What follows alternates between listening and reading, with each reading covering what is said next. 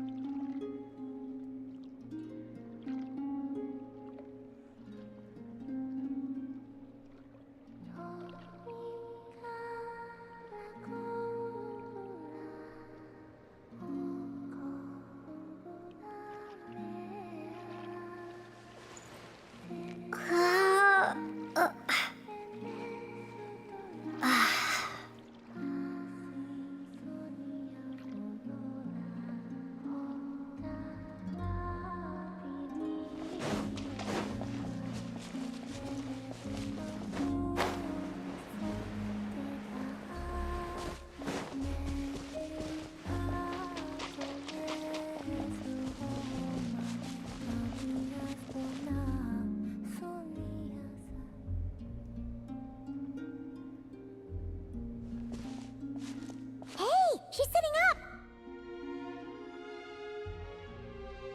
Is me sitting here a rare sight? No, we just thought you'd be resting. Perhaps I would have been, were it not for the sudden arrival of some unexpected guests. Not that I consider it a disturbance. After all, you are the only ones who are free to enter. Would it not be a little unfriendly of me to lie down while we speak? I didn't realize you put so much thought into little things like that.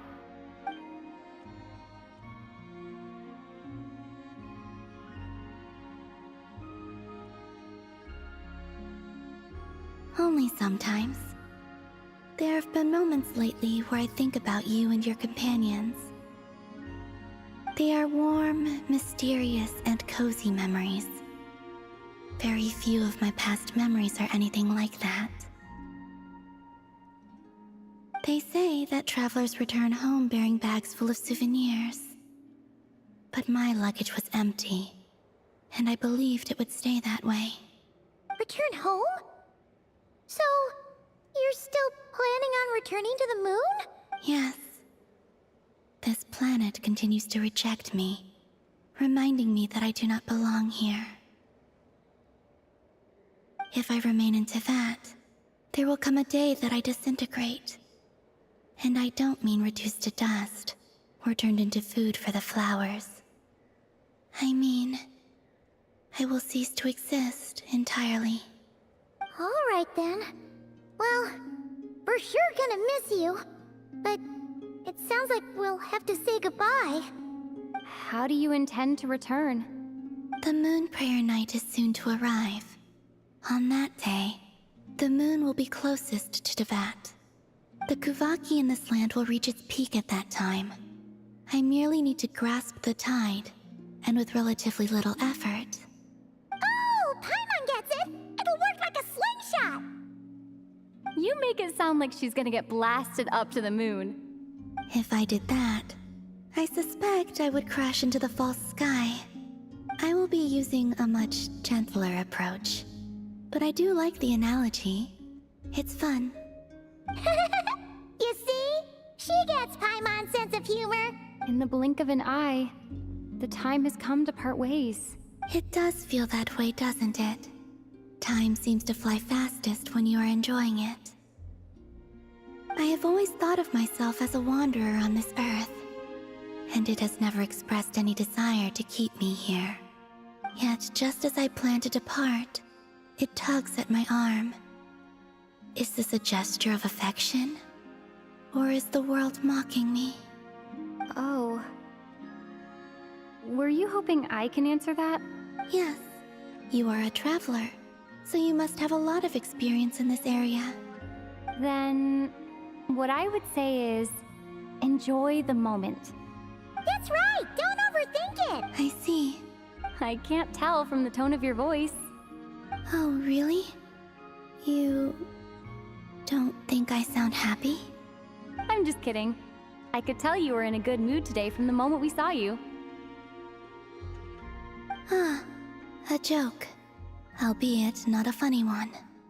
Anyway, I assume you're here about you-know-what. Give me your hand. Actually, it's not that. There's something else we wanted to discuss with you. Oh. Then, do you still want to give me your hand? Or not? Sure.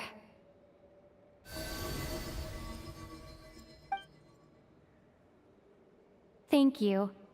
So, I've heard that in the Moon Prayer Nights of the past, people here would hold celebrations in the Moon Goddess's honor. Since you helped so much in our fight against the Rehir of Solnari, I think you deserve a farewell party before you return home. I haven't asked everyone else for their opinions on this yet, but I'd like to invite you to join the upcoming Moon Prayer Night. I've never joined a Moon Prayer Night before. I'm not sure what I would even do. Oh, don't worry about that. We take care of everything. All you need to do is show up. Of course, there's no need to force it if you're not feeling strong enough. It's just, this kind of felt like a golden opportunity. But they call me Kutar, and the Fatui have an arrest warrant out for me. I shouldn't appear in public right now. I'll make it work. You have my word. Yeah, we got your back. Well, she does. Paimon's actually not too sure what she's planning. All right, if you're sure. I will not refuse your invitation. I suppose it wouldn't hurt to pack a few more sights from this world into my suitcase before finally learning what my homeland looks like. Oh, if you see Lauma, please tell her that my answer to the question she asked me is neither yes nor no. Rather, it is, there is no need. That was kinda cryptic, but sure. Guess it's between the two of you. We'll pass along the message. Bye for now.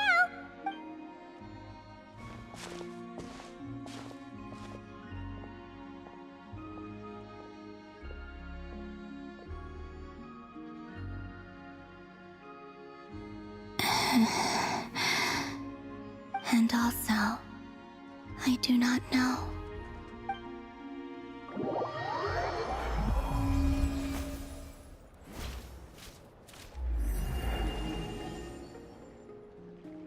Since she's agreed to join the festival, let's go see who else wants to take part. Lauma's gotta be the person most familiar with the Moon Prayer Night. We should start with her. Also, what exactly is your plan to keep her safe? Not sure yet. I'll figure something out. What? Are you serious? And Paimon even gave you her vote of confidence back there! When did you become so sneaky?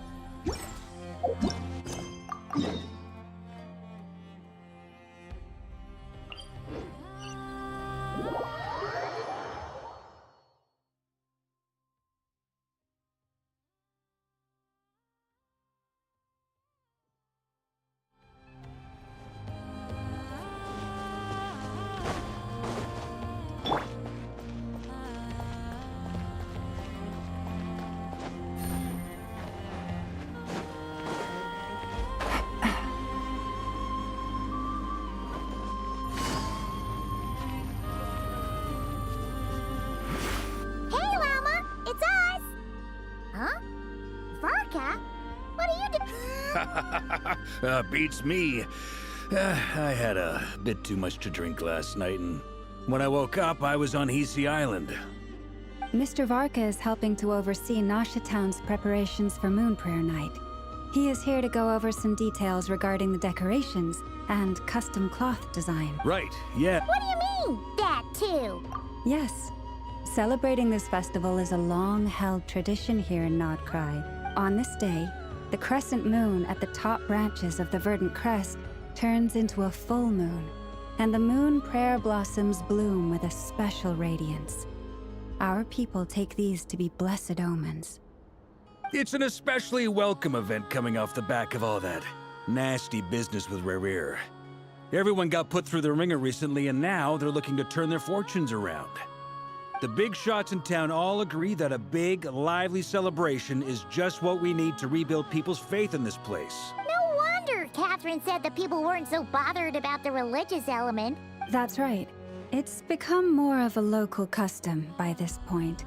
The celebrations have little to do with whether the religious stories behind this event are true or not. Even the Frost Moon Scions are eagerly awaiting the coming of Moon Prayer Night.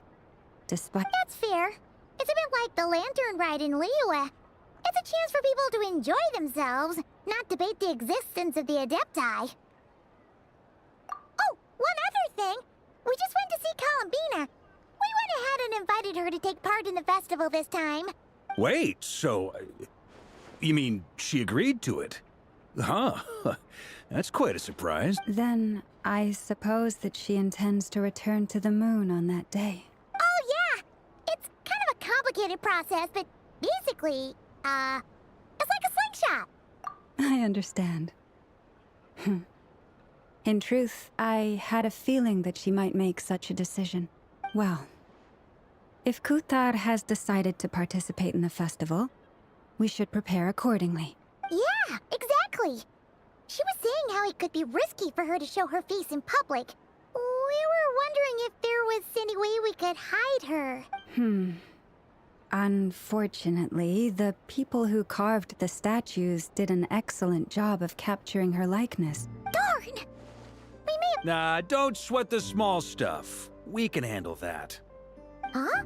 Are you saying you have a plan? Not as such, no, but the most important thing with a festival is to keep the mood light and your spirits up.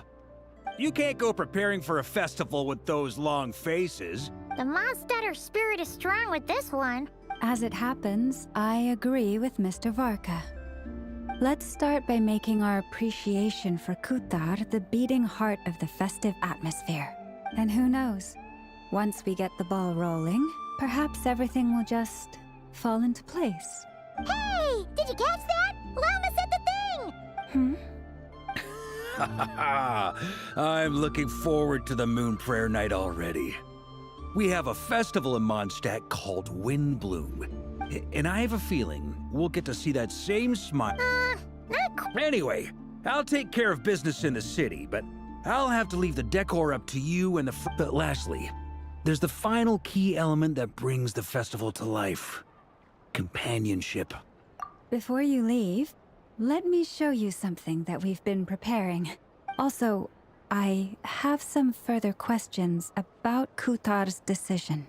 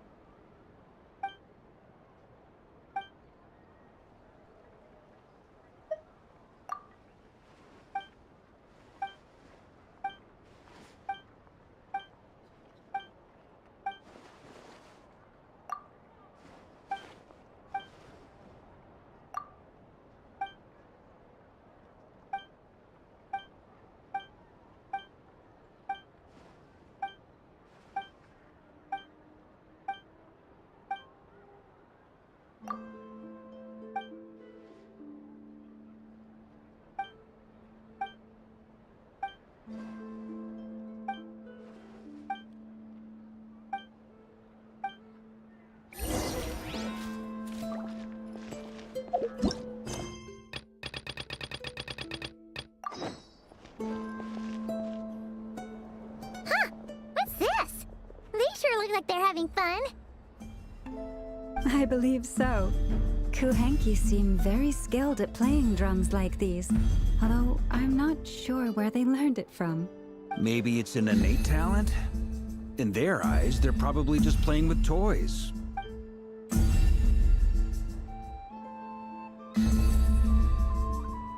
Wanatar! You want to play too? Yeah.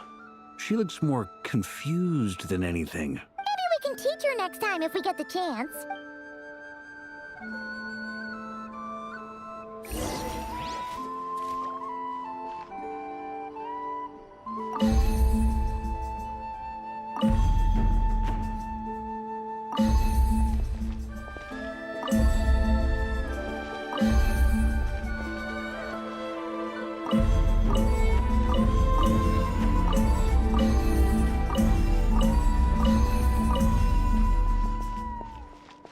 What are these floaty things? Moon veils. We hang them from buildings in the city during the festival. When you look at the sky through them, it creates a lovely misty effect.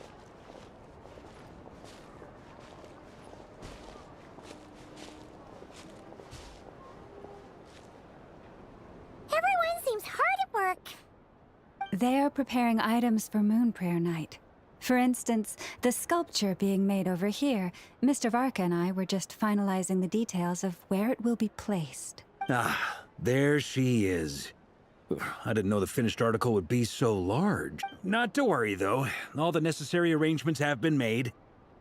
You have my thanks. And over here, we are preparing a very traditional confection. Oh, look at all these colors! It looks great! Can Paimon try one? Of course. You bet! Sweets and treats are Paimon's favorite! If you included those in the Feast of the Moon, I bet Paimon would have joined the Frost Moon Scions by now.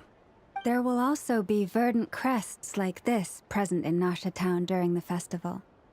The timing of Moon Prayer Night is not completely set in advance. We make a rough estimate, then observe the changes in the verdant crests and moon prayer blossoms to guide us. As such, the wait itself is a fun feature of this particular festival.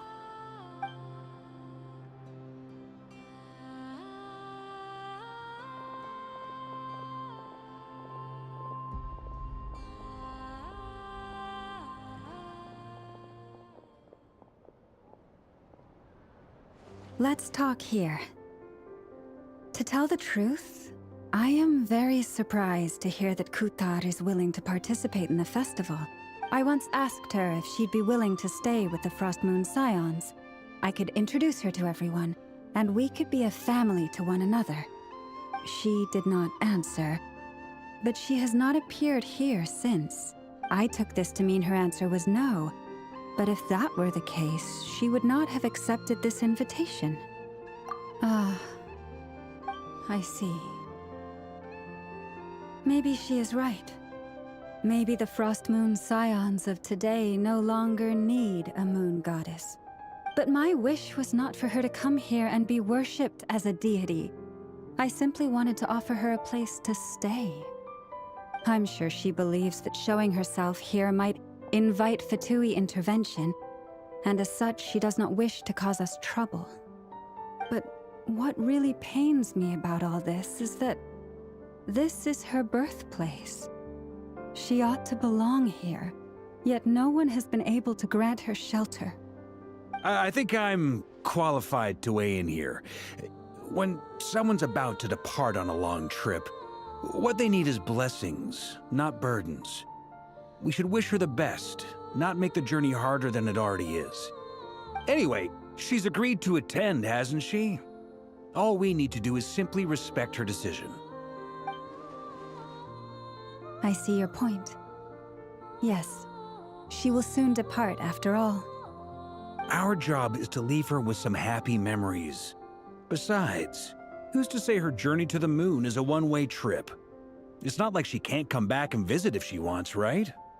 Paimon agrees wholeheartedly. Festivals are all about having fun, so let's keep it simple. All right, I'm gonna head back to Nasha Town soon. Want to come with? I'm guessing you have some other folks to visit there. Sure thing, let's go! Bye for now, Wilma! Thank you all. Goodbye.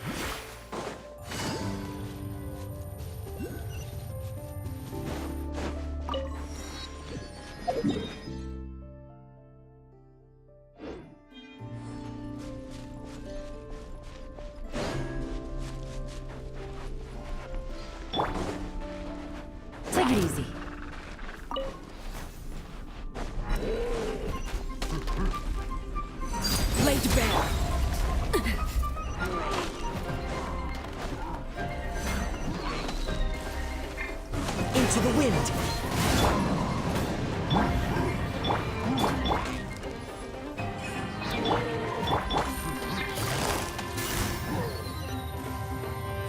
Busted. Quietly now.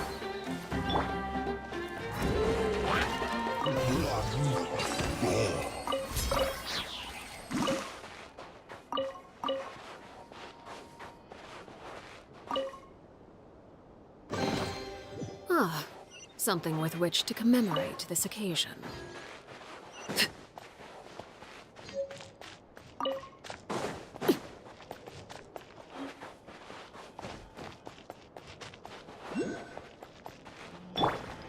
One with nature.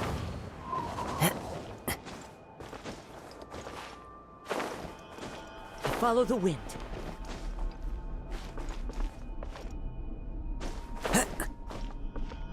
Wind strider.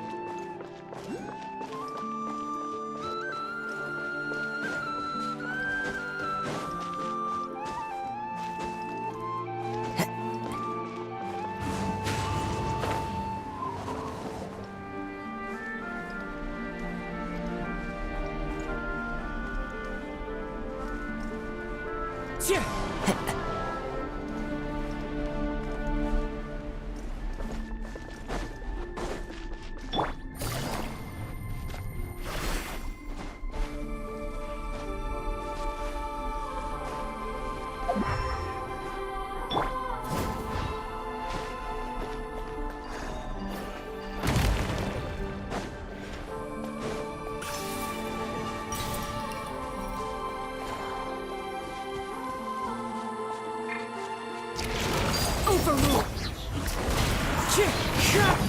Busted. Gotcha.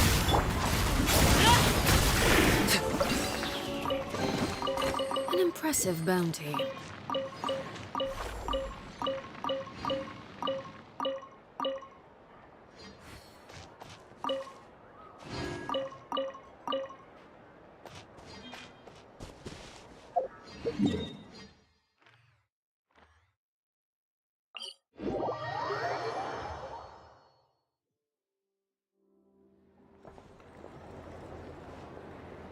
Huh? Hey, over there! It's Duran and Albedo with Flints! What could they be chatting about? Your guess is as good as mine. Ah, Grand Master. And the Traveler and Paimon. Hello there. It's been a while. Perfect. We have some new volunteers for our investigation. Wait, let me guess.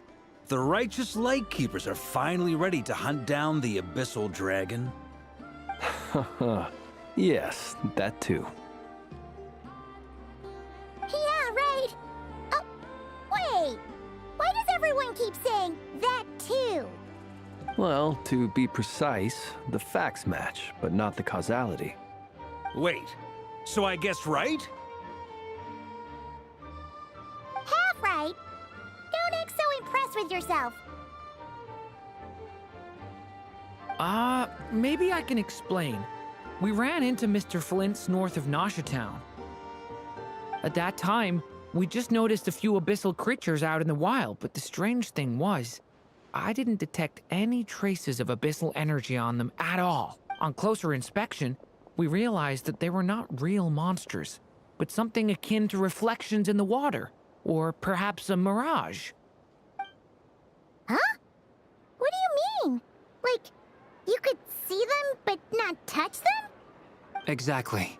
It was... I think I've heard of things like that happening in Not Cry before, but I don't know much about it. Yes, it's a known phenomenon. Mirage-like illusions tend to appear in Nodcry in the run-up to Moon Prayer Night. From a distance, they appear quite real. I myself thought that Misters Durin and Albedo were locked in battle with abyssal monsters when I first arrived. But after sharing intel and investigating a little further, we can confirm that these illusions are harmless. There is no great cause for concern.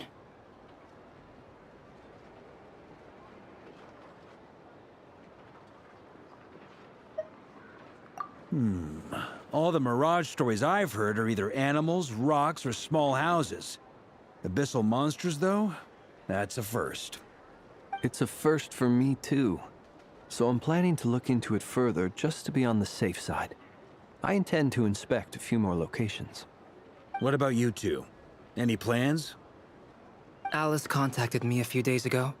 She'd like me and Durin to assist her with an experiment. But we lost contact shortly after receiving the message. I'm sure that comes as no surprise to anyone familiar with her. We don't know when the wind will blow, yet when the wind blows, we will know.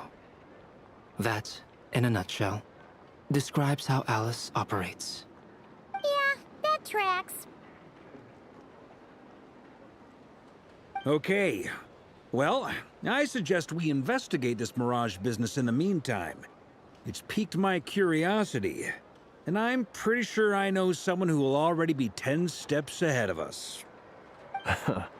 Well said. Right? Whatever's happening in Nodcry, she always seems to be the first one to know. Let's go see what she knows. We can invite her and her staff to the festival while we're at it.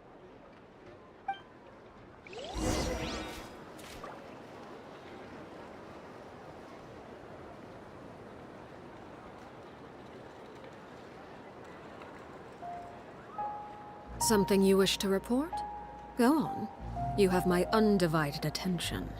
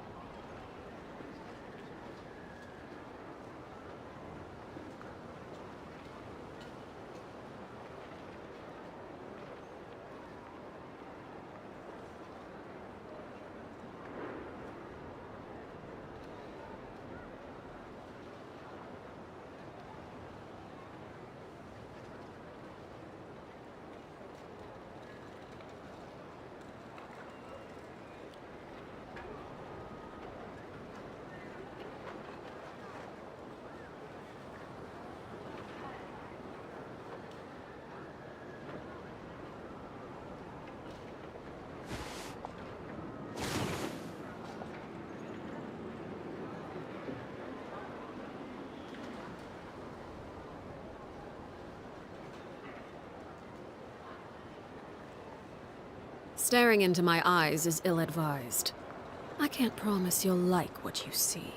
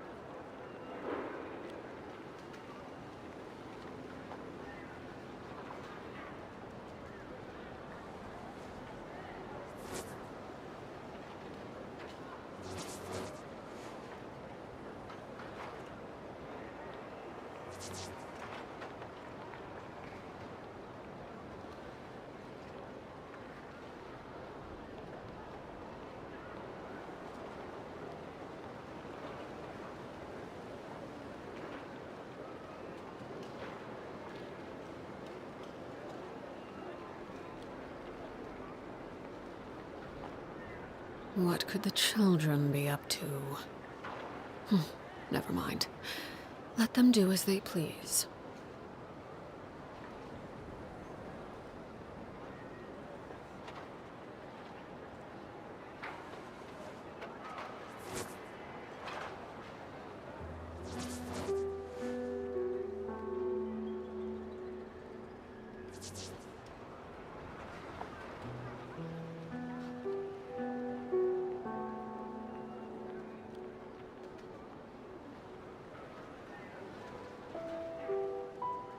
Something you wish to report? Go on. You have my undivided attention.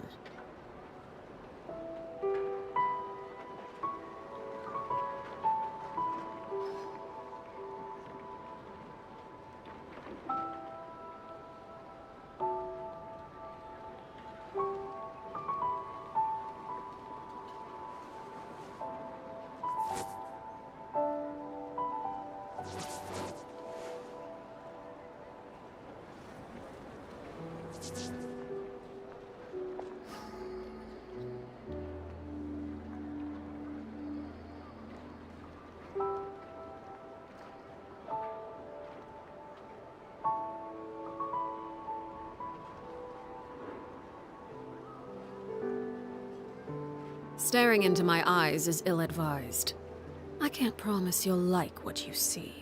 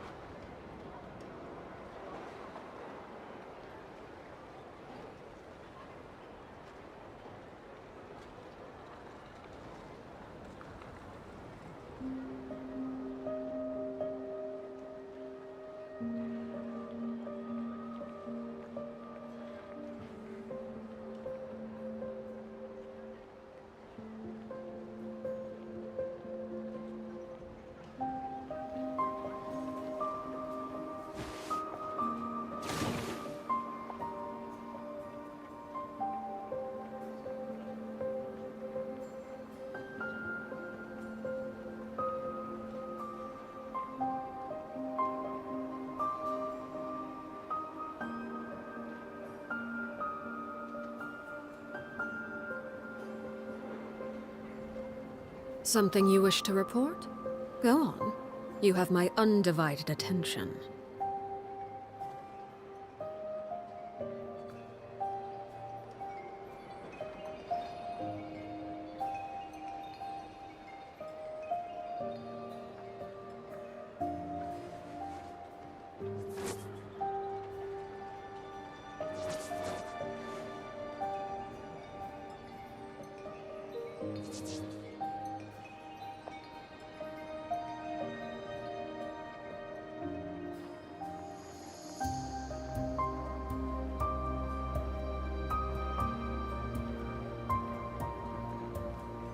What could the children be up to? Never mind. Let them do as they please.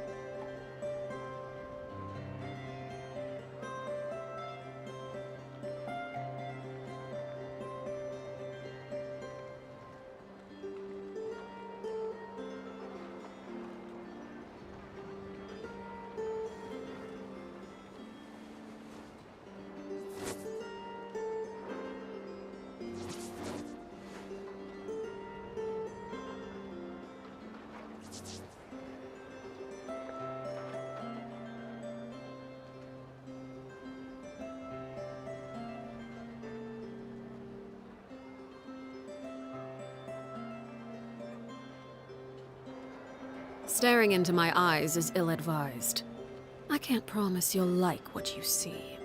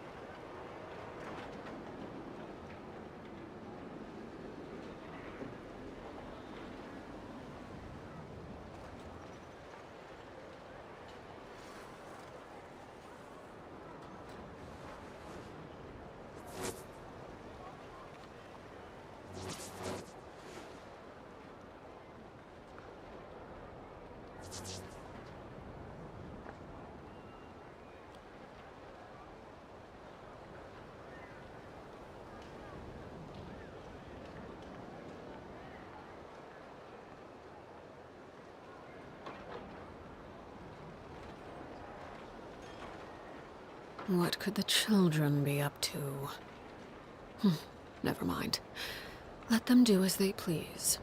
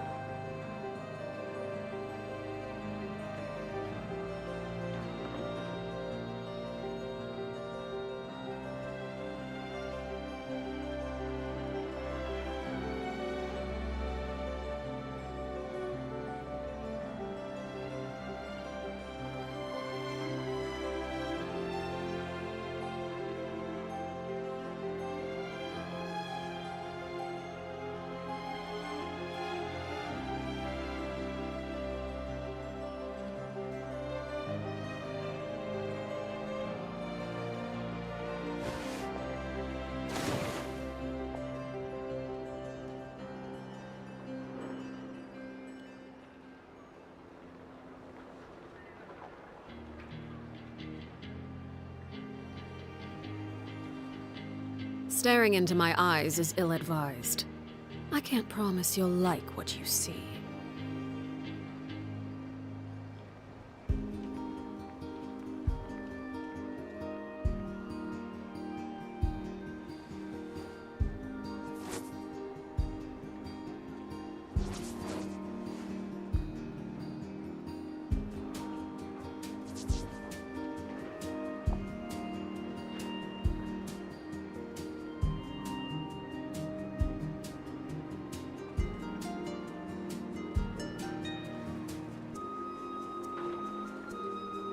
Something you wish to report?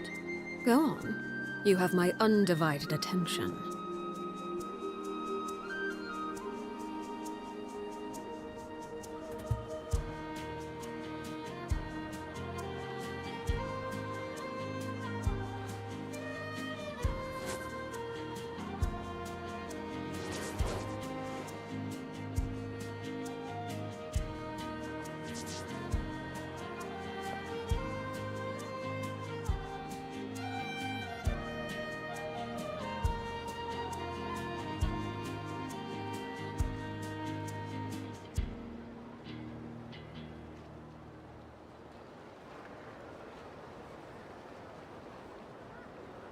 What could the children be up to? Never mind. Let them do as they please.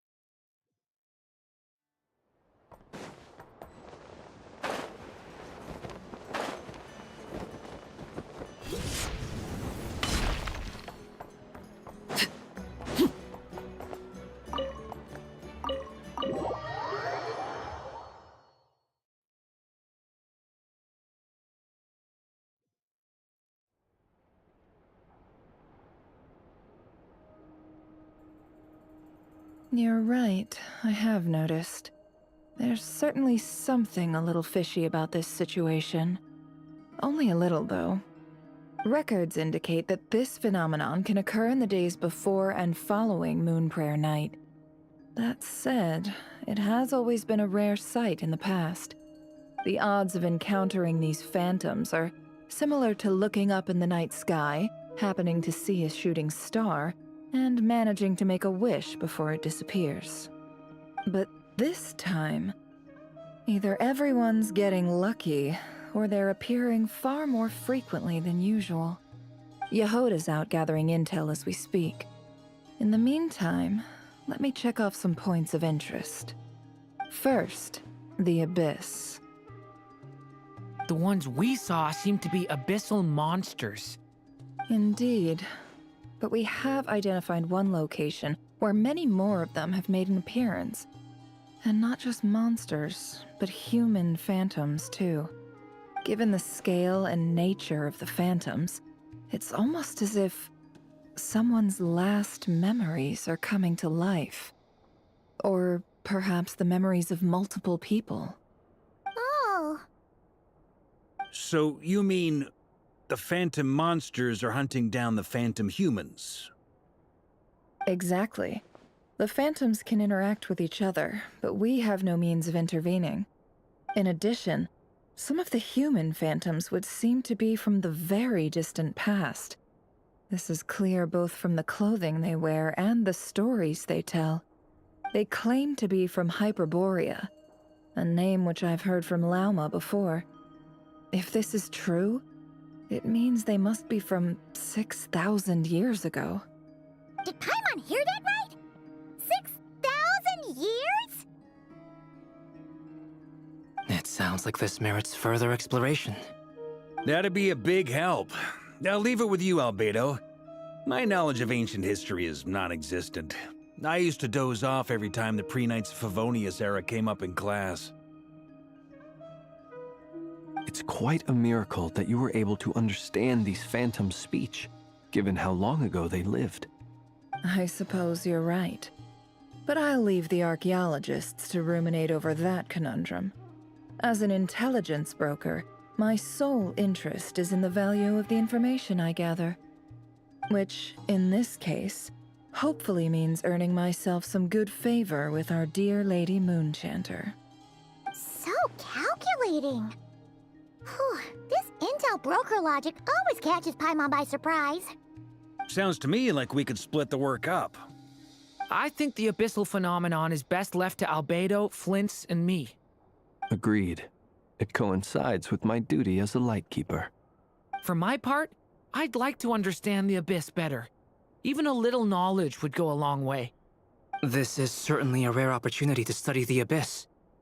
But even rarer, perhaps, is the chance to make contact with the ancients. The Curatorium will take the lead on investigating the Hyperboreans. We put in the work to learn what we know so far.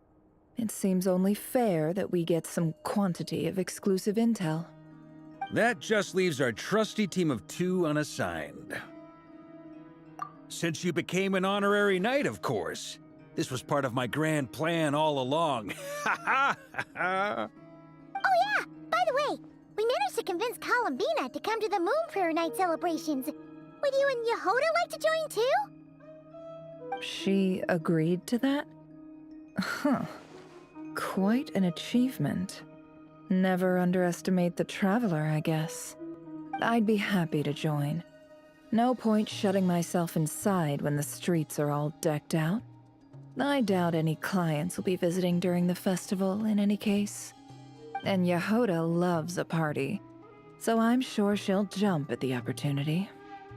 No, no, no, no, no, no, no, no, no, no! Way to contradict me in front of...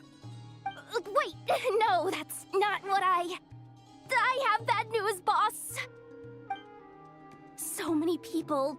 All right, everyone inside, quick!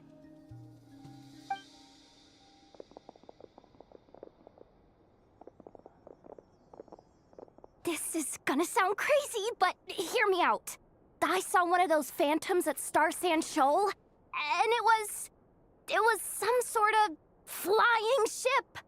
Like a spaceship?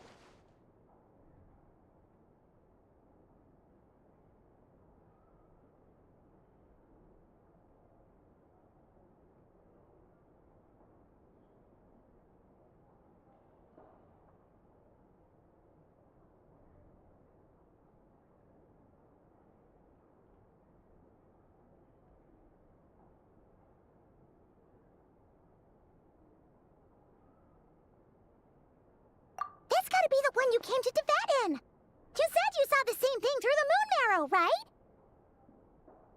Huh? You already know about it? Ugh, I thought I was gonna blow people's minds. Turns out I'm the last to find out. Wait, back up. You came here in a spaceship? Now my mind is blown! What's it like on the inside? Was it like flying through space? I want to know everything!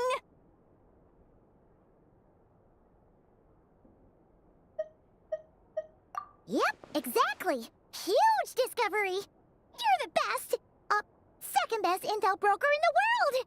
After your boss, of course. Wow. Really?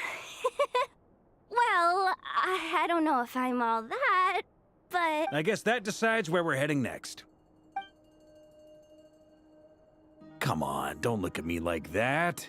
I know the spaceship doesn't have anything to do with me, but you don't want to leave me as the only one twiddling my thumbs, do you? Fair enough. You can tag along. In that case, let's meet back here to discuss our findings once we're done. I wish everyone a productive investigation. You too!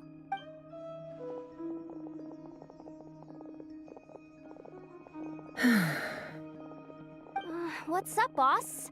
Aren't we gonna head out? Tell me, Yehoda, when did the Curatorium start giving out intel for free? Oh, sorry, boss.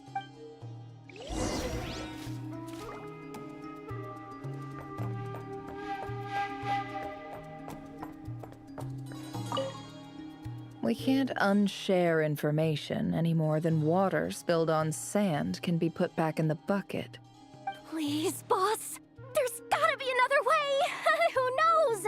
Depending on what they find, maybe this will work in our favor. Please don't find me. Please.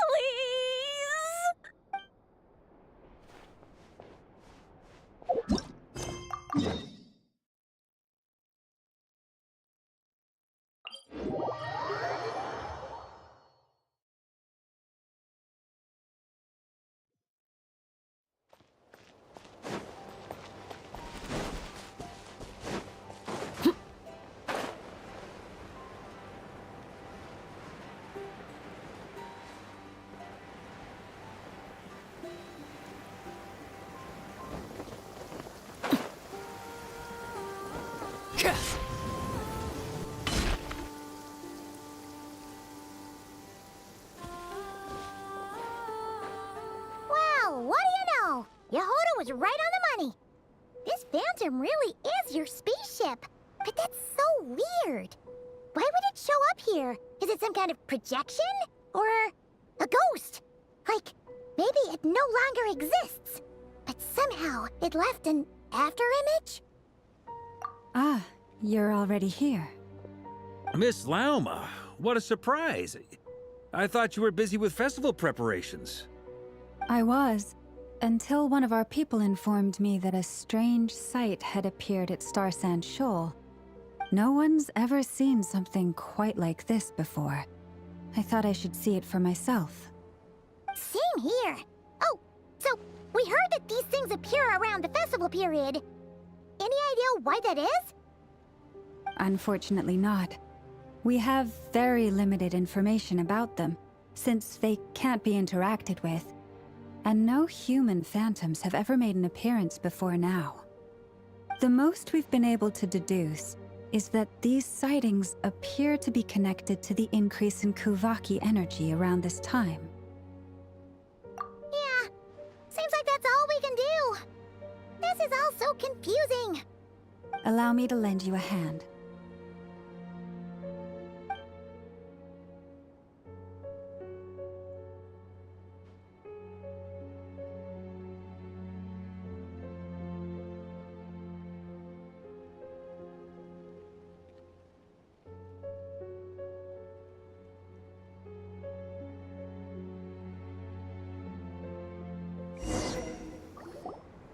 Everyone, our friend here should be able to provide us with some information.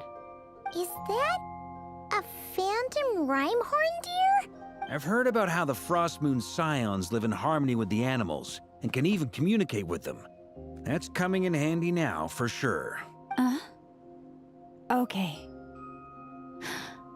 Yes, I understand. Then how about this?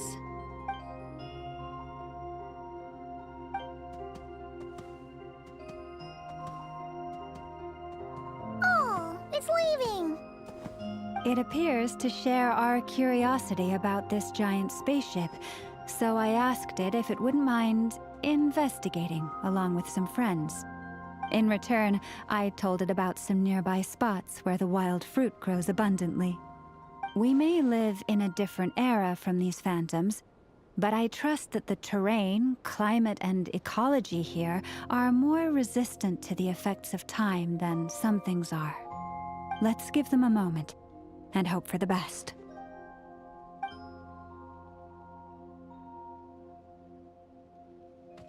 All back together? Must have... Indeed. Now let...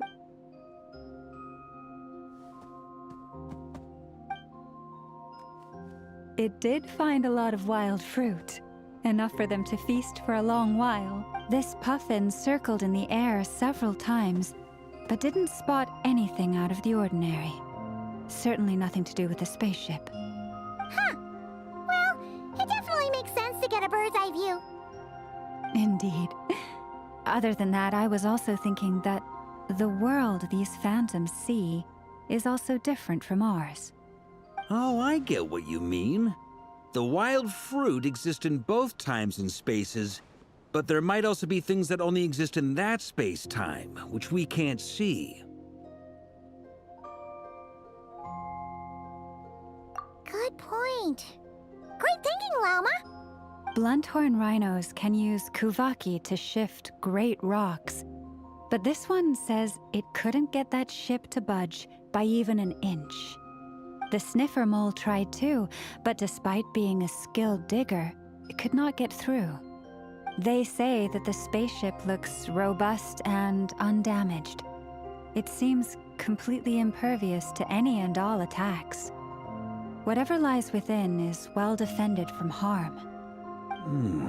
So, just like us humans, there was nothing they could do about this spaceship either. Yes, still, they deserve our thanks. We are grateful for all your efforts, dear friends.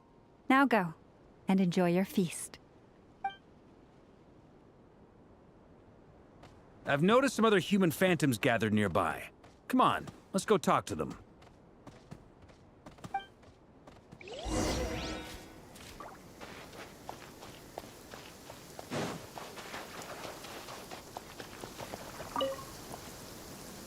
What is this thing? I've never seen it move, and there's no way to get inside. Goodness knows. My grandpa says it's been sitting here at least since his grandpa was still alive. What about his grandpa? Did he say anything to your grandpa's grandpa about it? Huh? I don't know. In all likelihood, it was here back then too. Hard to imagine something this huge could move.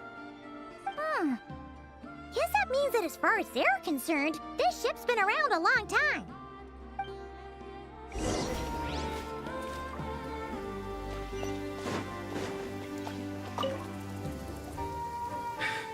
Come on, brothers. If we can get even a small chunk off of this thing, it's gotta be worth a fortune. Today is the day we strike it rich. Huh? You mean Paimon? Yes, brother, I shall join you. Let's make our fortune. We should go with them. What the? This thing is crazy tough. I can't even scratch it. What's it made of? Sorry, brother. Looks like we'll have to seek our fortunes elsewhere. Enjoying yourself? I was just seeing if I could influence this phantom's perception by playing. But nope, no dice.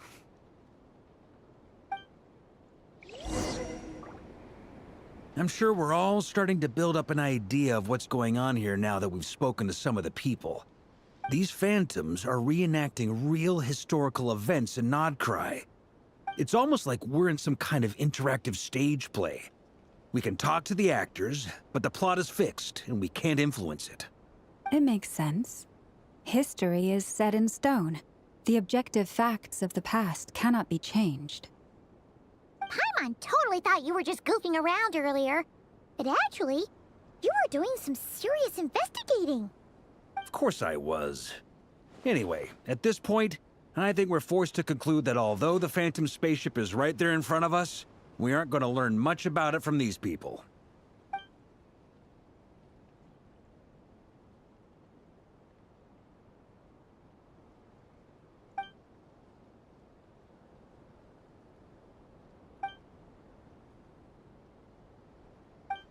Don't be discouraged. If nothing else, this is proof of the ship's existence. And think about it. So many people tried to hack their way inside, but no one could get the door open. It's made of very tough material. To me, that says that we'll either find the ship itself or the story behind it. It's just a matter of time. Huh. Every now and then, when Varka gets serious, he actually does seem like Grandmaster material for once. I wonder how the others are doing. Let's head back for now. Sounds good. Also, drinks are on me. Wait, we have a team name now? Am I in Team Knights of Favonius as well? You're very welcome to join. Isn't that technically blasphemy? You wouldn't dare make a joke like that if Barbados was in earshot. Nah, I'm sure Barbados doesn't mind a little harmless blasphemy once in a while.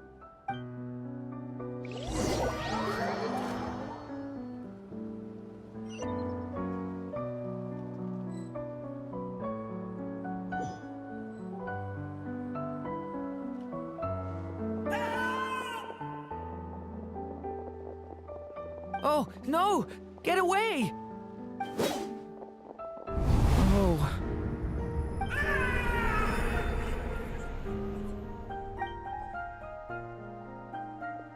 I know it's hard to stomach, Mr. Durin.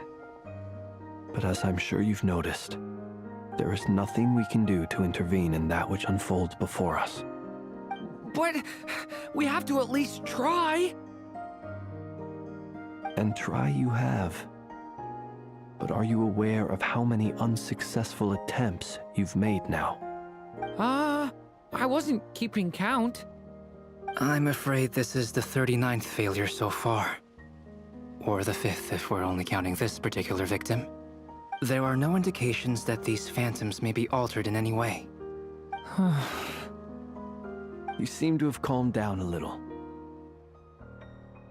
I'll make us a fire. You should rest and have some water. Feeling any better now, Mr. Durin? May I ask a few questions? Be my guest. What exactly are we witnessing here? What happened to those people? My guess would be that we are seeing Nodcry during the Conrian Cataclysm. Would that be accurate? Conria. That is correct. As you know, once the Abyss senses even the tiniest crack, it floods in and spreads like wildfire. There was a time in the distant past when it permeated all of Nodcry, causing immeasurable harm. The people paid a terrible price to heal this land. Then, 500 years ago, the whole of Teyvat suffered an abyssal disaster. Once more, Nodcry was dealt a devastating blow. I see. In the face of the abyssal onslaught, all were like grains of sand tossed around by a tidal wave. Be they human, fae, or god. The moment you witnessed is but one drop in a whole ocean of catastrophe. All right. I guess that answers my second question, too. I wanted to know why there's nothing I could do to help them, and that's because what we are seeing is history. That would be my guess as well. As I understand it, history and fate are not all that dissimilar. The latter may be unseen to us, but both are immutable. Yes. Fate was determined long, long ago. I still have a couple of other questions for you, Mr. Flint's. You mentioned more than one abyssal disaster that has struck this land in the past. How can you be sure that what we're seeing is from the Conrian incident? And also, how are you able to stay so calm when you're talking about these events? From everything I know about you, you're not cold or ruthless, and you're not indifferent to the suffering of others. Alas, I am forced to show my age. I must be 600 or 700 years old by human measure. Wait, so you... One is not easily moved by history when one has witnessed the truth firsthand. I'm sorry. You needn't apologize. Your passion is a good thing to have. Treasure it, because someday you may find it in terribly short supply. Now, at the risk of offending you, I have a question in return. Your curiosity toward the Abyss, is it born from hatred or because you sense its call? I only ask because I kept a fragment of Rerear's body in my lantern for a short time. Specifically, his heart. So I know what a burden it can be to carry the Abyss with you. And I hear its power growling from somewhere within you. In my eyes, your mere existence is a miracle. My honest answer is... I don't know. I don't think I have the confidence to say for certain. What I will say is the Abyss is not the only issue that haunts me. Even before I became who I am today, the question dogged me constantly. Should I even exist at all? My doubts remain unresolved. But when we fought Rerear, something became a little clearer to me. Sometimes it is the darkness within us that allows us to achieve the impossible. I certainly got the sense from your 39 attempts that you were trying to achieve the impossible. It sounds like you've resolved to see the truth for yourself. Absolutely. In that sense, he and I are quite similar. Then I wish you every success. I look forward to the day of your transcension. Well, if everyone's caught their breath, I suppose we should head back. Oh, and one last thing. I'd appreciate if you kept our discussion about history a secret.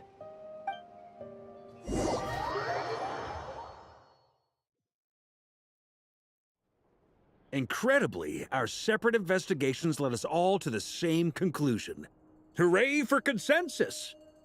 Yeah, but we barely learned anything, though. I totally thought this would be the mother lode. Talking with the ancients? I mean, come on! But nope, all we got was useless snippets of conversation. And all this stuff about moons and hyperopia. What a load of baloney. Seems like people back then had a few screws loose. I understand your frustration. We found the same issue. Each phantom only showed a very brief moment in time. There isn't much value to be found in these miscellaneous fragments of a civilization's history, no matter how glorious it may have been. If there's a silver lining, it's that these phantoms are harmless to the present reality. They shouldn't get in the way of the festivities. Paimon agrees. And not just because it's the first thing she understood in this whole conversation. You look disappointed, Nefer. Is something the matter? What do you think? We all worked our tails off, but the only one to gain anything from it was you, Lady Moonjanter. Well, please do share the Hyperborean records with me. I will gladly inscribe them in our people's documents. Oh, duh! Yeah! That was it! Hyperborea! Hyperborea. I'm serious. Only an expert in the Frostmoon Scions and their history can turn these records into valuable research material. The alternative is to let them gather dust on the Curatorium's storage shelves until the pages turn yellow. Nefer, you're wise enough to know that cooperating and sharing the profits is the best course of action here. Well, that goes without saying. Sure, let's do that. Huh? But didn't you say we aren't supposed to give out intel for free? Sorry. Shutting up. Now is not a good time to push Nefer's buttons. Anyway, back to Moon Prayer Night. I'm thinking that we should prepare something a little special, aside from the usual decorations and so on. You mean a parting gift? Can't go wrong with food. Although, does food go bad on the moon? Perhaps a lantern would be a better choice. It might be dark up there. It could prove difficult to light a lantern on the moon. Magical stones might serve that purpose better. What about a clockwork mecha model from Fontaine? I've got a whole bunch at home. I use them for fighting practice in my free time. None of these sound like things she would be even remotely interested in. But we don't interact with her enough to know what she likes. Yeah. It would really save us the guesswork if someone could find out what she's into. Wait, what the? Traveler? They're all looking at you. Great! Haha, problem solved. Now, I need to stop by Dory's. Gonna need her help sourcing a bunch of stuff for the festival. Then let's leave it there for now. We all have our own business to attend to. Traveler, if you find out what Kutar likes, let us know right away.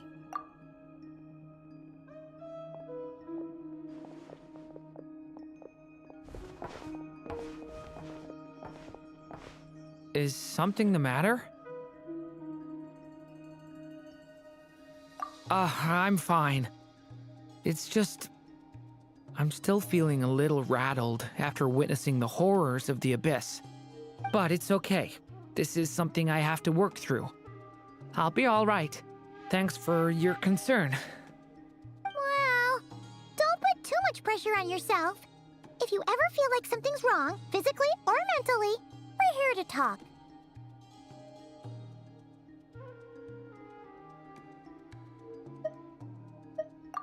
Come on.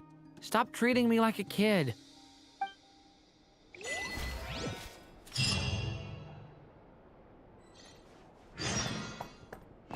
Which is why we need a lantern. Yes, I have a few ideas, but the lantern itself is the easy part. Wait, you two are serious about this? Let's just say I'm intrigued by these shining magical stones that Mr. Albedo has mentioned. You should get going. It's important that we ascertain what Kutar likes.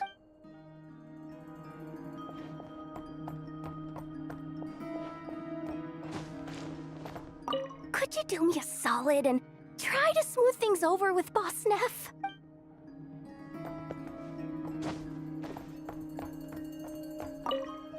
Miss Lauma, would you accompany me into town? Very well.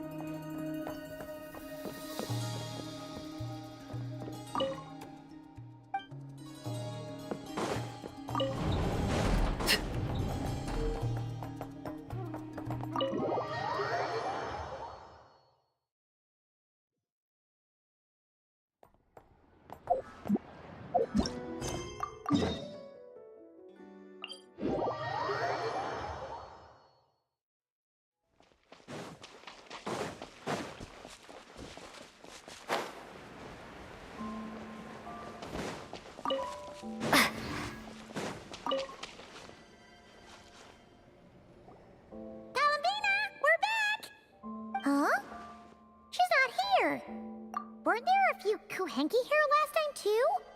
Where did, walkies? For Kuhenki? You're not pets, you know. Oh, well. Looks like we just came at a bad time. Let's try again tomorrow. There's still a few days until Moon Prayer Night, so we're in no rush. Besides, she needs time to rest anyway.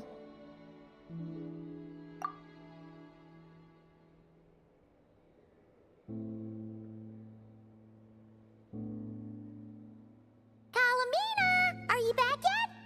Oh, how strange. Looks like she still isn't here.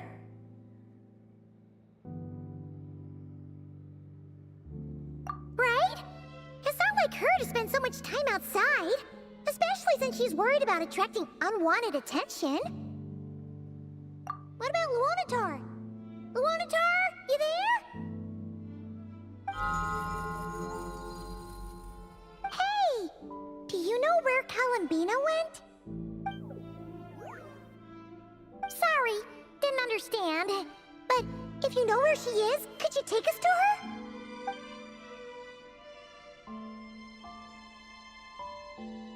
Yeah, that's even stranger. What about him? Oh, that's not good news. They change color when Columbina gets weaker, right? And they look super pale right now. Good idea. She might know what's happening.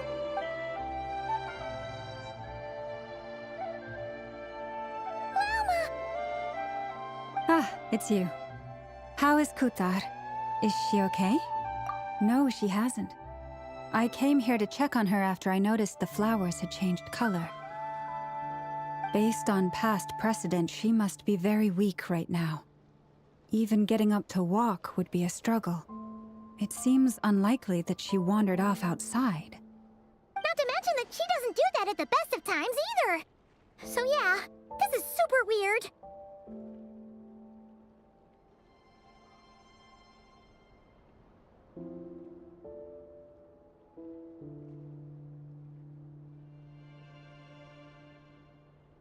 No. Very few people are in the know about Kutar's whereabouts. And if anyone suspicious had visited, they'd have left some sort of evidence. Come on, let's go to Nasha Town. If anyone has seen her, someone there will know about it. It's not Cry's information hub after all. Makes sense. Let's go!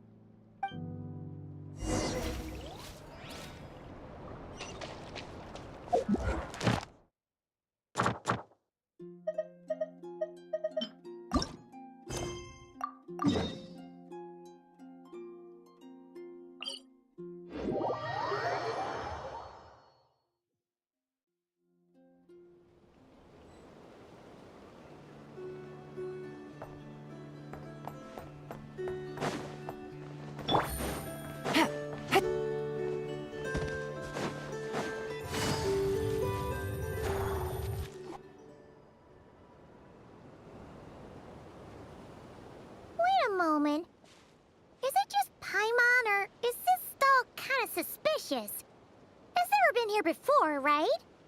No, I don't recognize it. Alas, your free and easy adventure time is over. Now, prepare to face the final boss of Nod Cry. Whoa! Where'd that voice come from? Not sure, but it's definitely hostile. No, no, no, not that way. The final boss is right here. The sniffer mole? That's the final boss? Surely not. Also...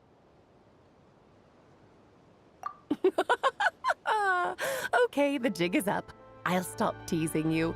Turn around. I'm right behind you.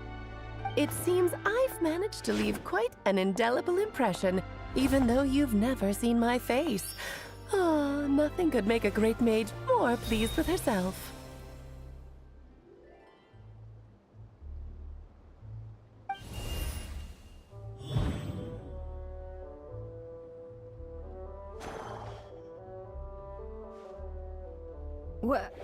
What is going on? I've heard that all the big shots in Teyvat have long, wordy titles that stun people speechless when they make their entrance. Unfortunately, none of them are affiliated with the Hexenzirkel, and we ourselves keep a very low profile. The notorious name-dropping doesn't quite work for us. Still, I, for one, think I'm really quite amazing. So that didn't stop me from coming up with a title anyway. Alice! It's really you this time? Not a lantern or a Dodoko, but Alice in the flesh?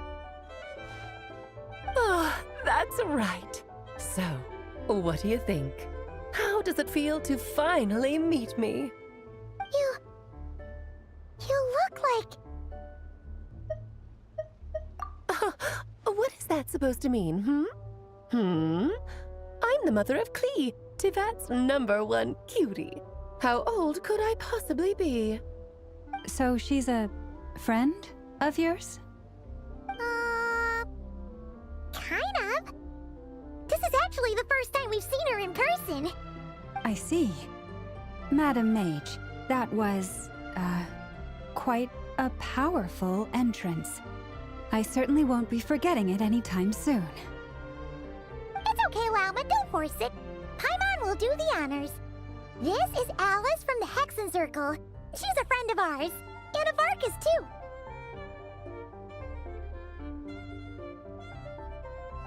That's right. She's a good person, just kinda unpredictable. Well, what is the human heart if not unpredictable? Hmm? If we could not do as we please, how would we differ from machines? I am Lauma, Moon Chanter of the Frost Moon Scions. It is a pleasure to meet you.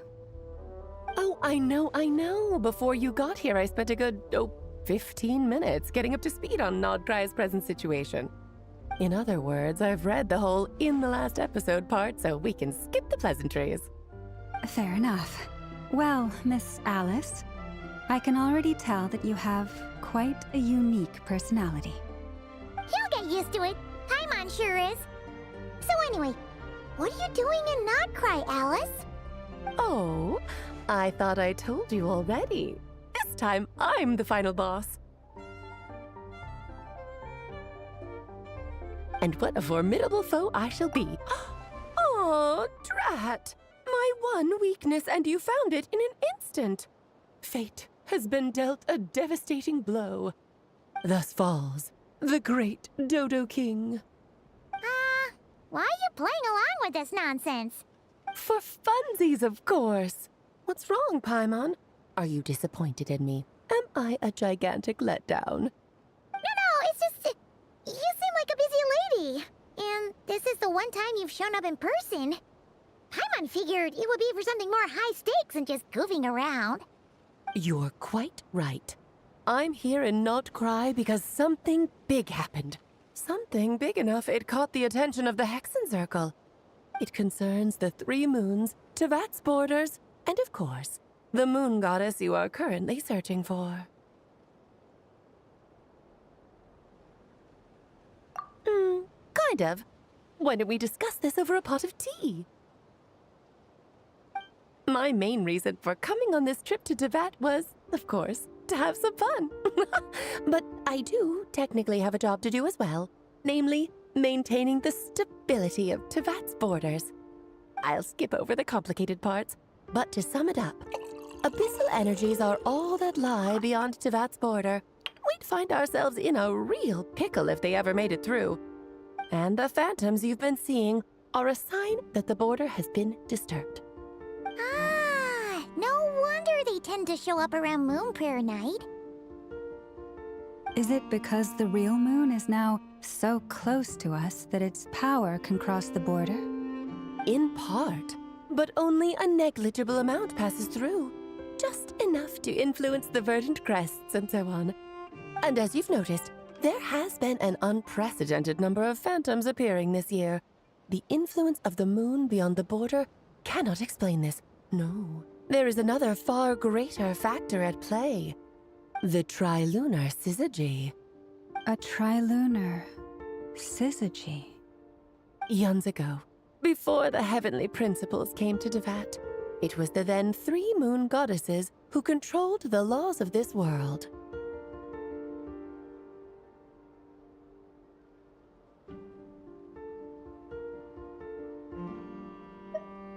Oh, that's exactly it! The 3 goddesses split these powers amongst themselves, promising never to consolidate them into one singular body. This was meant to keep the world stable.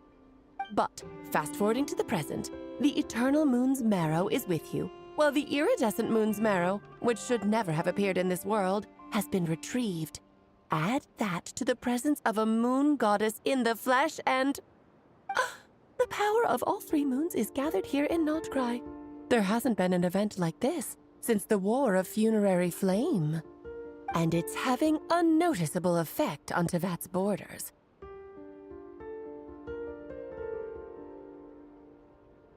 Because I wish to give my darling daughter a peaceful, sunny environment to grow up in. Is that a good enough reason? Kinda sounds like you're dodging the question, but does make sense. Well, that's one reason anyway, and the most important one. The others are a little complicated to explain. For instance, cleaning up after dearest Miss R.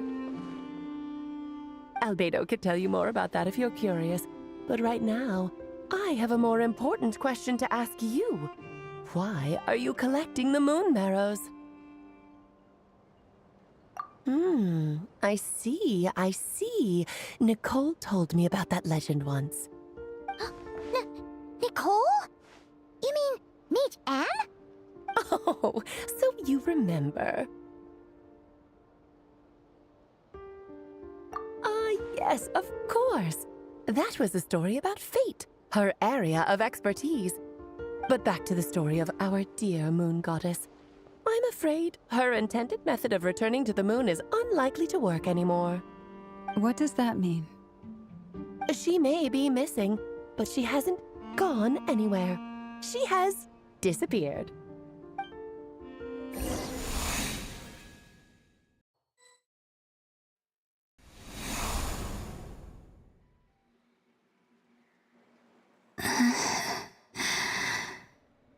My body is so heavy. Wait, no. It's my mind that's heavy. My arms and legs are as light as a feather. What's happening to me? I feel drowsy, like I've been asleep for too long. Is it daytime or nighttime? Is the moon out? I think I'll go for a walk.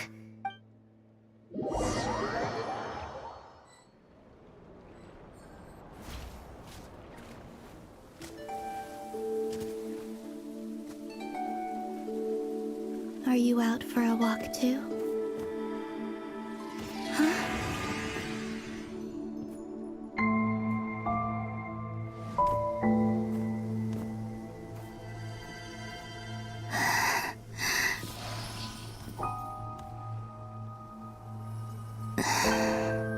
The day has come at last.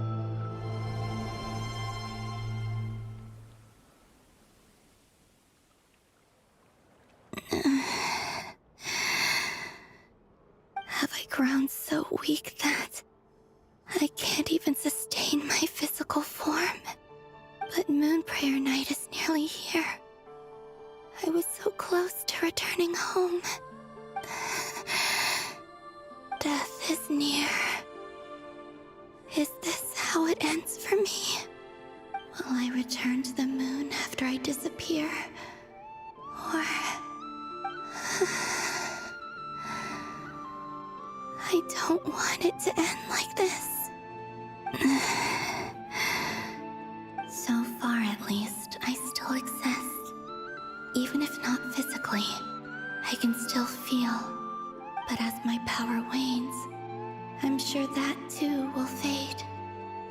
I suppose I might take one final look at this world. The world where I was born.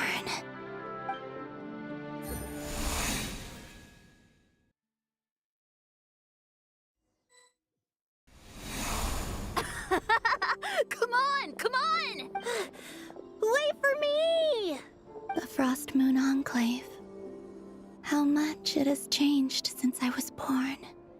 These decorations, they're so heavy. It's times like this when you kind of wish men could be priestesses and acolytes. How fascinating. I've never had the chance to be privy to people's private lives in this way. In the past, people would get so solemn and serious the moment I showed my face. Like they were frozen stiff. Karina, Lametti, it's time to eat. Coming! I want to watch them a little longer.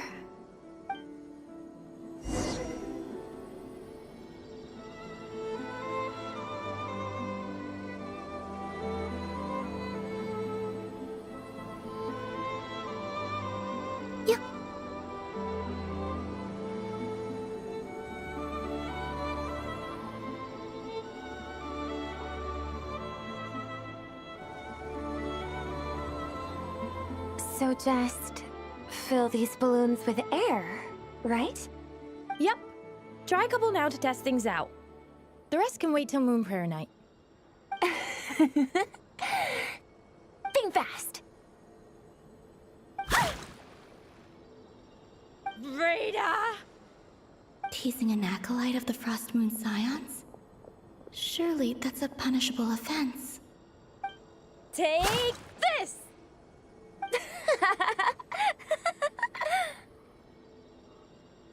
Huh? All right, enough horsing around. Lady Lauma gave us a task. We should get back to it. The task is just to check that the balloons don't leak, right? Doesn't matter if we fill them with air or water. Yeah. Okay, you got me there. And you got me there. But still, we can't use all the balloons before the festival even starts. We won't use all of them. And as long as Lady Lauma's trusted acolyte doesn't snitch, this can stay as a little secret between friends. A couple more can't do any harm, right? Oh, you menace. Then, think fast! Is pumping a balloon full of water really so much fun?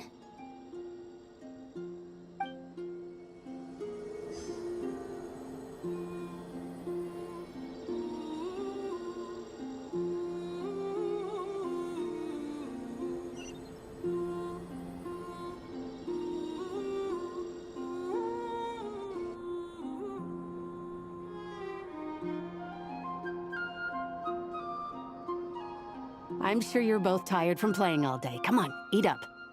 A plain, humble meal. That has always been the way of the Frost Moon Scions. Huh? How come Lametti got a midsummer berry dessert? Oh, I always get Lockaberry. I don't mind sharing. You can have a bite of mine if I get to have a bite of yours. Hmm? They're sharing food? I've never shared food with anyone before. Even at the Harbinger tea parties, everyone just ate off their own plate. And when I couldn't finish my food offerings from the Frost Moon Scions, they'd leave the leftovers out under the moonlight for the animals to claim. Hey! That was 2 bites! Oh, then you can have another bite of mine. Oh, you too. Oh, don't fret now. Here, have some of Granny's too. So this is what it means to be family.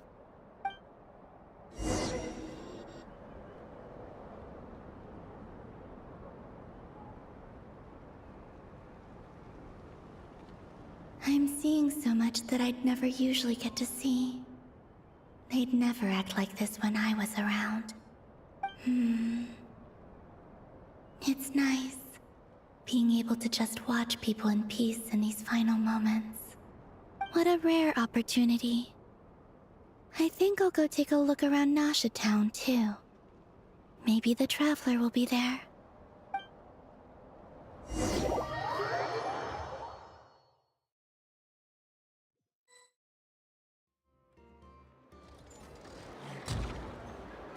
After the War of Funerary Flame, the Moon Goddesses were no longer recognized by Tevat.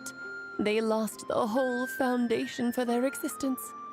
That's why the Moon Goddess's strength is fading. She cannot withstand. To be more pedantic about it, the Moon Goddesses did something to offend the heavenly principles, and that's why they were ousted. Something of a recurring theme in Tevat's history. Theoretically, speaking so candidly should put me in their crosshairs too, but they can't tell me what to do. I'll say whatever I want. Anywho, the Moon Marrow energies were but a drop in the bucket for her, and that battle against the Ray Hair of Solnari only weakened her further. Fortunately, it happened close enough to Moon Prayer Night when the Kuvaki concentration here is high. That's the only reason she managed to survive this long. What do you mean, fortunately? You said she disappeared. We're too late. Ugh, what a headache. I thought this was all common knowledge. I guess I have some more explaining to do. Okay, buckle up. It's time for another lecture.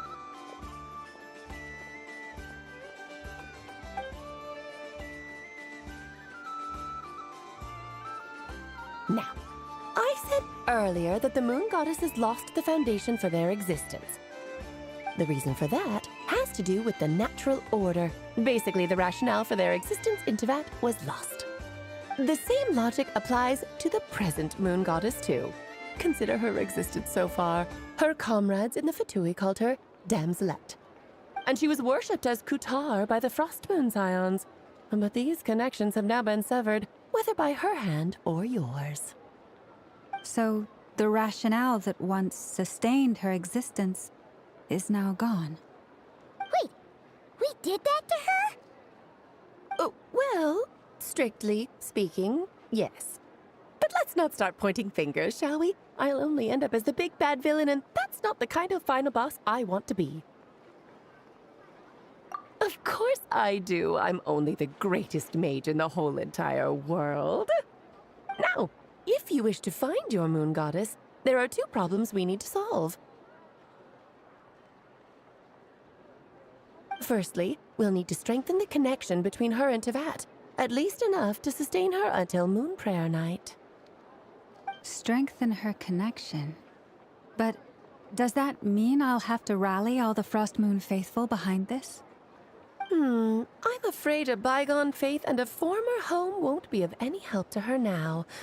Do you know her name? Her name? Oh, yes. Names are very important things. A name is a fundamental concept that anchors one's entire existence. Then your first job is to find it.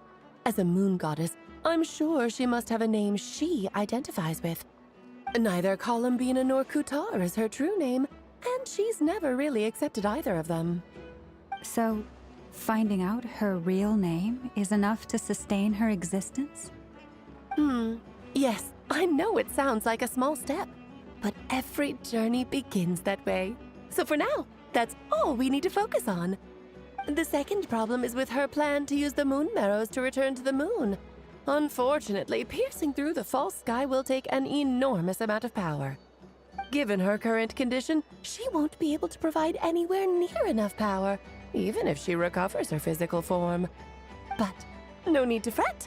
Nicole's the expert in this field, and I'm sure she'll figure something out. Wait, Mage N is going to help us out too? That means we've got 2 Hexacircle mages on the case. This is turning into a pretty big deal. Actually, this is more of a side quest for me. Like you said, I'm a busy lady, so I can't stay for too long. I'll have to That's the upside you get for looking out for my little Klee. Hopefully that will incentivize you to carry on keeping her company in the future. Anyway, jokes aside, you'd better get moving. It will take quite a miracle for the moon goddess's consciousness to hold out till Moon Prayer Night. Oh, I suppose I might as well tell you where Nicole is before I leave. Off you go now. Time to meet your new friend. Oh, yes, and a little suggestion. Don't forget to mind your heads. What? I wonder how Durin's doing. I should really go see him before I head back. You really are super busy. I most certainly am. There's so many children I have to keep tabs on just in Mondstadt. Durin, Albedo, Venti, Varka. Klee didn't make the list, huh? Of course not. Klee is my pride and joy. I have no qualms about her, because she's the best child in the whole wide world. Yep. Klee's a little angel. I'm glad you agree. Well, all the best. See you when I see you.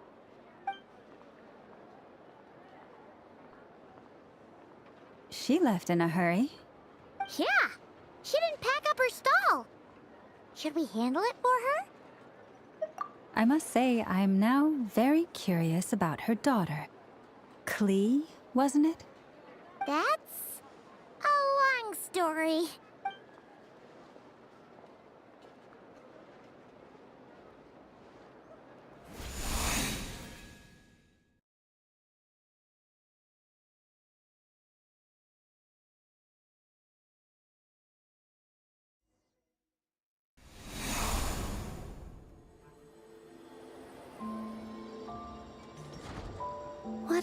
lovely place. I've never experienced Nasha Town like this before. Hey, you old geezer! Your hammer's rusted through! Who are you calling old geezer? Are they quarreling? I'm looking right at him! You've really gone downhill since giving your daughter free rein in the workshop. Can you even swing a hammer anymore? It shouldn't take you days just to fix a single chair! You might as well use that hammer to massage my back for all the good it's doing. Don't run your mouth, or you'll get a back massage that'll put you in bed for the rest of your life. Look, the materials haven't arrived yet, all right? You know how busy it gets in the days before Moon Prayer Night. I'll bet you send all the materials to your little princess. All right, you've made your point, Uncle Kusky. As soon as the materials arrive, fixing your chair will be the #1 priority. See? Lolka knows what the score is. I guess they're friends. But the way they spoke to each other was so ugly.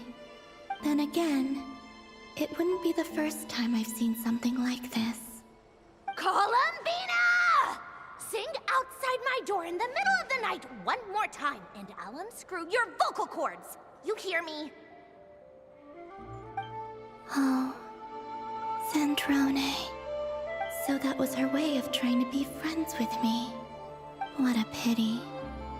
I won't get the chance to say any ugly things in reply.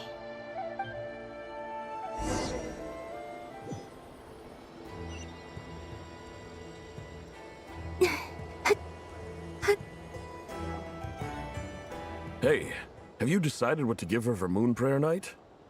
I sure have. She's gonna get the surprise of her life when she's least expecting it. Then I'll whip out the ring and pop the question. The surprise of her life. What a fun turn of phrase. Cool, I get the picture. You can spare me the gushy details. Ooh, looks like we have a customer. Hello there, ma'am. Would you like some Moon Prayer Night candy? Huh? Is he talking to me? Can he see me? Here you go. Oh.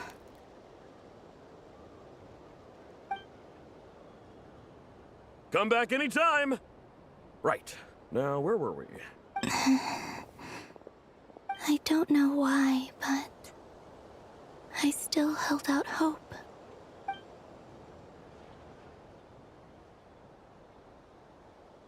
The most important thing right now is to find that mage. This name thing seems super important too, but where do we even start looking? I'd better go pay the Fatui a visit.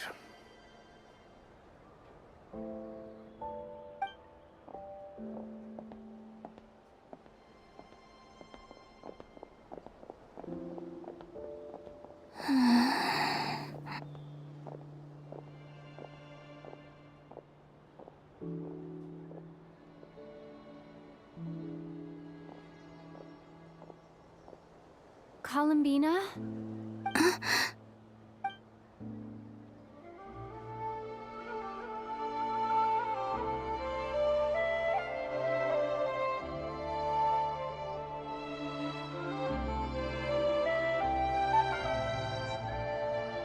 Traveler?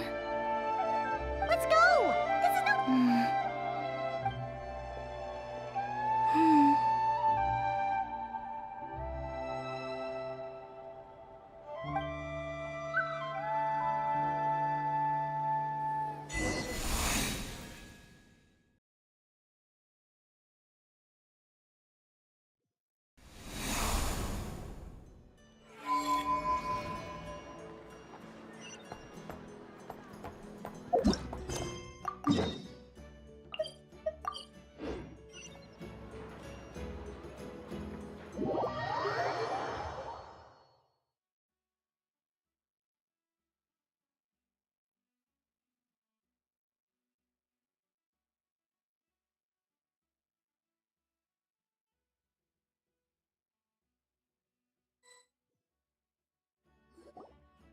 Where are they going? They mentioned a mage and A name? So, Mr. Varka, are you acquainted with this Nicole? Or should I call her Mage N?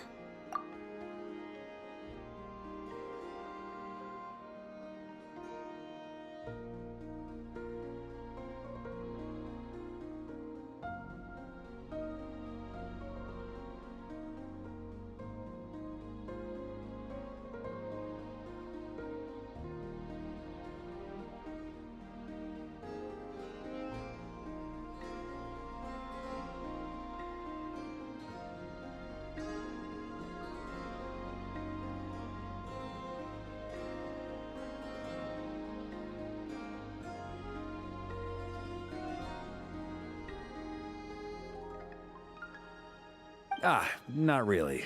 We've never met, though she has come up in conversation. From what I've gathered, Alice kinda took Nicole under her wing. Taught her how to speak in a more ladylike fashion, that kind of thing. Huh. Hard to imagine Alice as an etiquette coach. Yeah, Alice is a larger-than-life personality, I'll give you that. But then again, that's why she's able to draw such an eclectic mix of people into her inner circle. If I remember correctly, being an interesting person is actually one of her main entry requirements. So, if you ever wanted to join the Hexenzirkel, I'm sure you'd both be eligible to apply. Hey! Don't go around making promises on Alice's behalf. I wouldn't dare. I'm just trying to paint a picture of the Hexenzirkel for you. Okay, sure. Anyway, since none of us have ever met Nicole, how are we supposed to find her? We can't just go up to every woman in sight and ask, "Hey, are you Nicole?" Maybe something she's wearing will give it away? Like, a windbloom pinned to her chest or something. Wait a minute. Alice never said Nicole was from Mondstadt. Oh, true. That would be this young lady, then?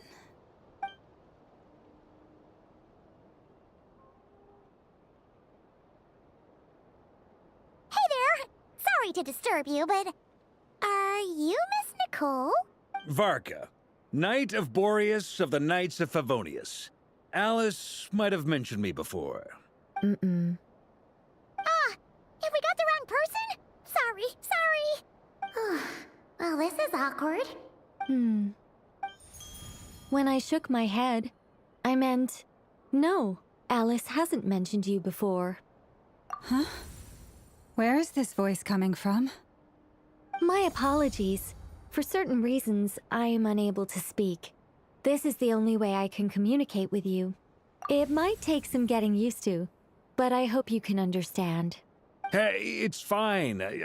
I'm more shocked by the fact that Alice never speaks about me. As for you two, we have crossed paths twice before, but it is nonetheless a pleasure to finally meet you. It's really you! Thanks for all your guidance in the past. You're quite welcome. This time, things are different. We have reached the unwritten pages of the story. You might say that we stand at the crossroads of fate. Now then, allow me to formally introduce myself. My name is... No, stop! Alice! I can't believe it! I had a whole speech prepared. I'd agonized over every single word. She always picks the worst moments to ruin other people's plans. I'm so sorry about that. Alice took the liberty of devising some bespoke self-introduction magic for each member of the Hexenzirkel, but I could have sworn I deleted all of the triggering conditions for it. How did it bypass everything? This is a very different side of Nicole than what we're used to. Is she not used to face-to-face interactions? Don't worry about it. We've seen that introduction magic once already, so it wasn't too much of a shock. Please go on, Miss Nicole. We'd love to hear what you have to say, or, well, communicate. Huh? Are they talking to this lady? But... Will you all promise to forget that horrendously... Sorry?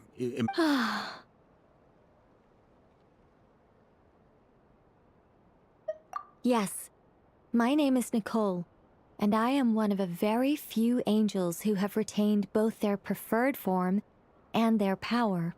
The Traveler and Paimon should be no strangers to this concept.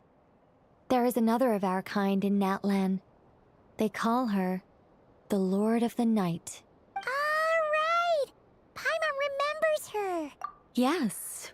Well, I have retained more of my power than she. It's because I don't have a long-term duty to fulfill. To be more specific, no. We'll be here all day if I get into the specifics. Moving on. If I'm not mistaken, you are here because you wish to learn how one might reach the moon beyond the sky. That's right. Is that something you can give us any guidance on? Yes, I do know a way.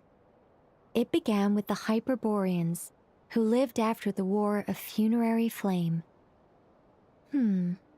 Blank looks.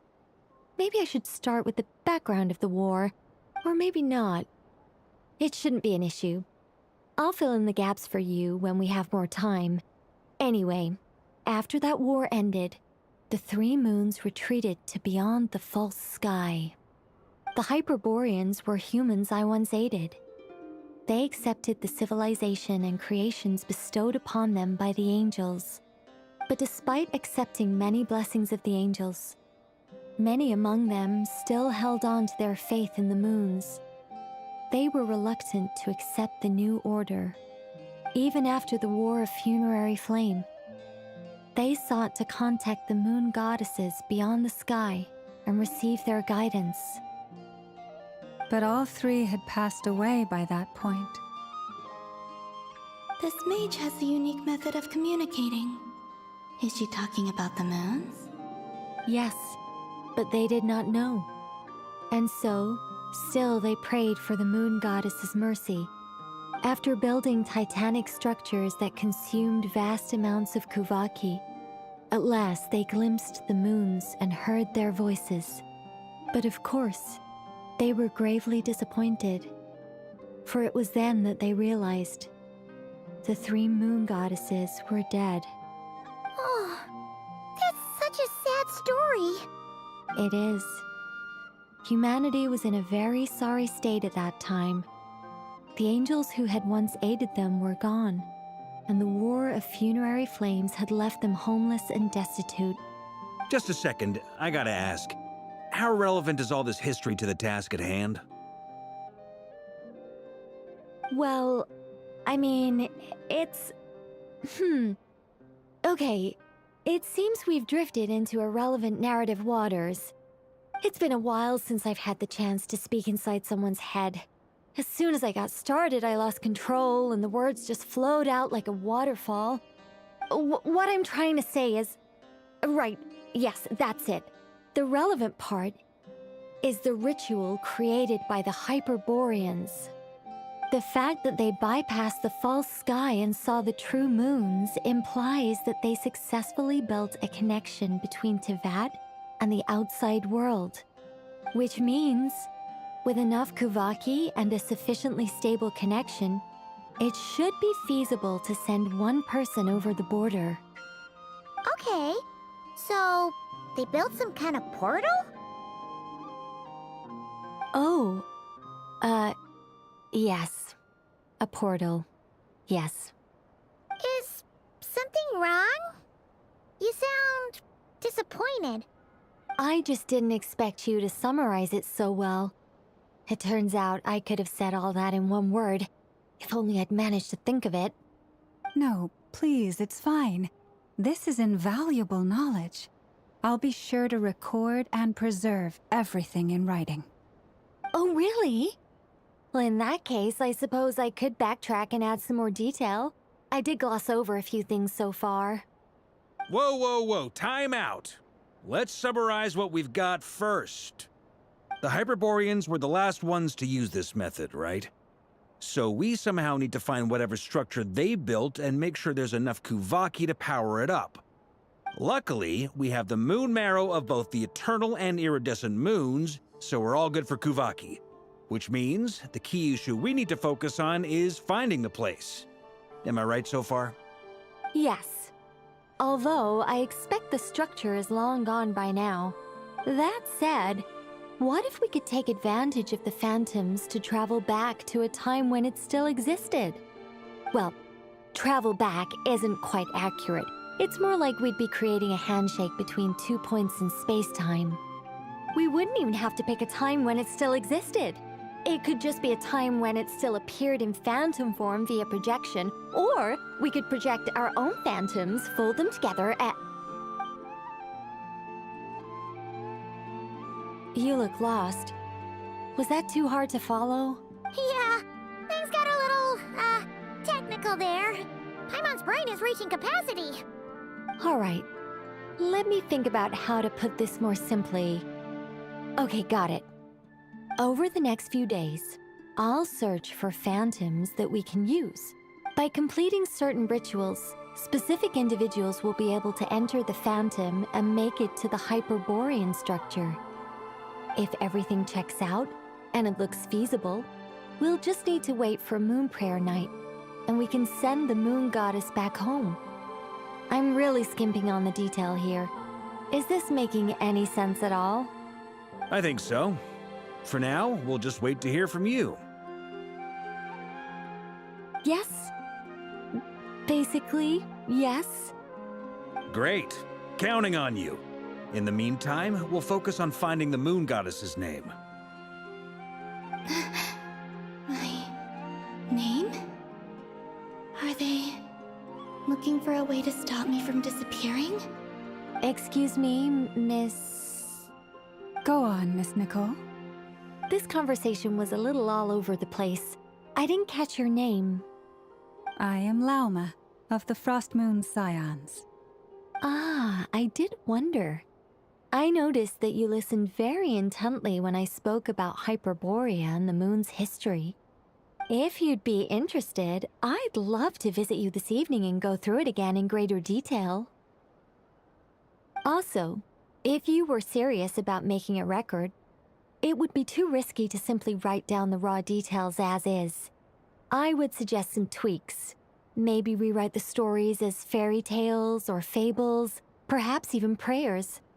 Anyway, we can cross that bridge when we come to it. So, see you later then? Oh, and no need to prepare anything. Just a cup of tea will do. See ya! She seems friendly. It's just... It's so nice to find someone who's actually willing to listen. I've been dying for a chance to finally go through all this systematically from start to finish. Any longer and I'd probably start forgetting it.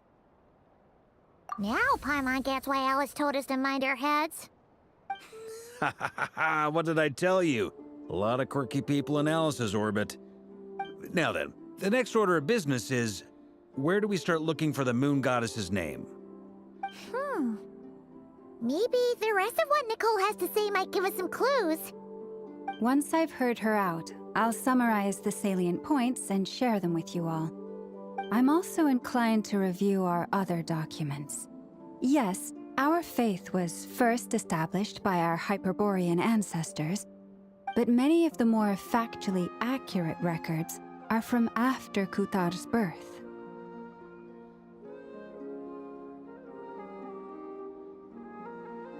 Sounds like we're gonna follow Columbina's journey through Devat, huh? In that case, we'll start by heading to the Frost Moon Enclave. Sounds like a plan. Take this with you. I'll see about getting in touch with the Fatui. It'll probably just be Arlecchino and Sandroni again. They're the only ones who would want to help. Thank you, Mr. Varka.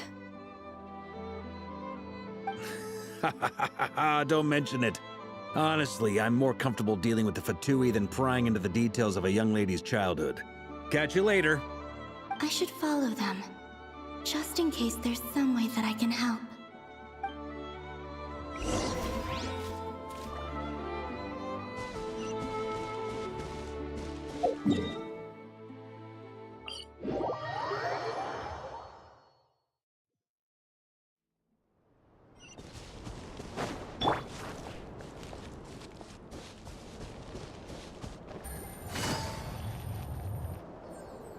A while ago, I took the time to organize all documents in our possession that pertain to Kutar.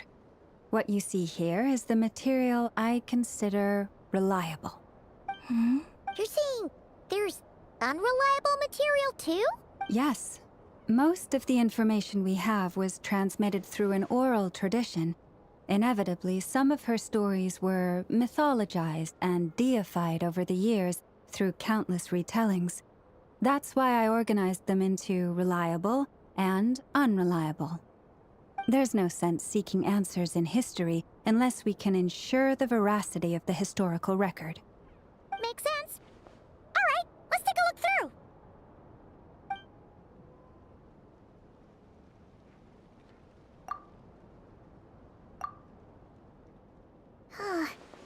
Almost all these records refer to Kutar instead of Columbina.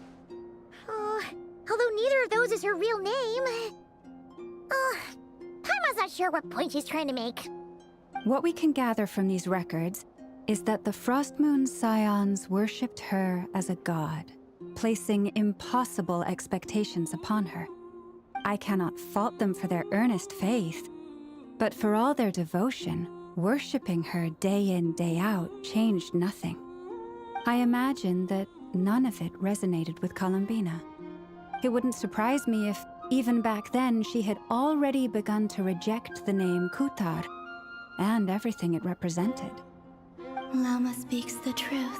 When I heard them call upon Kutar with hope and expectation in their voices, they may as well have been calling upon somebody else.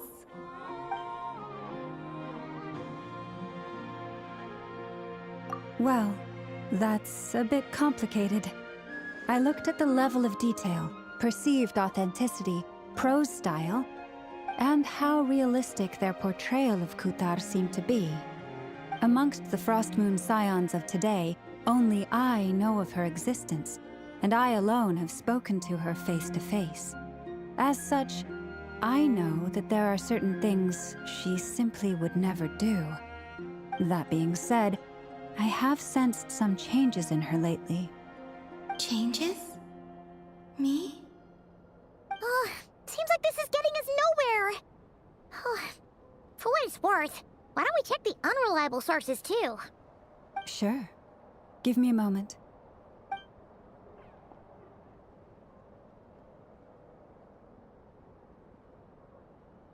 Exerting but a fraction of her divine might, Kutar sheared a great mass from the snow-capped mountain and cast it into the sea, upon whose surface shone the mirror image of the moon. Thus was formed the island of Hisi. Yeah, right. That doesn't even begin to pass the sniff test. The 3 moons are naught but lies through and through. Only one moon has ever shone for us, and Kutar is her name. The vast majority of ancient texts are filled with fanciful tales like these. I trust you understand my criteria a little better now. Kutar did not speak, merely gazing into the distance in silence. And where her gaze landed, this was her prophecy. Clearly, whoever wrote this text never even met Kutar. Otherwise, they'd know that her eyes are always closed. What about you, Traveler? What are you reading? Come on, let Paimon see. The child wished to build a wooden nest with which to shield a fledgling bird from the cold. But being so young and lacking in strength, the child could not snap the branches from the trees. Kutar was passing by.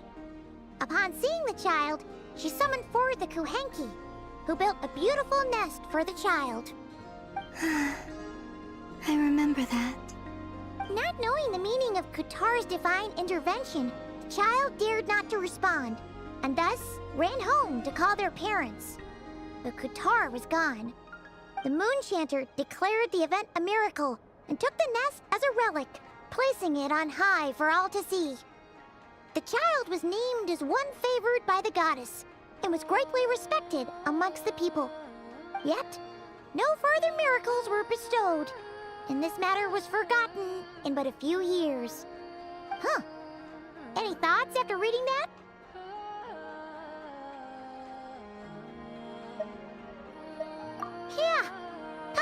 probably just wanted to join the kid in making nests. Ah. I'd originally considered this a fabrication, because Kutar did not perform any similar actions in subsequent records. But now that I think about it, it does seem like something Columbina would do. It's just that... She didn't know how other people would interpret her actions. She was probably worried about making things difficult for people. Yes. Oh.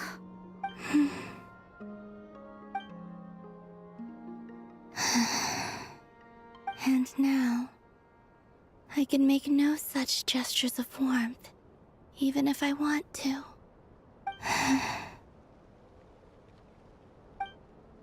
Still no name. That's a bit of a shame. But we did learn some interesting stories. That's gotta count for something. Varka said he was gonna set up a meeting with Arlen.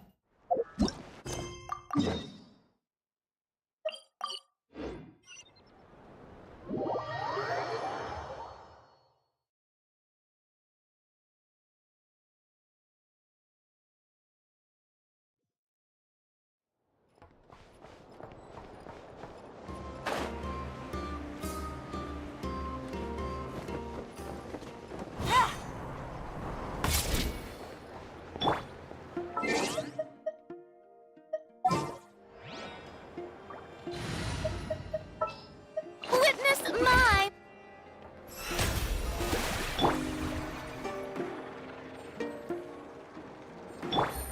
This should be all right, right?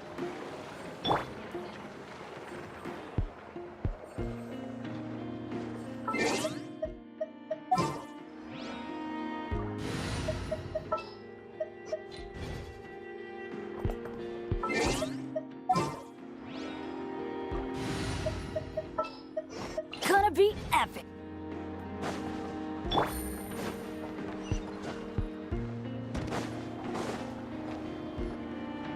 Let's see. There's Varka.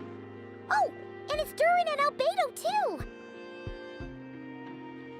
Yeah, this is pretty much the same place we bumped into each other last time. I convinced them to stick around a little longer. We were all waiting on people, so I figured having a little company would help pass the time. Ah, so you've been waiting for us? Does this mean that you've already arranged things with the Fatui? Sure does. Now you're back, we can go meet up with them together. How'd your investigation at the Frost Moon Enclave go? Well, we didn't find out Columbina's true name. But apart from that, it went pretty well.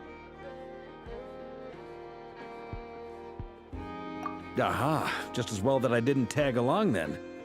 I'm sure our moon goddess wouldn't want every man and his dog knowing all about her private life. Still, desperate times, desperate measures, I guess. Someone had to do it. So, Varka was waiting on us, but what about you two? Are you waiting for Alice? Oh, no. We already met with her. We discussed that experiment I mentioned to you last time. Oh, and she also handed me this communication device.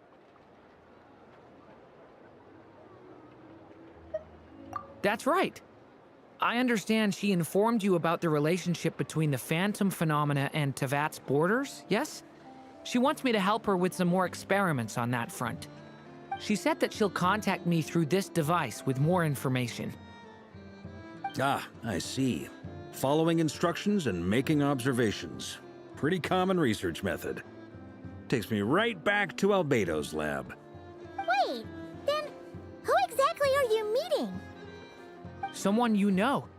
Albedo's met him too. But I don't think Miss Lauma or the Grand Master have been introduced. Introductions are overrated, especially in cases like this. It's you! So, It's not like the academia has prohibitions against going abroad. Also, I applied for leave.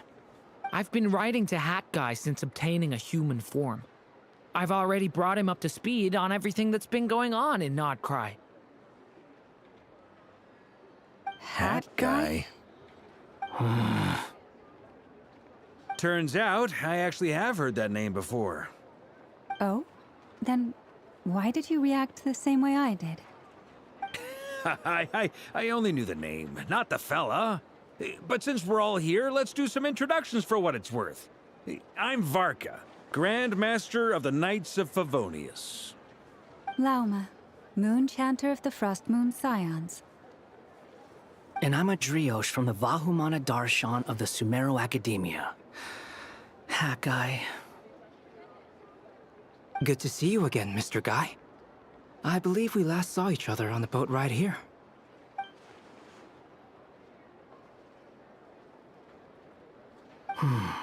Mind you, the only reason I came here is because there's someone I want to look into. Who's that? The Doctor, also known as Dottore, second of the Fatui Harbingers.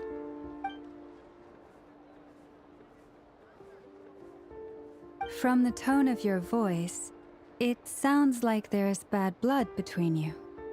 I was reviewing our archives and noticed that a lot of information about him was missing.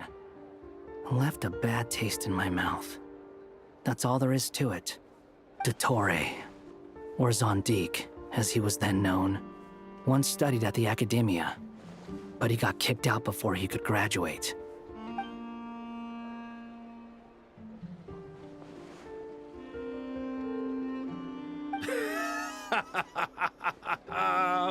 So the Harbinger's #2 man is a college dropout? How embarrassing for them. Last we heard, he was planning something. We actually heard that a few times before, even coming to Nodcry. But we haven't seen a trace of him since we got here. He only appears when something interests him. For all we know, he might have left already. But the fact he did something here at all is worth noting. It'll fill a couple extra lines in his file. Why does it sound less like a file you're writing and more like a criminal record? Anyway, we were just about to meet 2 of the other Harbingers. Want to come along?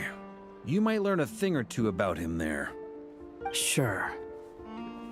Even though they're Harbingers, well, they're old acquaintances of ours, so, you know, when you talk to them, try to be... I got it. The Frost Moon Scions' relations with the Fatui remain tense. Forgive me if I do not attend. In that case, we'll continue assisting Miss Alice with her experiments. Good stuff. Everyone's having a fruitful time. All right, we better get going. I'll lead the way.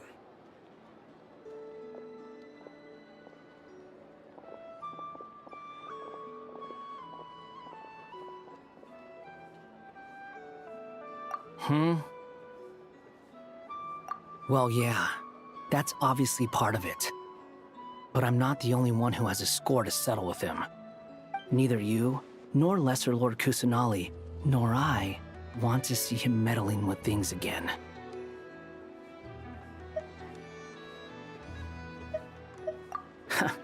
What's the hurry? Don't worry. Pigeons always know which way home is.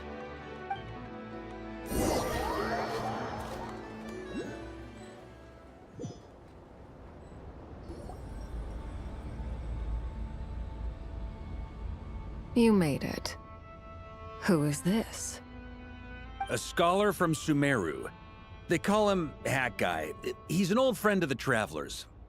Wait, this is the Academia representative you wrote about? He doesn't exactly look the part. I believe this will prove my identity. You'll notice it bears the seal of the Sanctuary of Surasthana.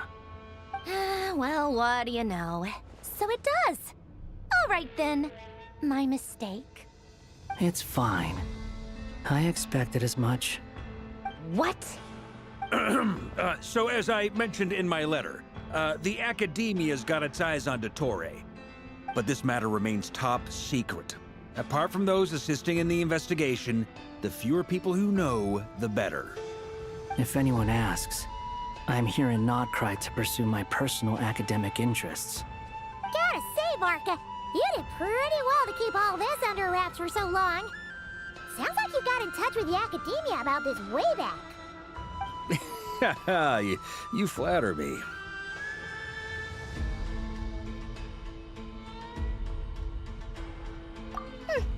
Where do I even start? Remember that time we fought Rerir at Star Sand Shoal? He sure let me have it then, didn't he? I'll bet Dottore had that all sketched out, with me as his convenient little pawn. He could not care less about us if he tried, but hey! The feeling's mutual. Does Dottore really strike you as the sort who values his relationships with his colleagues? Fair point. Definitely not. Which is why I always keep my guard up whenever he starts making suspicious moves. To that extent, our motivations align. On top of which, I consider you trustworthy people. Now, back on topic. In the wake of the Reikir of Solnari episode, Sandrone and I grew suspicious about Dottore's complete inaction during the entire affair. So we tried to find out what he'd been up to, but unfortunately to no avail. He never lets anyone in on his plans. The more he cares about something, the more secretive he gets. Indeed. Perhaps he believes that by keeping a low profile, he can avoid trouble. But that trick isn't going to work on his colleagues. Yeah, I mean, he's been researching the ancient moon's remnants. And he's been trying to get his paws on the moon marrows. Only an idiot would believe he doesn't have something more planned. With this in mind, I returned to Snezhnaya and relayed my thoughts to Her Majesty the Tsaritsa, entreating her to have him recalled. That's pretty direct. Did the Tsaritsa agree? Yes. I made it abundantly clear that the Fatui's business in Nodcry is almost concluded, and we do not need 3 harbingers in this territory. Her Majesty concurred. Accordingly, Dottore has returned at her orders. I imagine he is continuing with experiments, which no one besides he would ever have any interest in. Common sense might mean nothing to him, but he's not stupid. He knows that no good can come from opposing the Tsaritsa. Smarts alone won't get him all the way. He needs the Rooster's resources and Regrator's Mora, both of which the Tsaritsa can strip from him by waggling a finger. But doesn't he have a track record of publicly following orders while going against them in private? He probably has it down to a fine art by now. Wouldn't put it past him. We worked together on a research project once. Only briefly, but it was enough to show me that we're fundamentally different people. He has no interest in doing things methodically, stage by stage. His thoughts jump all over the place, and the moment his curiosity is satisfied, or he gets the results he wants, he disappears. The only similarity we share is that, once we set our minds on doing something, we will see it done, whatever it takes. Oh, we definitely saw some of that in your battle with Rerir. You got so competitive.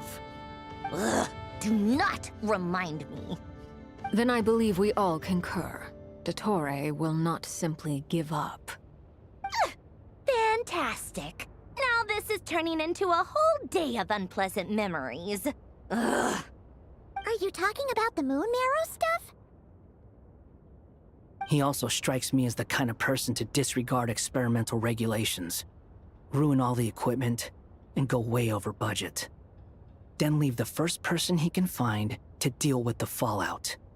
Exactly. This one time, he was running some high-temperature experiment and the substance exploded. But does he care? No. He orders his subordinates to open the device so he can observe the results, which causes the gas inside to leak out. That gas was poisonous! If I hadn't been there, who knows how many people might have died. And after all that, he left, while I was still cleaning up after his mess. What a waste of time, he said. Waste of time? The nerve! He wasted my time! You've been bottling that up for a while, huh? Hat guy, I must say, you seem awfully familiar with internal Fatui affairs. Especially when it comes to Dottore. Thank you, Lady Harbingers, for providing such valuable information. I have no other questions for now, so I'll be on my way. Wait, what? You're just gonna leave? You're welcome to join if you want. Ugh. Just when Paimon thought he'd finally mellowed out. He makes quite the impression. I'll say. I've met tons of headstrong people, but not many of them would join me in bad-mouthing Dottore. Anyway, back to the main agenda. Barca, you said that Columbina has gone missing? Or rather, disappeared. Yeah. We're working on building a connection between her and this world. The simplest method is to find out her real name. I've actually asked her that question before, but she said she didn't know. Considering our relationship, I doubt she was lying to me.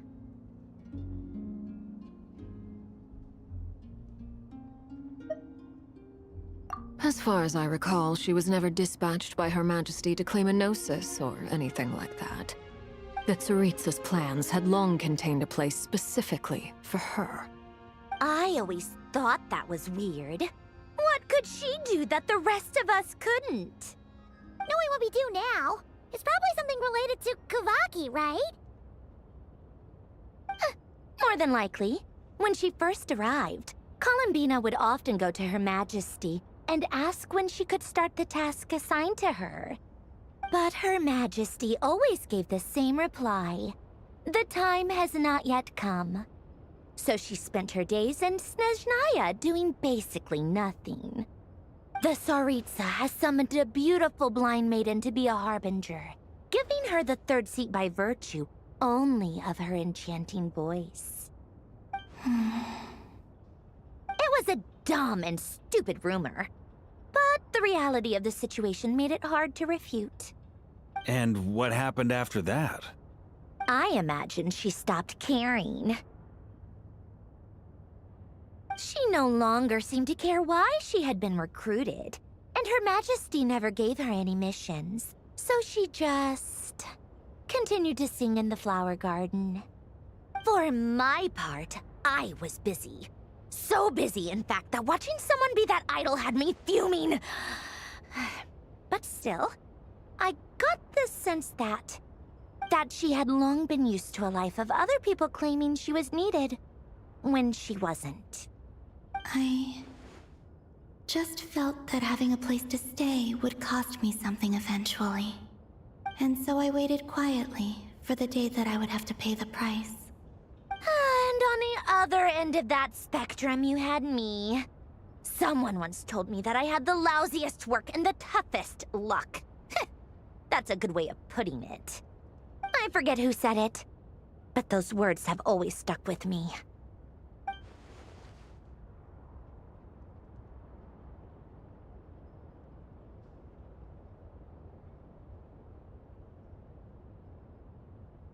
But you've done your job exceptionally well all this time. Because at heart, you are a conscientious person. What is it? Something come to mind? That makes sense. Nothing screams you are needed like your name shouted from across the town. Well, good luck with it. But if you ask me, Columbina is still the most shoutable name.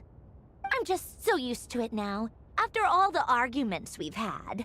I can't be bothered trying to remember another name for her. Nor I. Sandrone. Harlequino.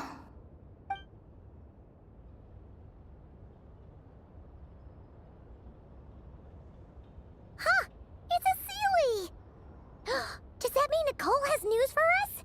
Ladies, I thank you for your hospitality. I'm sure it will. You can make your own way out. Heck, you've been here enough times, you probably know your way around better than I do. Okay, time to do what adventurers do best.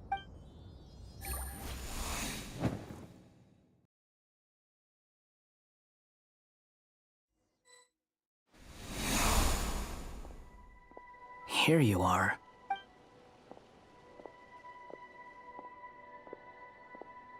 Oh, hat guy. How come you're back so soon? Fine. Dotori's been summoned home by the Tsaritsa. Couldn't get much more than that. How about you? Any progress with the investigation? Unfortunately, we've tried everything. Abyssal monsters roaming the land. Every time I see it, I can't help but think. And if I fail in the task I've... That's just meaningless speculation. When we encountered similar phenomena previously, however, we could not change. The events of the past are like fate that has been written into Irminsul. There isn't a living thing in Teyvat that can escape its past. But Miss Alice instructed us to try to find ways to change the outcome that these phantoms face. It's an impossible task. Can't you just refuse? Since she asked us to do this, I feel like it can't truly be impossible. Or if it is, I could not have been born as Durin otherwise. But you also said that you're past 39. That's true.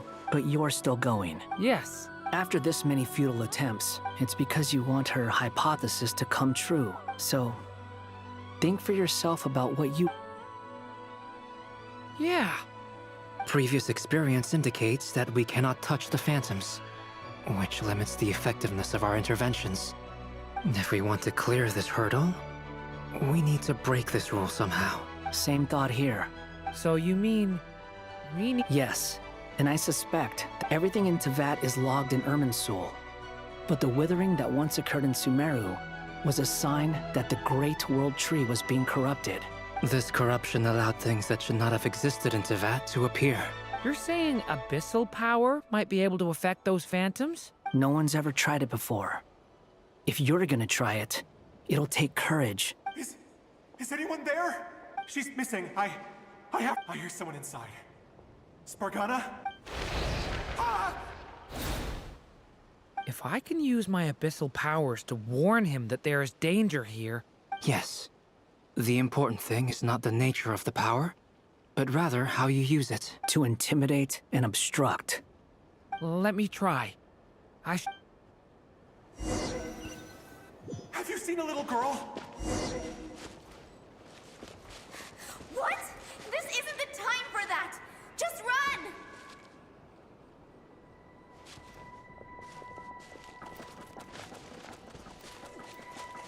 I hear someone inside.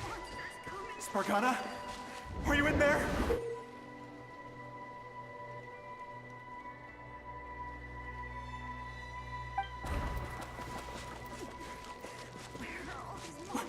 What is this? Looks dangerous. I should get out of here.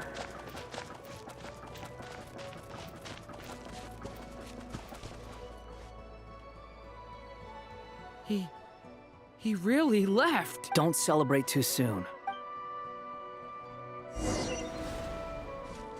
Monsters approaching from the front. You need to stop them and create an opportunity for him to hide.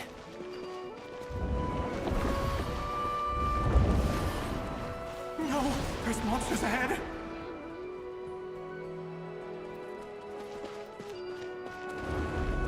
Wait, is that the barrier I saw earlier? Why is it appearing now? It's as if someone's controlling it.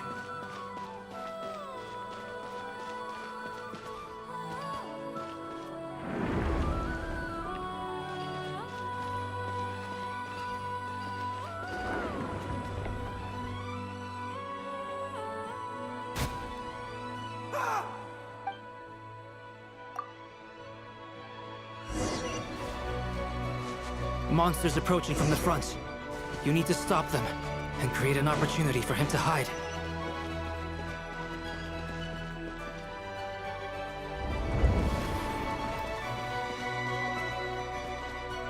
No, there's monsters ahead.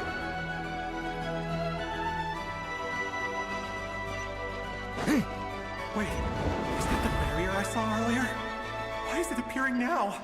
It's as if someone's controlling it. The monsters are gone. Is it safe now?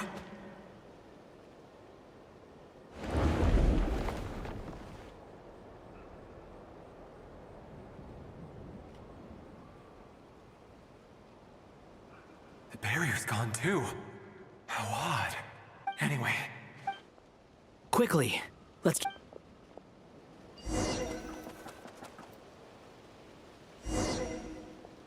Wait, there was someone else here? Don't go any further. We've got anti-monster traps laid out everywhere. But my daughter must just be up ahead. I have to go.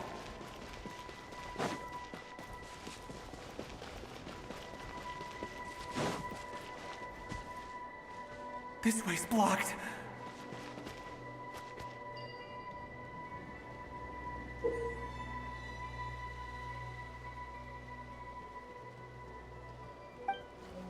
We might be able to use the explosives over there, but we need to take care not to hurt him.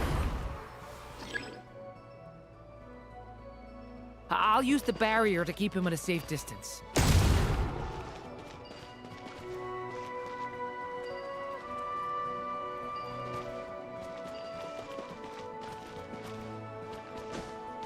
This barrier seems to be helping me somehow.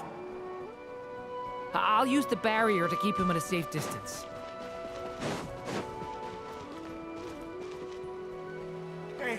Hey, wake up! Oh, no good. Gotta keep moving ahead.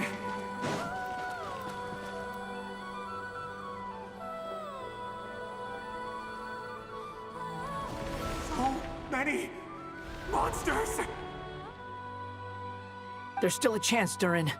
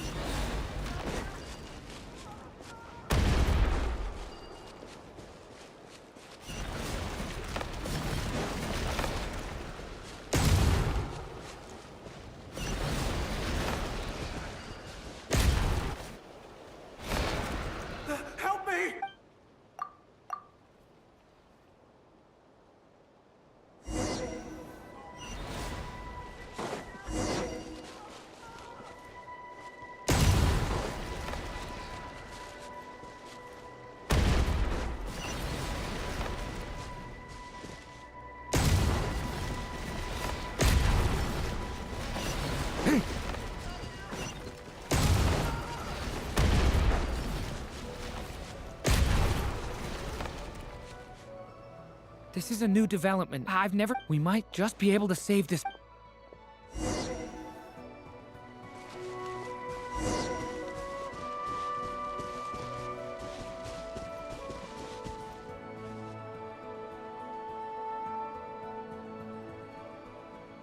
Hello there. Have you seen my daughter? Spargana's her name. She's carrying a large backpack. Get out while you still can. But I can't. Okay, if I do find her. Don't bother. What's that noise? No, if he goes inside, he'll be walking into a trap.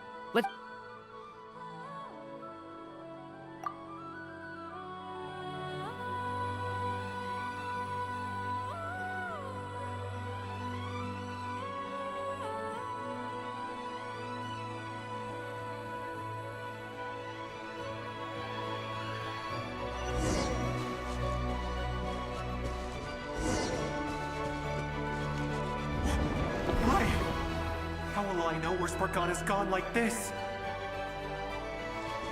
You know what? I'll trust this strange barrier. It's gotten me this far after all.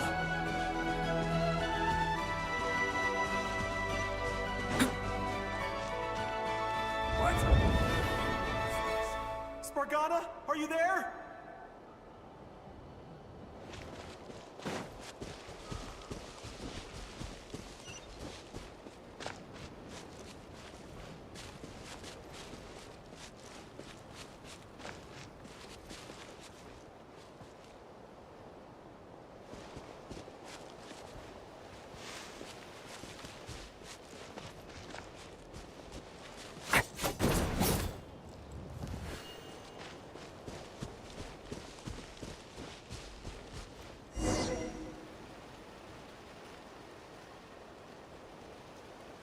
Huh?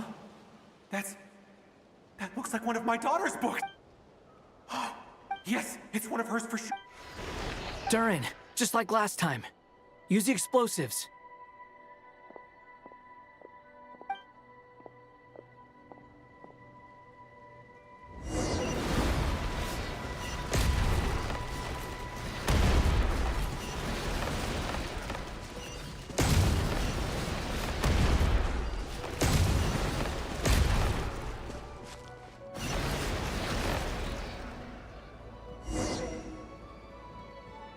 It won't work.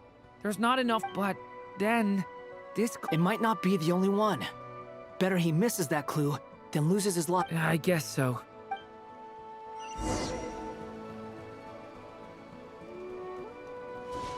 Stop him, Durin. We can't let him get any further in. That's my daughter's book! I've searched and searched. I no longer have anywhere...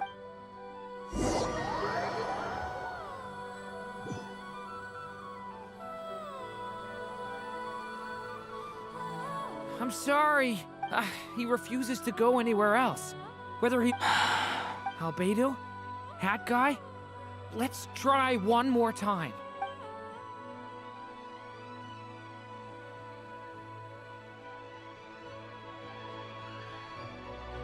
Why am I here? What's going on? All these scenes running through my head. Huh? His reactions have changed. How many times have I... Huh? You can see us now? I feel like I always could, but but you were the... I haven't done anything yet, but those monsters, those deaths, I won't find my daughter. And... No. Yes, it is. Even so, we're trying... You've not seen my daughter either. It seems she really isn't here. I'm sorry, I'm just... tired. Maybe this is... How long do I have left? Experience says 15 to 20 minutes. 15 to 20. Thank you for all your help. Let's rest a while. Now's not the time for you to start... It's not pity.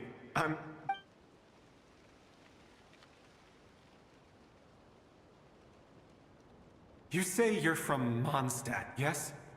A place... And you're from Sumeru? Yes. Those names are unknown to me, I'm afraid. Yes. I have, but... I heard that it was destroyed in the distant past. I see.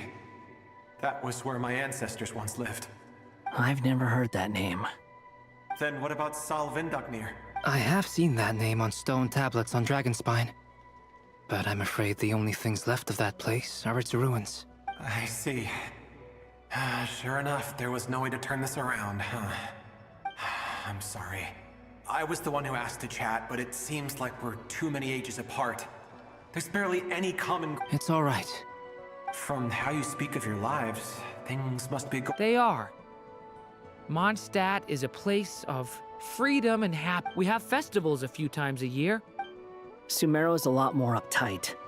Not really the kind of place where you can relax. But if all you want in life is to seek knowledge, I guess it's pretty much paradise. That's wonderful. In other words, after this all-devouring black tide passed, humanity did not merely avoid extinction, but rose to build prosperous civilizations anew. I mean, I can see you all right now. That must mean the future isn't a total mess, right? That's true. Well, time's almost up. Let's part ways, I think. Might be best if you don't waste too much time on me. The chances are slim, I know, but I'd like to spend these last few minutes looking for Spargana. May we meet again. Well, or not, most probably. In that case, may your wishes come true.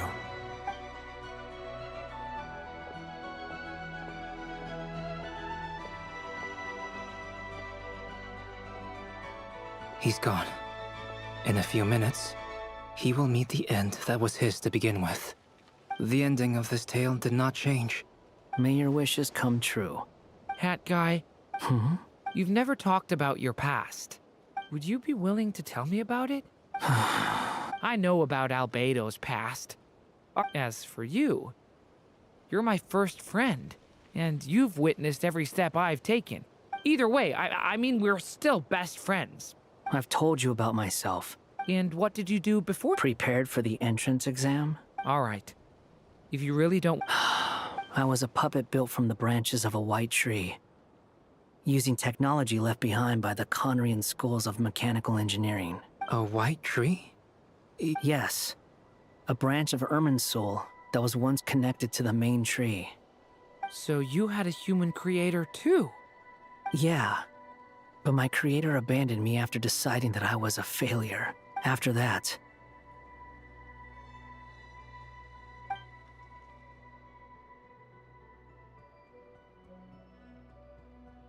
Durin. Resisting the influence of the Abyss, suppressing the urge to destroy, but no matter how hard they are, trying to rewrite past wrongs is far harder. You asked me if you would create a new tragedy if you failed, but the real answer is, yes, you absolutely will. Hat guy. But at least you've got people here to help steer you away from the wrong... I will. All right, break time's over. Hello? Durin speaking. Hello, friends, it's me. What have you been up to? The amplitude isn't particularly high, but they're completely different signals from the ones before. And Alice, we were unable to save that person. I see. Well, that is rather odd indeed. Could I trouble you to keep trying the same approach? I should probably have Nicole come and check this out as well.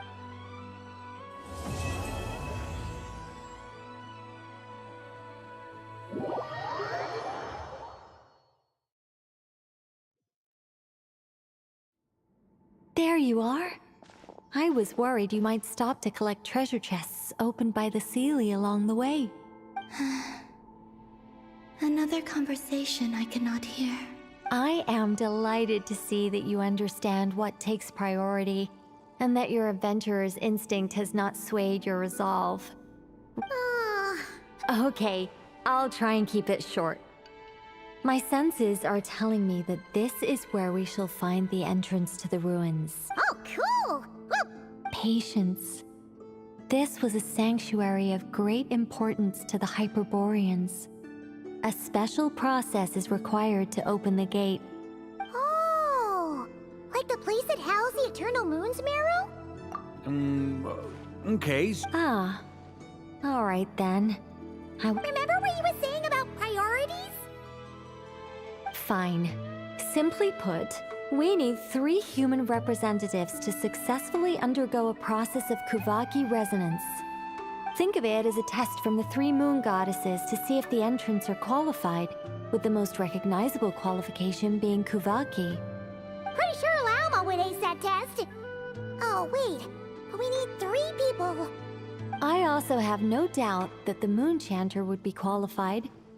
But we would need 2 other people with the same constitution. Therefore, the most feasible method is not so much to follow the rules, but to figure out how the test functions and find a workaround. I've done some research, and it turns out the mechanism is rather crude. We'll simply need humans to stand before it who have sufficient Kuvaki energy within them. I'm with you so far. How do we get the Kuvaki in them? The easiest way would be transfusion. Take some Kuvaki from Nodcry's soil, put it into the bloodstream, and get it circulating in the body. So we're going to cheat on the test? Precisely. There are other methods, but this is the simplest one. Cheating the system is much easier than trying to hide from it. Huh? Ah! Sorry? Does the idea of cheating upset you, Miss Lauma? No, that's not it. I suddenly had an idea. Oh, what is it? It's about Moon Prayer Night. I figured out a way for Kutar to join in the festivities. Huh? But as Paimon said, we need to have our priorities straight. Let's get back to the test. I'll follow up with Nefer on the festival arrangements. Oh, okay. Anyway, is this really the best method we have? A Kuvaki transfusion sounds dangerous, no matter how you slice it. If you think that's dangerous, wait till you hear the other methods. I'd be more than happy to go through them if you'd like. There are several. No need, we're good. Let's go with this one. Very well. Kuvaki transfusion it is. Now, I should mention that the risks can be greater or lower depending on individual compatibility. It would be rash to simply infuse the Kuvaki and hope for the best. If the body rejects it, the reaction can be quite severe. The symptoms are similar to another condition that some people living here suffer from, known as congenital Kuvaki sensitivity. So, before we execute our plan, I will perform a simple test of my own to see who is compatible and who is not. Once that is done, we will have to complete the resonance process as rapidly as possible. The participants must remain stationary while the Kuvaki circulates and bonds with them, and they mustn't eat or drink anything. What? No eating or drinking? That's some hardcore fasting. They'll all be monks by the time they're through.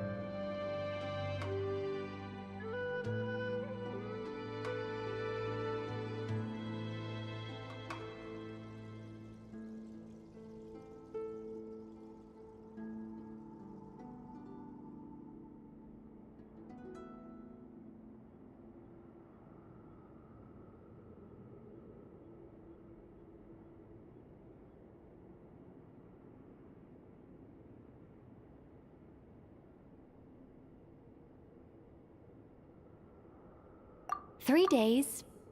Oh, that's so long! And we still need to find 2 more people who are not just compatible, but... Fasting? What are they talking about?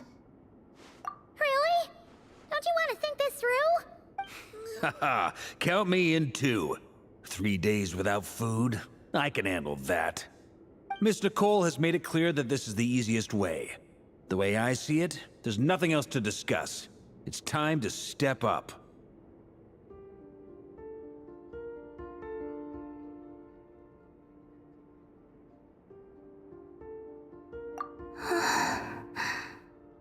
Yeah, you're right. In that case, Paimon volunteers to be Captain of Logistics. She'll keep the fires lit and grab some spare clothes to keep you comfortable. Then we'll start with you first, Traveler.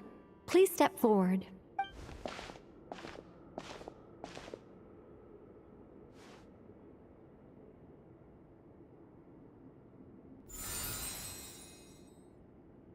How's it going? Do you feel anything? How about now? And now?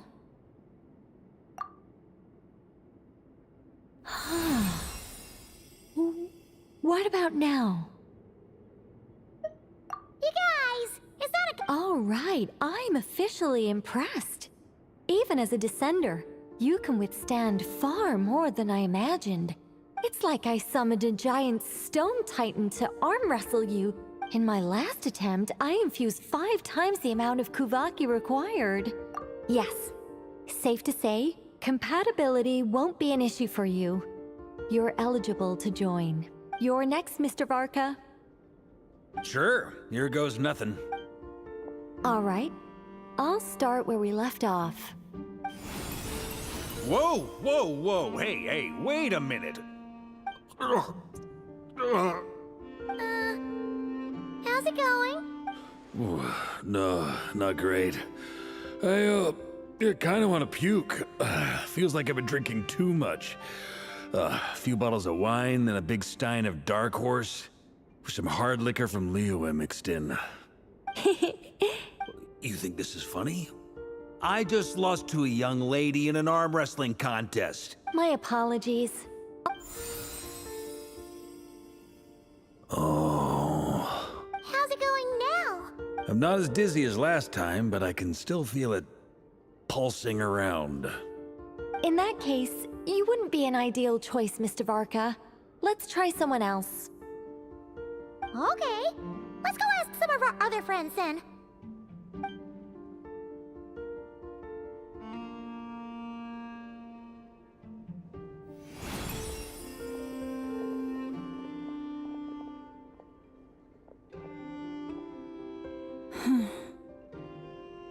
No surprises here, Miss Moonchanter. You're perfectly compatible. You may join.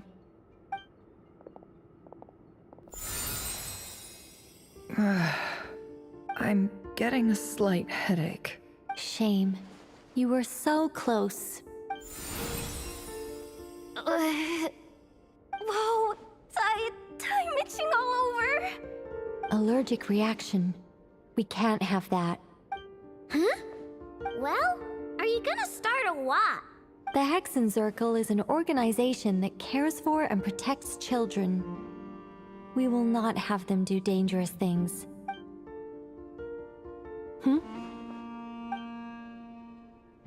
Is something the matter?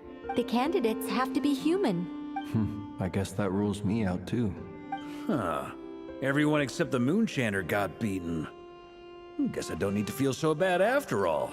I mean, looks like... Perhaps I could ask for volunteers among the Frost Moon Scions. I'll see about talking to some trusted Lightkeeper colleagues. In fact, I think we had some former Frost Moon Scions join our ranks recently. Can you give me the scientific explanation for how the test works? I can probably make some kind of test bot.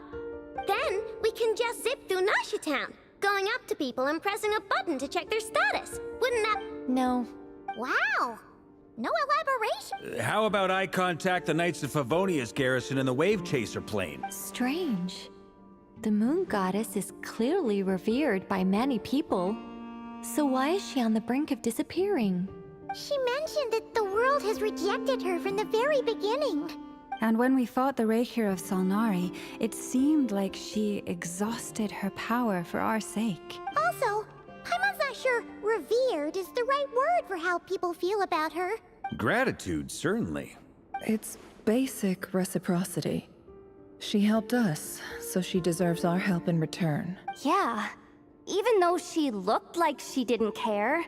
A review of the relevant data leads me to conclude that Miss Columbina is a good person. Yep, you bet! They really think so? I'm super surprised that Columbina isn't her actual name, though. I know, right?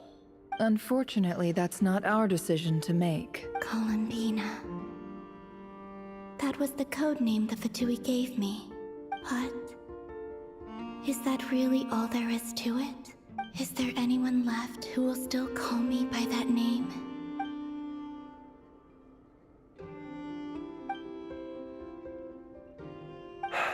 Moon Prayer Night is getting closer by the day. Then allow me to try. Huh? What are you doing here? You contacted your friends via the Adventurers Guild. Sandrone has been keeping an eye out for something like that, so she informed me. Since I have the ability to accommodate a moon marrow, I should prove to be a suitable candidate. Arlecchino. When can we begin? I see. We can begin right away.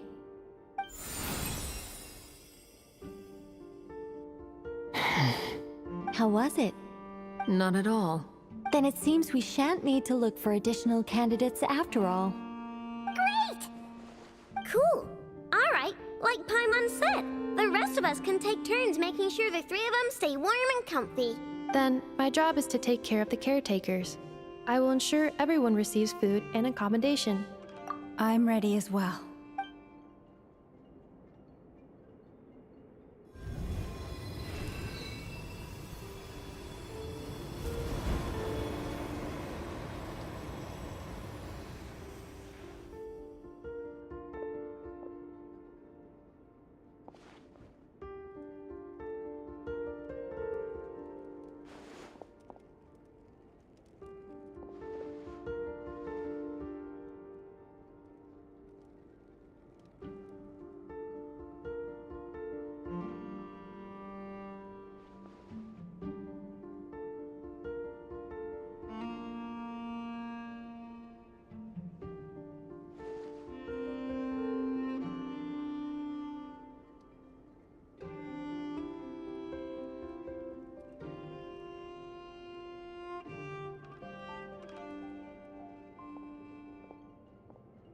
The work is done. The sacred scroll shut. The stars grow dim, the people silent.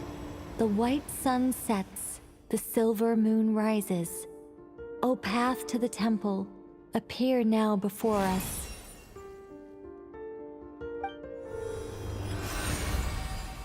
Wow! It really opened! So that's what all this is about. They've been trying to open this gate. Come, let us enter. It might be best to eat something first. Take care to chew properly and swallow slowly. It will give your body time to readjust to the digestion process. They will head in soon. They will need to enter this gate.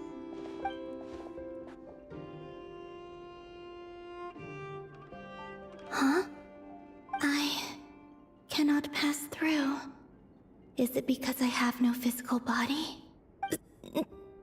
It has been 3 days. My strength has all but completely faded.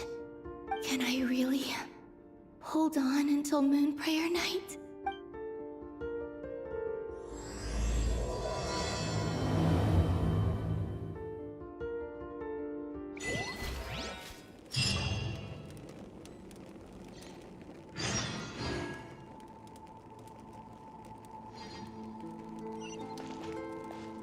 I have confirmed that you are all in good health. It's good to know you're all well.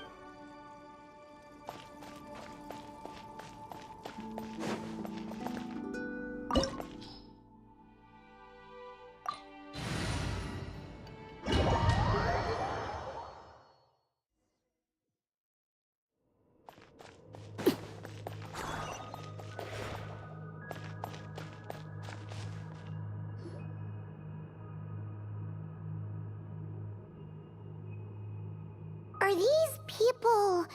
Judging by their clothes, they appear to be phantom Hyperboreans from the distant past. That could mean they have some clues about the moon goddess's name, right?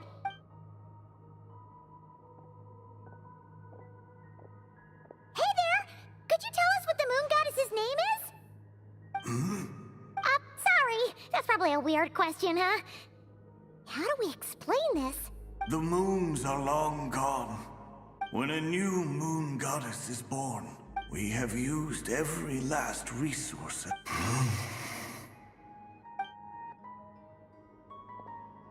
Were the people of the past all this devout? It looks like this phantom doesn't intend to converse with us any further. Surely the new moon goddess he speaks of must be Columbina. Alas, Kuthar's birth came long after the age in which he lived. But, maybe if we find a phantom from a more recent age, they might know Columbina's real name. True. Keep an eye out. We should be able to tell which era they're from by the clothes they wear. Yeah, you've been pretty talkative this whole time. What changed? Oh, nothing. When the Hyperboreans speak of moon goddesses, they mean the three from truly ancient times. I can't imagine they would know anything about our current moon goddess. There once was a time when the moon goddesses blessed them greatly and protected them from harm. So, when the war between the gods and dragons plunged the world into chaos, it seems they looked once more to the moons for help. Yeah, that checks out. Let's continue on. Who knows what else we may discover.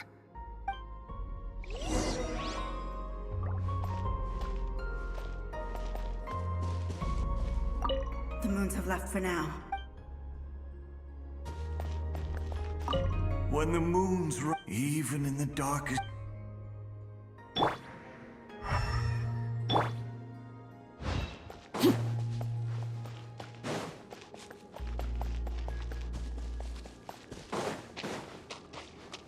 There's a door blocking this path!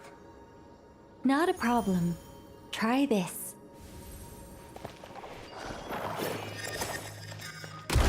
Whoa! How did that door suddenly collapse? This device was maintaining the door's integrity. Remove the core, and the device stops working. Is this our destination? Impressive.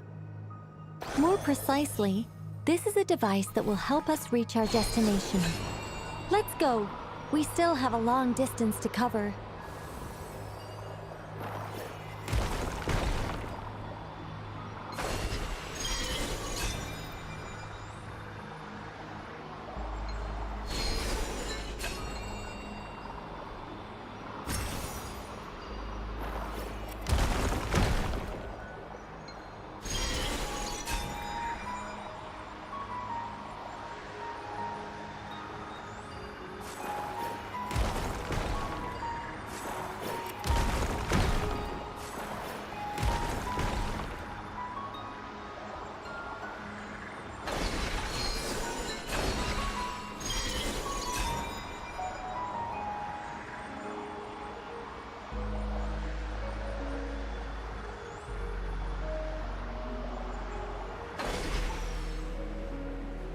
The way ahead is blocked by broken rocks!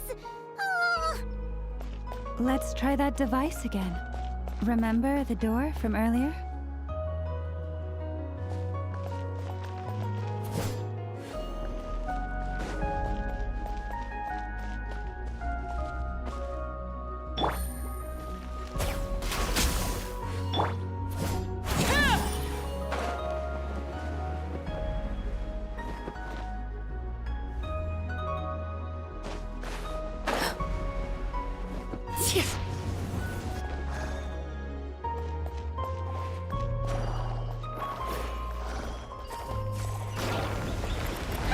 So it works in reverse, too! The humans we see are all phantoms, but the monsters are real. What a fascinating place. There'll be plenty of time to admire it later.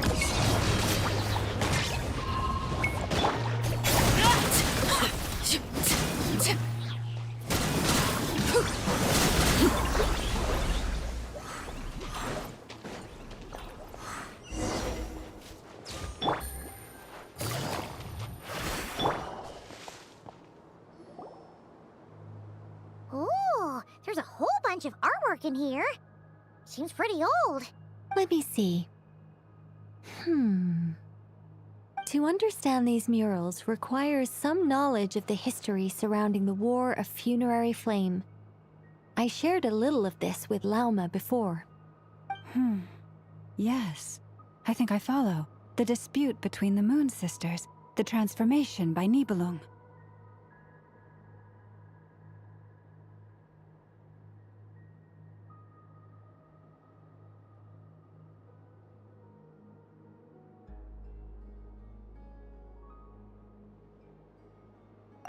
no, it's no trouble.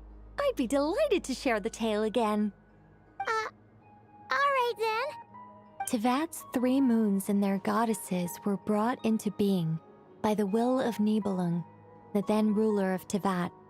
But when the heavenly principles came, they changed the world completely, down to its very foundations. The moon goddesses were nowhere near strong enough to challenge this entity. But the heavenly principles did not view them as heretical entities that had to be removed. Essentially, the 3 moons existed to keep this planet alive and operational, which Nibelung returned. Yes. He did, and thus began the War of Funerary Flame, a battle for dominance between Nibelung and the heavenly principles. Discord would soon emerge between the 3 moon sisters. One would voice the opinion that they should follow Nibelung, for it was he who first hung the moons in the sky. Another would argue that taking sides in the conflict would only bring the world closer to ruin. There was no telling where it would lead, especially since their creator had returned, bearing the perilous power of the abyss. Nibelung would eventually discover their disloyalty. He had all 3 imprisoned before transforming the moons into weapons with which to fight against the heavenly principles. What? Weapons? Yes. The very moons that had once defended the planet became instruments of death and destruction, striking terror into the hearts of all living things. And although the heavenly principles and the 3 moon sisters had once been at peace, it now seemed that the moons posed an unacceptable threat to Tevat. It is possible that the heavenly principles did not know of the goddess's imprisonment. If so, the weaponization of the moons would surely have been viewed as an intentional breach of the peace agreement. Regardless of who knew what, when, the heavenly principles shattered 2 moons and flung the other beyond the skies. Whether the goddesses managed to escape Nibelung's captivity after his fall, nobody knows. But this much is certain. From that day on, the moons no longer belonged to Tevat. The rejection slowly drained their power until eventually they passed away. So that's the full story. You say the moon ceased belonging to Tevat from then on. Why then would Columbina be born here? That is perhaps due to the lingering connection between the Frost Moon, which was not shattered, and this world. You could see it as the 3 sisters' dying wish. They never desired war. All they ever wished for was to protect this land. I see. If the final fate of the 3 goddesses is as you say, then Columbina faces the same grave danger. Our investigation has yet to bear fruit. We must hurry. Yeah, you're right. Let's keep going.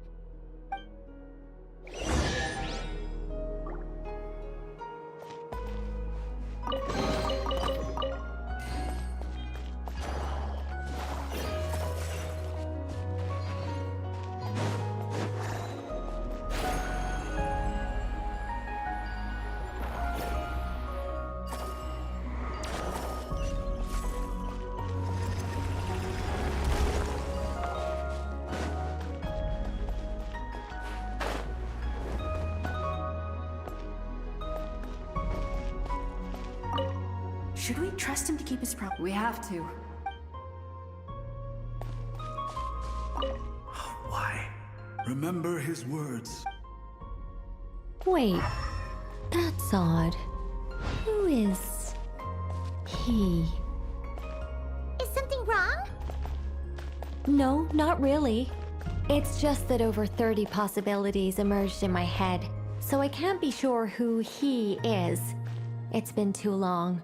My memory isn't as sharp as it once was. Okay. 30. Wow. Impressive.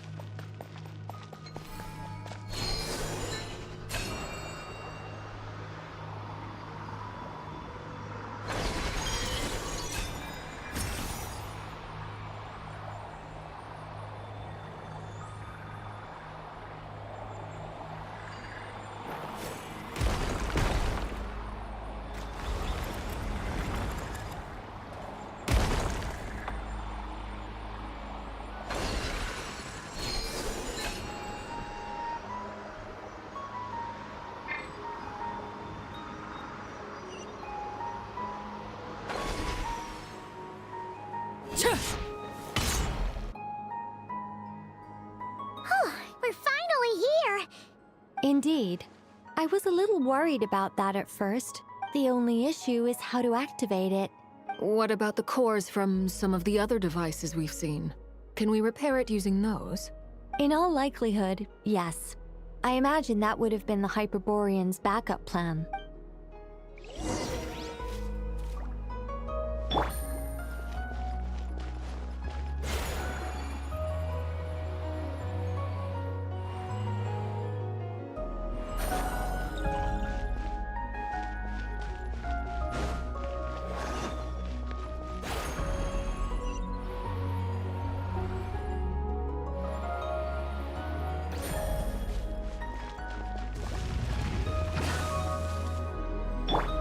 Witness my rise. Overruled. The wind knows me.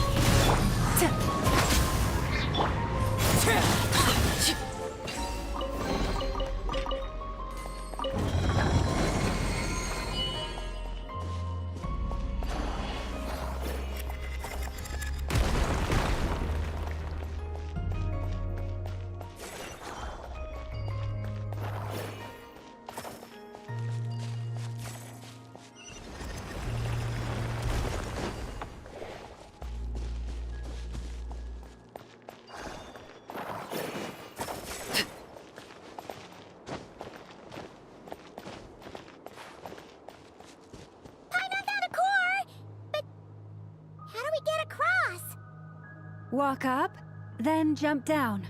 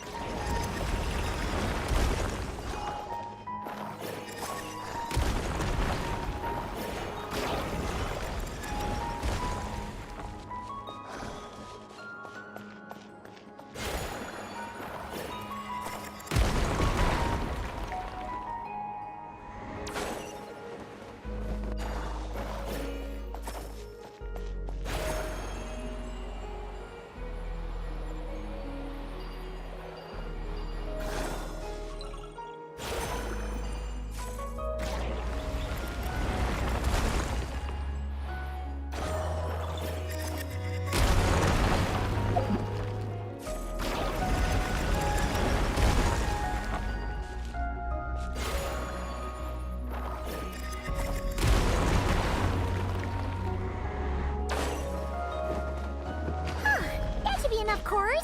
Let's head back.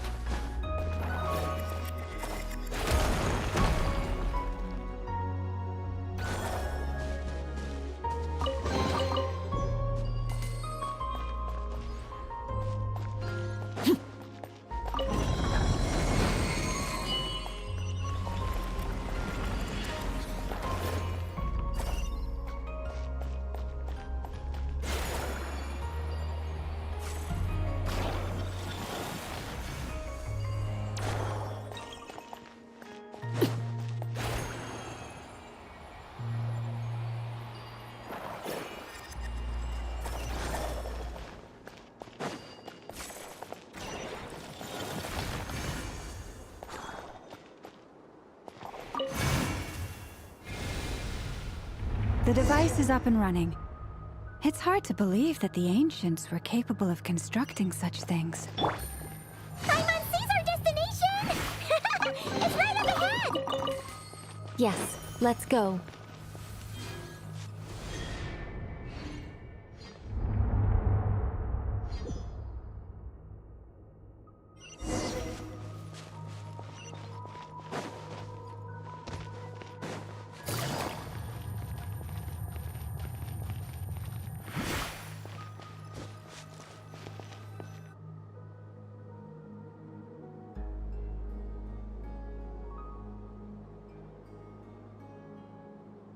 This is where the people of Hyperborea communicated with the moons.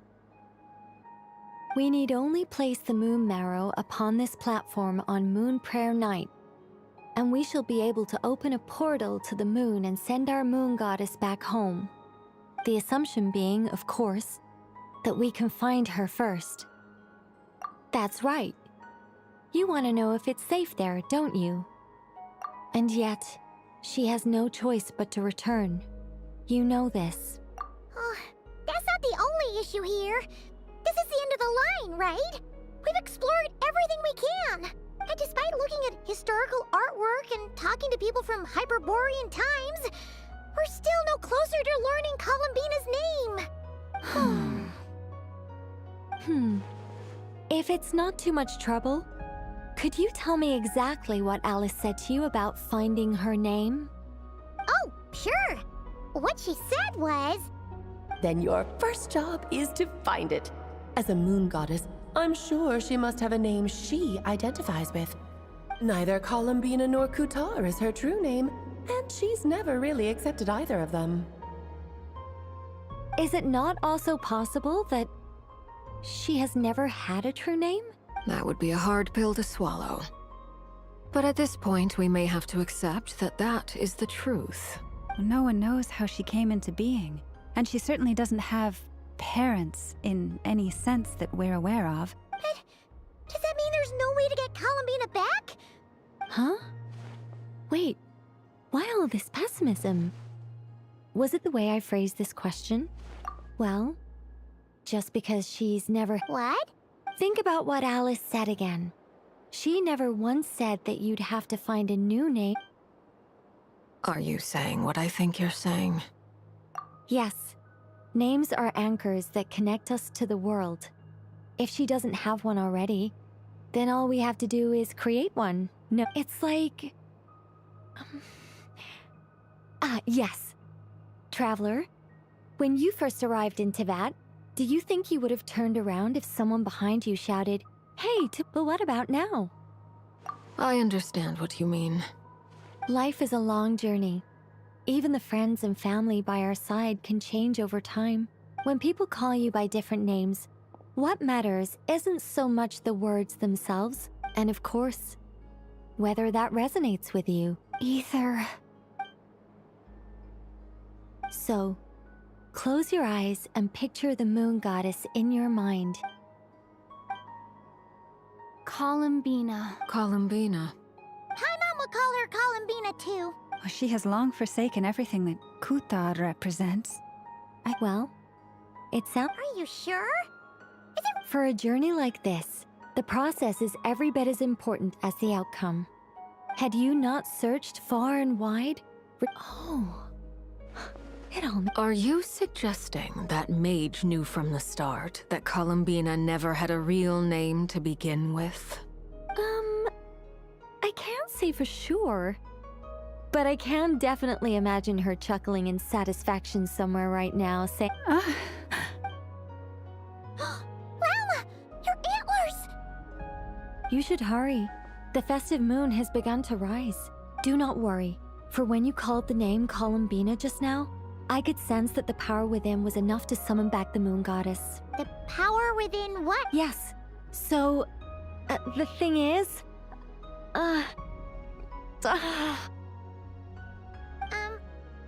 What's wrong now? This is so annoying.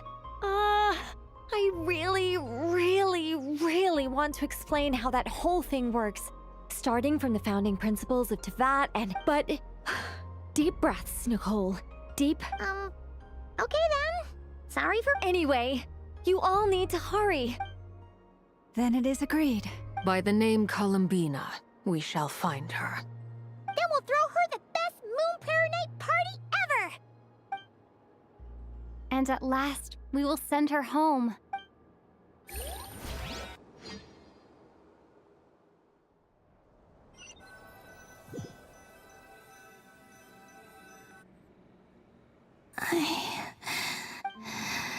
Have they come back out?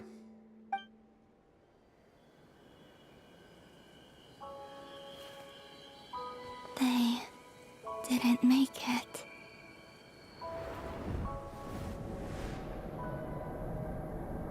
Could you tell me your name? My name is... Columbina!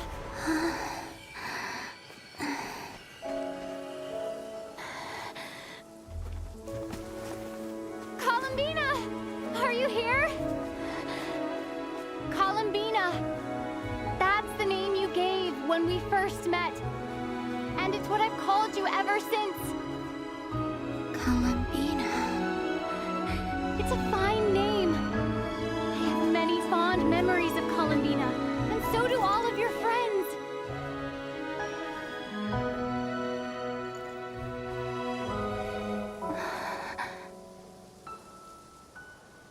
If you like this name,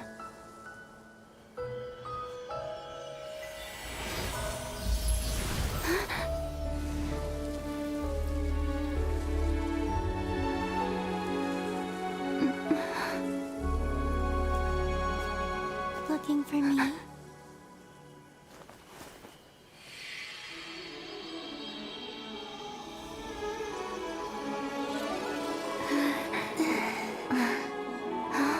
I like it. You can carry on using it. My name is Columbina Hyposelenia.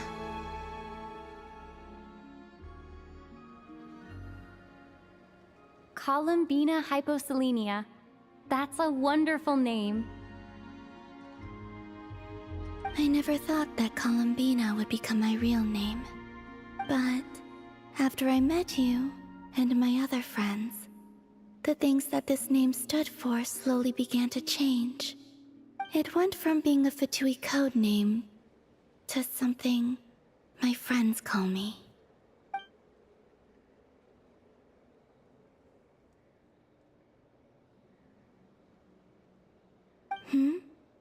What is it? Why aren't you saying anything? I'm just so happy for you. Thank you. So, where's everyone else? We can go and meet them very soon.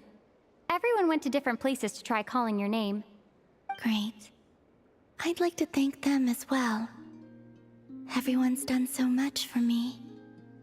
Searching for my name, entering those ancient ruins. Huh? Wait, so you were... Yes, I was there. Not physically, but my consciousness was still holding on. I followed you the whole way. Starting from when? You turned around and called out my name while you were in Nasha Town. Do you remember?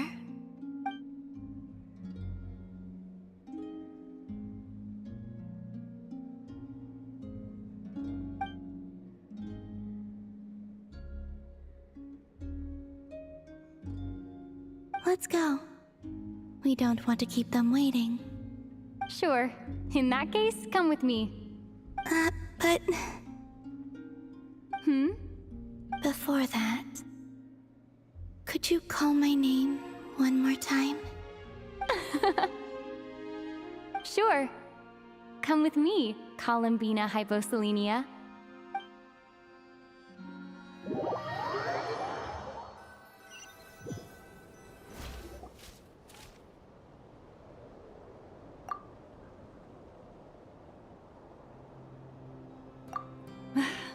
Columbina! Oh, this truly is wonderful. Llama, I can't breathe. Ha ha! Just in time for Moon Prayer Night. It's good to have you back, Miss Columbina. Yeah, we were worried sick. Thank you, my friends. With your help, I now have a name that belongs to me. Columbina Hyposelenia. Where's the second half from? You added it yourself? That's right. It means... Born beneath the moon. Yes. And by extension, it can also mean born beneath this world. A fine name. Now, as much as it pains me to interrupt this beautiful reunion, I feel obliged to remind you that The Moon Prayer Night celebrations in Nasha Town have already begun. Don't you want to enjoy the festivities? There's so much to see and do. And some of the ambient lighting and entertainments were sponsored by the kind souls in the Hexen Circle. Nicole? Why have you turned into Dodoko? So you're Miss Nicole. Thank you for helping us, and for helping me find my name. It's nice to finally hear your voice. You're quite welcome. Guiding lost people to hidden treasure is what we Seelie do. And if you ask me, spiritual treasures are far more precious than material ones. Chests are all well and good, but this was what it's all about. Ah, so satisfying. Anyway, I had to go help Alice. It seems like she ran into some trouble. That's why I couldn't be here in person. But don't worry, we're with you in spirit. We'll be celebrating right along with you. Keep an eye out for the Hexen Circle's festive stalls in Nasha Town. I think you'll like what we came up with. Alice said she even managed to rope B in this time. The Frost Moon Scions have also prepared various attractions. I believe Aino and Effa and their crew are setting things up as we speak. On that note, Nefer, about that request I made. It's all in hand. Yehoda is on site to ensure that everything goes off without a hitch. Wonderful. In that case, Traveler?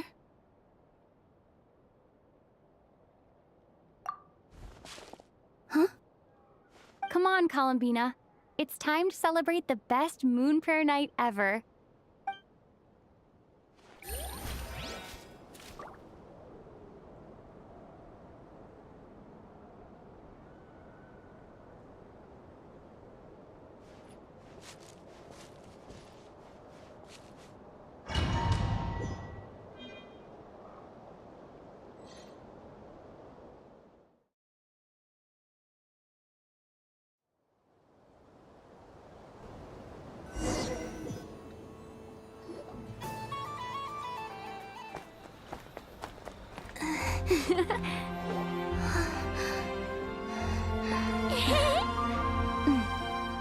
Hey, young lady. Would you like some Moon Prayer Night candy? Happy Moon Prayer Night. Oh, yeah. I almost forgot to say. Welcome home, Moon Goddess.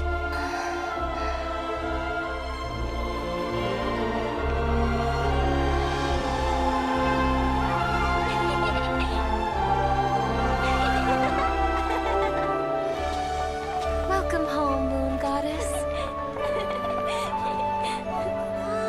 Welcome home, Moon Goddess. Welcome home, Moon Goddess. Turning Nasha Town into her home is a festive gift. A rather brilliant idea. Perhaps this is what Nodcry, Columbina's home, should have been like all along.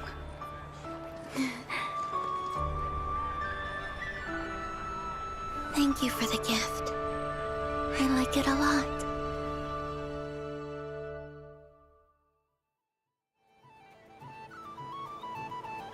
This feels like the surprise of my life.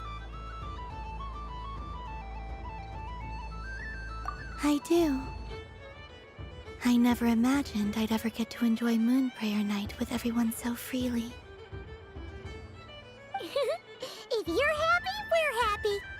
Quite a strategy you came up with. Hide the tree in the forest. It's not your usual style, Lauma. Is there something about Moon Prayer Night that enhances what's in your head? Apparently so. It even inspired a perennial penny pin.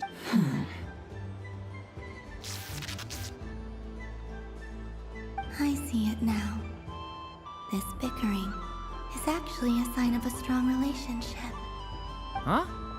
What's everyone doing here? Oh, Miss Columbina, you're back. Yes, I'm fine now. Thanks for your concern. How's your progress with Alice's assignment? Very well indeed. Not like this. She said she'll contact us once she knows more. Enjoy the time off while it lasts.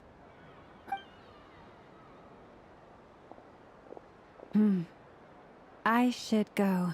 And I think I'll take a look around. Hold up a second. I believe he made a beeline for the flagship. Ah, that's Mondstatter. Goodbye for now, Columbina. I will. Well, in that case, don't just stand there. Oh, also...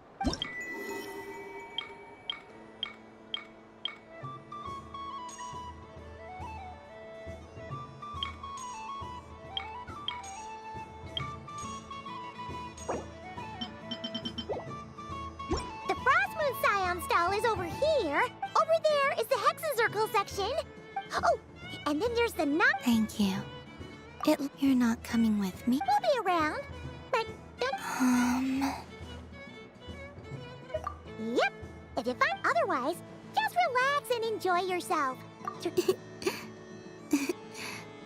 All right then. Where should I go first? This must be the mage's stall. It feels like I've entered a fairy tale. Ah, how lovely.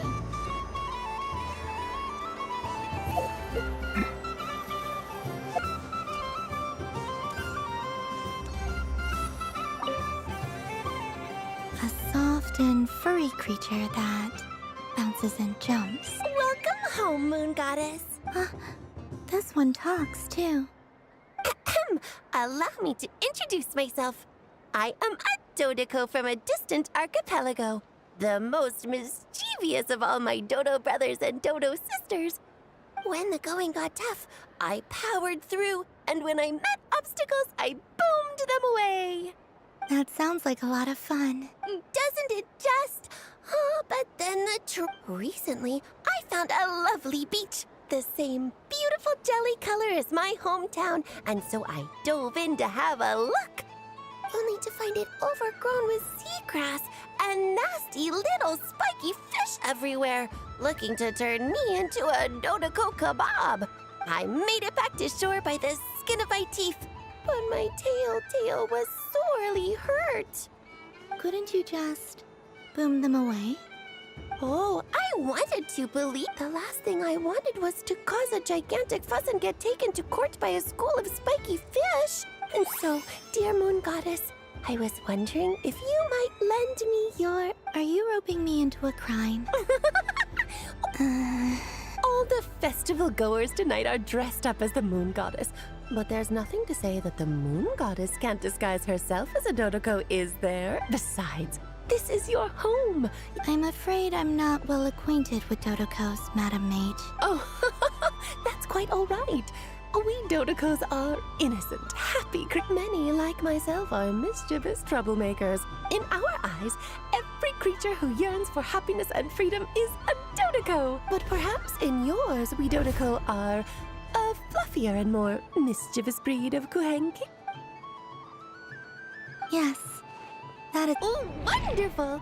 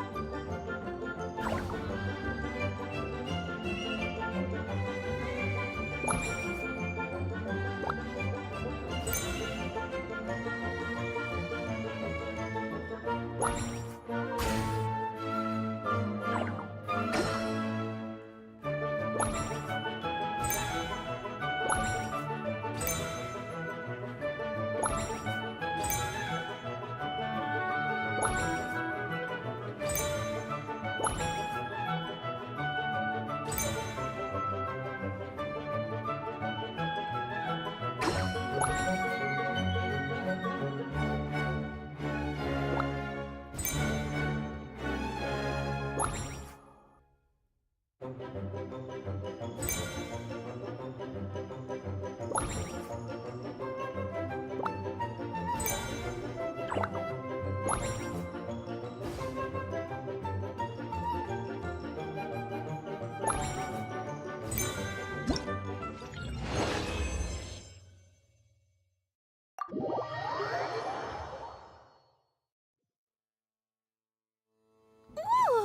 so, what The use of Jumpy Dump, I think they call... Not bad. Any kitten? Ooh, remember, if you find any... I will.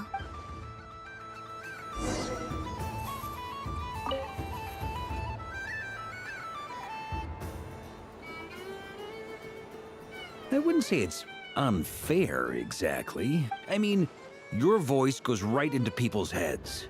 How would you explain that to the kids? You can't just explain it away as magic. Is something the matter? Ah, Miss Columbina! No, nothing you need to worry yourself about. Ah, impeccable timing. Stick around for a second, Miss Columbina. I need your input on something. This self-proclaimed Knight of Justice has yet to give me a satisfactory answer. I, for one, would like to hear your verdict on the matter. Hey, now, I left the flagship just to help you out, Miss Nicole. What's going on? So Alice and I are both using long-range remote control spells that work on similar principles, allowing us to attend this festive fair in Dodeco form. Sorry, let me backtrack a little. While similar, there are some key differences. Alice, being a great mage, wanted her Dodeco to reflect something of her own charm and mystique. So she adjusted the way its tail moves when it spins around. An entirely gratuitous move, in my opinion. I hardly see how anyone is going to notice that. If anything, I'd say that anyone who stares intently enough at a Dodeco's tail to notice such a small detail is someone we ought to be highly concerned about. I only say this to emphasize that my question has nothing to do with tails. Now that we're clear on that, why is Alice's Dodeco permitted to interact directly with the children celebrating? Your voice speaks directly. See? Exactly. Miss Nicole? Ugh, I can't stand it. I know that probably makes me sound like a whiny child acting out in front of their parents. And it's a little embarrassing now that I think about it. But hey, I've said it now, I can't take it back. That would be even more embarrassing. Also, don't go reading too much into that analogy. Miss Nicole, are you saying that you'd like... I'm not so invested in that. The point is, I want to know, I've been biting my lip for so long. I thought this was going to be a nice, straightforward festival where I'd get the chance to guide people to treasure. Well, can I... You will? I'd like to try. Then what are we waiting for? It's like they forgot I was...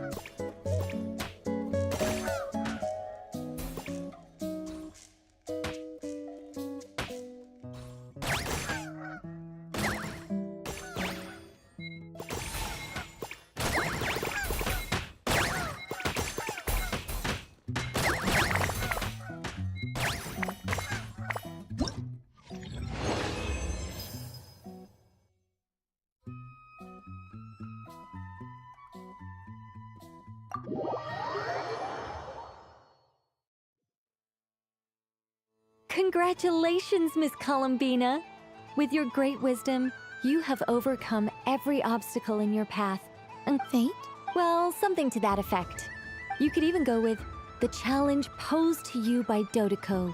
All my hopes are now resting on this. Can I open it now? Stop teasing me.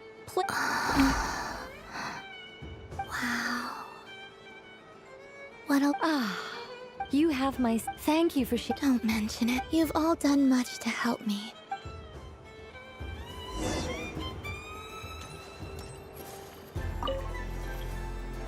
Welcome. Oh, you're the genuine article. Another one that talks. Greetings. Pleased to make your acquaintance. Columbina hyposelenia. Hyposelene? Now then, Miss Divination. From the perspective of the one seeking answers, perhaps. As you look to your journey ahead, if you seek to understand the unknown, resolve your doubts, and soothe the confusion in your heart, divination could be for you. The unknowns on my journey. Of course, if one wishes to peer into fate, then hydromancy is the more precise option. But that is a complex affair, and to relegate that majestic art to the status of a festive amusement would seem somewhat uncouth. Besides, it is sometimes better to not know fate with great certainty. Hence, I shall... Lunar Arc. Indeed. Unlike people like... I'd like to give it a try. Of course you... Before we begin... very... Now. Would you... No problem.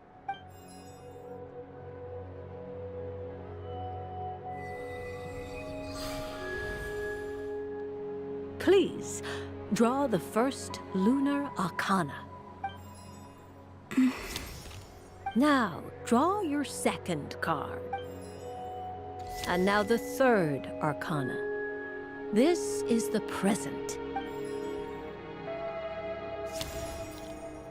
Finally, the last card. This shall speak of the future, which... Oh. Fascinating. What do you make of this? Of course, if... No. A bold... Well then. Sure. First, destiny. No surprises here. The card that represents yours is the moon. The moon. Indeed. The moon can represent the truth at some times, but deception at others. False peace, destructive calamity, and the world-changing power that lies within. When the moon is placed on the destiny tile, it indicates that your destiny is not what it may appear on the surface. Instead, it may yet have a hidden side. It symbolizes a journey through the fog, fraught... I don't understand. Patience, my dear. Now then. The Hermit. Inverted? Yes. The Hermit symbolizes solitude, introspection, and the pursuit of truth. When inverted, it represents isolation, combined with the moon as one's a choice you make. You fumbled through the darkness without... Is this about how I became Kutar, despite not wishing to become a god? I suspect only you. All is not lost. Oh my. The lovers. What does this one mean? This means that you have had an unprecedented emotional experience. The joy of finding your soul becoming intertwined with that of another.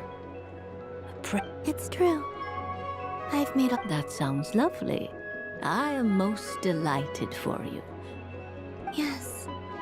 I understand, but rest assured, this is not the end of your journey. The future. Well now. I'm ready. Very well. Oh. Miss Barbalov? This card. is death. That doesn't sound very good. It depends on how we interpret it. It is true that it can represent an agonizing death, a complete and utter end, but at the same time, it can also represent rebirth. Do not forget that your destiny card is the moon. That lends your future many different potential meanings. If death spells the end, is it unavoidable? As I have said, divination can only display general trends. Allow me to summarize it for you. In the past, you may have lost your way. You now face an important decision. This change might, in turn, be the end of all things. But remember, everything is subject to change because of the moon present in your destiny. The truth. Thank you, Miss Barbeloth. Don't mention it. Some people dislike divinations, for fear of glimpsing an ending to their story that they wish was not so. But I can see that you're different. This is a rare quality, and one that diviners always hope to see in the seeker. I understand. Go then, and illuminate your future, Miss Columbina.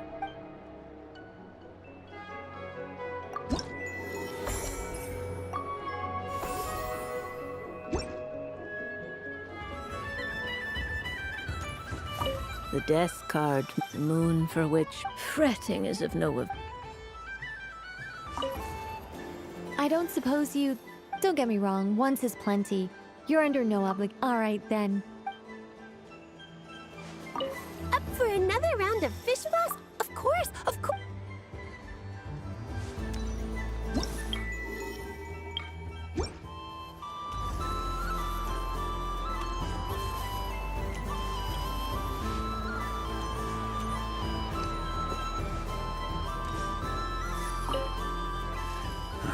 It'd be rude to just leave without saying anything.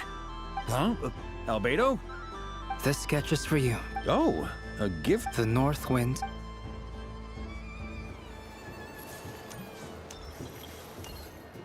What's this?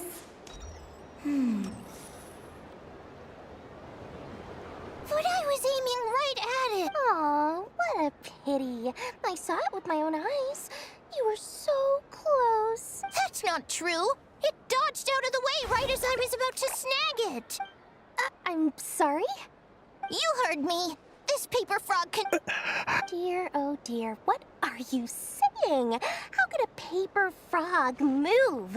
And what, even if I, the mere humble merchant that I am, knew such magic, surely I would not use it on a paper frog. I'd sooner give Mora legs, so it could walk right into my purse. My dear, dear customer, just think about how much darn. Take your time, but don't take too long. This event is Moon Prayer Night only. Miss it? Next customer, please. Welcome. Hello. Whoa, whoa! What's this big one doing over here? How do I tell my employees not to go? Dory? Why, hello there, Miss Columbina. Would you like to play my ring toss game? How much for a round? Oh, first time's free. Not a single, but with your sharp sharp skills, I'm sure you'll win all the prizes in one fell swoop. That was an obvious enough hint.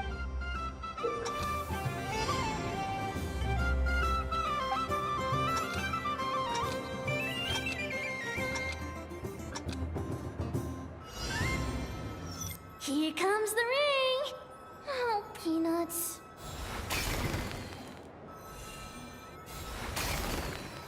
Change tracks. Roselle, should we move or not? Just a tiny bit. All right, then I'll... Oh, sugar plums, not the clock hands. How do I move the legs again?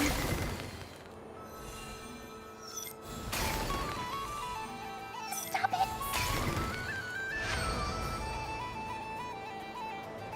Let's see. Wow, And here's your prize.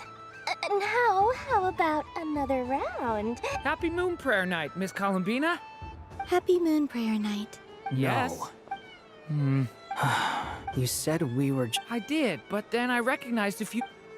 Do my eyes deceive me? Is that? It's our little dragon. He's all grown up. Well, now, since you came all this way... He'll have a go. It's only one free try per... I'm aware. How has Elder Almond been lately? He's in great shape. He goes for a run in the forest every... He tried to go boat racing with Firecracker a while back. How about you? Yes, I can. But you've become less chatty. Has growing up been tough on you? We call that maturity. You know, the knight wields a sword of stone is That's awesome! I want to be a knight when I grow up, too. Ring, here I come! Oh, the hat-wearing man. If you say so. Oh, I do say so. May the engine in our hearts propel us to the station. I can move! I can move now! What are you doing? Running into the rings like that? You got the... I've never seen anything like this. But how? They're origami animal. I have to get to the bottom of this. Next time I... Thank you, Dory. Now for your prize. Oh, sweet grand prize. Oh, I wish I didn't have to let you go. Good thing I've already turned a profit from the customers earlier in the night. Okay. I'm... What? I leave for 2 seconds and someone... Oh, well, these things happen, you know?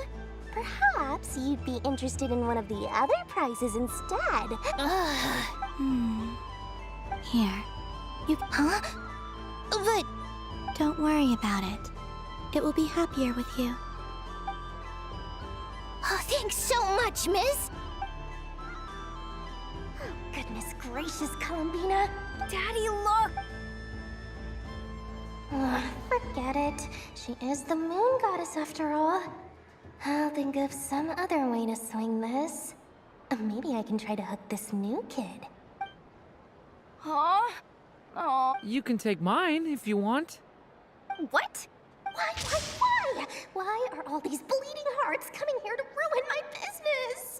Happy Moon Prayer Night, everyone. Happy Moon Prayer Night.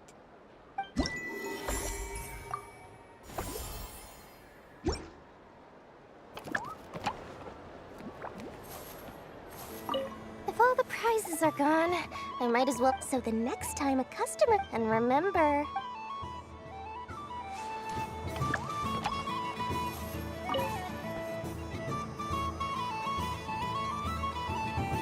Come on, Citrus. But my neck... You should take a break. Yeah, don't... Hey, don't look at me. What are we gonna do then? Do you need any help? Yes, we do. All right. Could you... It's really simple. You just throw the... Rolling a hamster means you move 1 tile. A paper frog is 2 tiles, and a flying squirrel... Okay. So, in that case, please take your...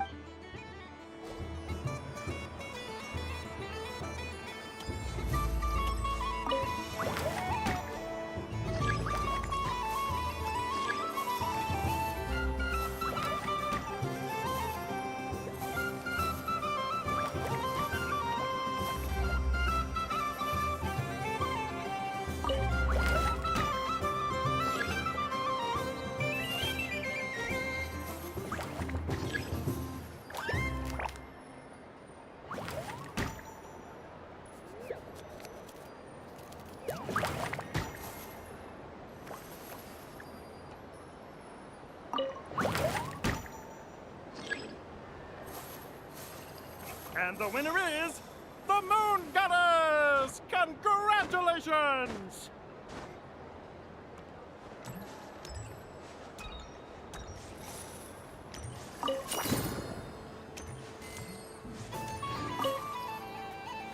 It's a pit. If he could have been here.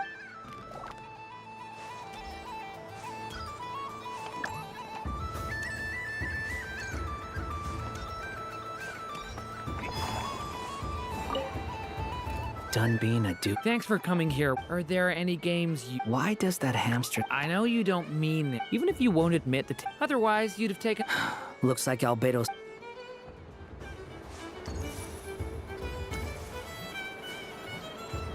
So this is the Frost Moon Scions area. It feels very familiar.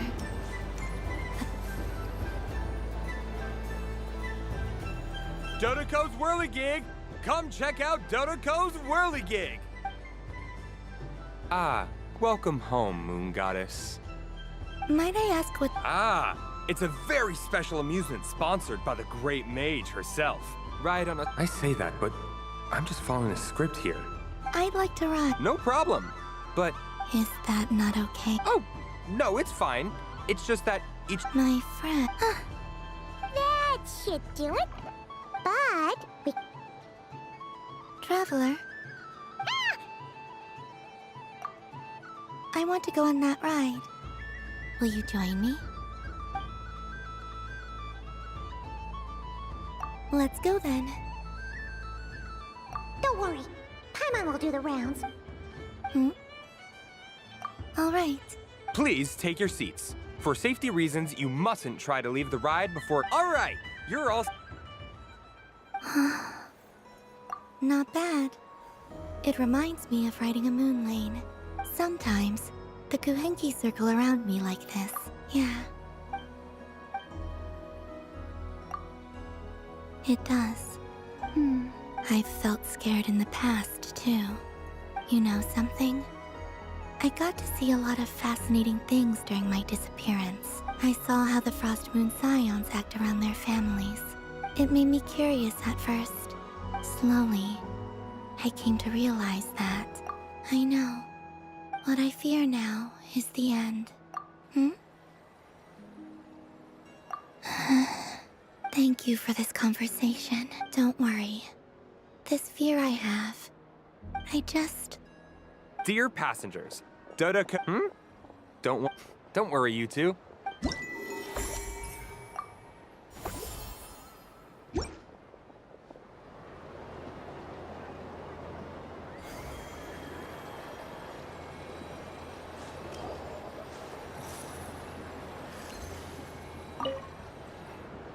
Fun ride, huh?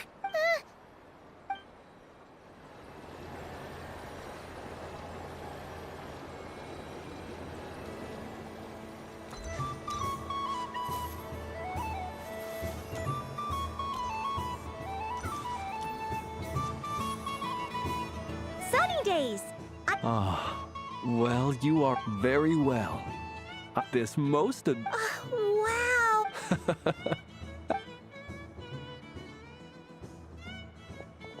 Lens? That's... It's all... okay. Everyone celebrates in their own way. Besides that... That's not what Paimon was... I see Miss Column... Fair enough. You gotta... well, actually... Oh, this is... Yeah! We just met Varka, and he said that having everyone draw their own section was kind of boring. In that case, I shall paint... What? Ahem. Hello, Foot. I did not see... One would expect... Yes, please. Excellent. Something the... What about my... Wait, is she... You are quite right, Miss Columbina. Yes, please. Do you prefer the Night. Which of the 4 seats? Winter. Think of a... Rainy in the morning. What kind of answer is that? Forests. Lake... I like them all. Imagine you opened your... Wow! Paimon would totally... It wouldn't cost anything. Aha. Here. Oh, it's a Kohenki! Indeed. It is the perfect... Thank you. But you shall have to... So instead... It's a land... Come on, play ball! I get this drawing done! But I want to hear... but... Oh.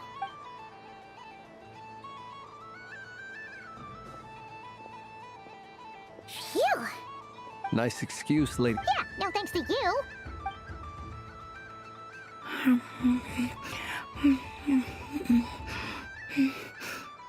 It's sweet. Is that Lakaberry? This way, this way! it's the candy selling. I'm coming! Of course. Traveler, maybe we can share? Yes. I found out recently that people share their food sometimes, so I'd like to try it. Thank you.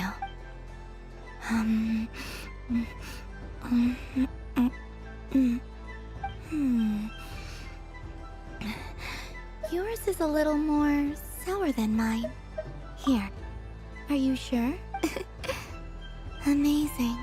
My sugar sculpture has shrunk. I will remember this feeling. Sure.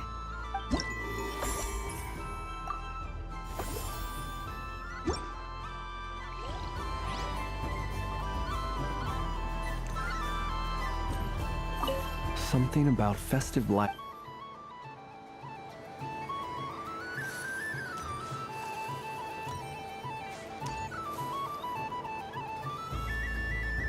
Wow, the Frost Moon Scions, I don't go to Hisi Island much, but it's got that. And if culture means we get more Hello. Yeah. Ah! Columbine, that was too close. Do you like balloons too? Balloons? What's so fun about balloons? I'm not a kid anymore. Yes. The animals. I recently learned a fun new game you can play. A new game? Hello. Welcome. Yes. Yes, please. Uninflated balloons? But those are just... Would you like to play the balloon game, Yehuda? Huh? Wait here a moment. Oh. This is so... I thought I saw Columbina nearby. Uh-oh! That's the Fourth Harbinger!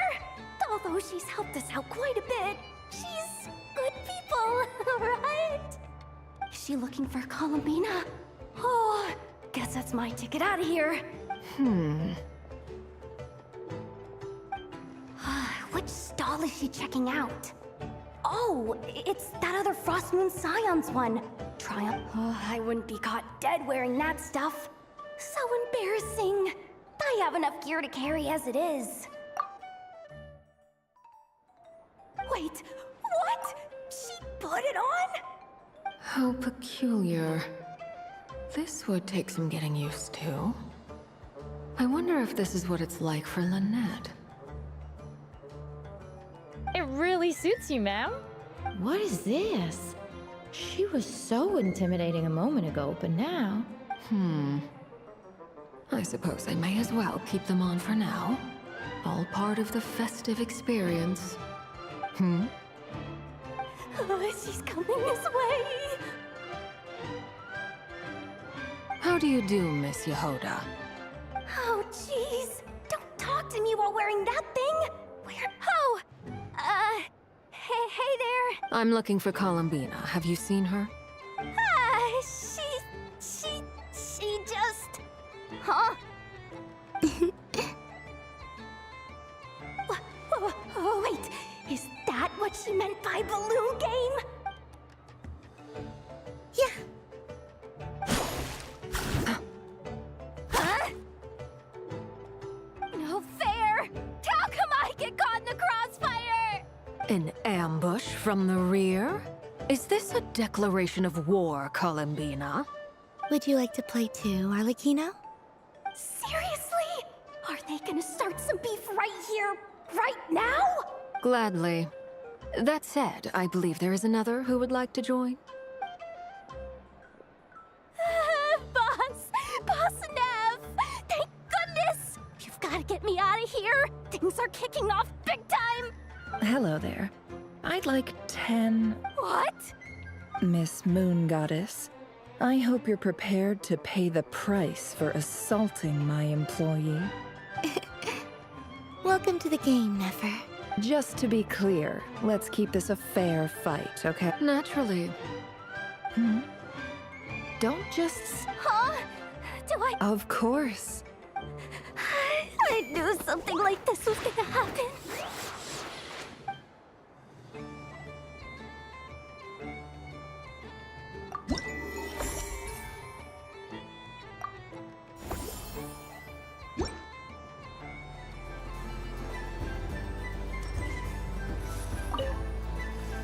I've seen Linny and the other children play this game before. It would seem that it's not a bad way to relax. Oh.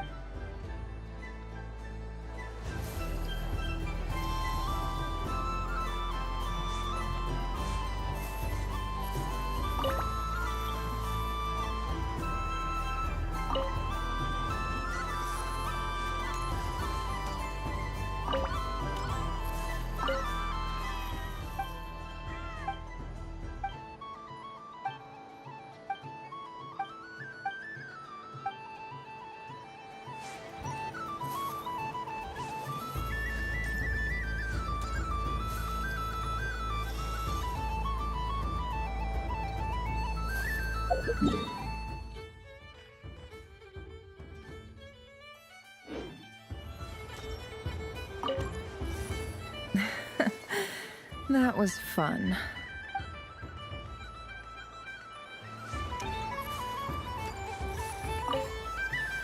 Ah, I just had a water fight.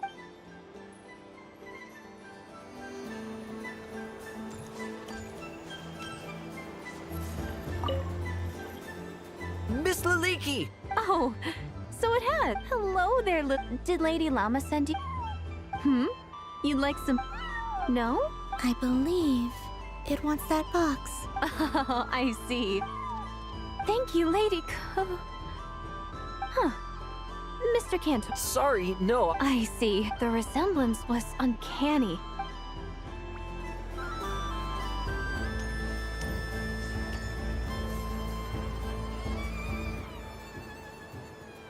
I wish for a never-ending supply of laka berries.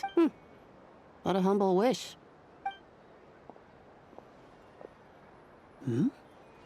Is that llama?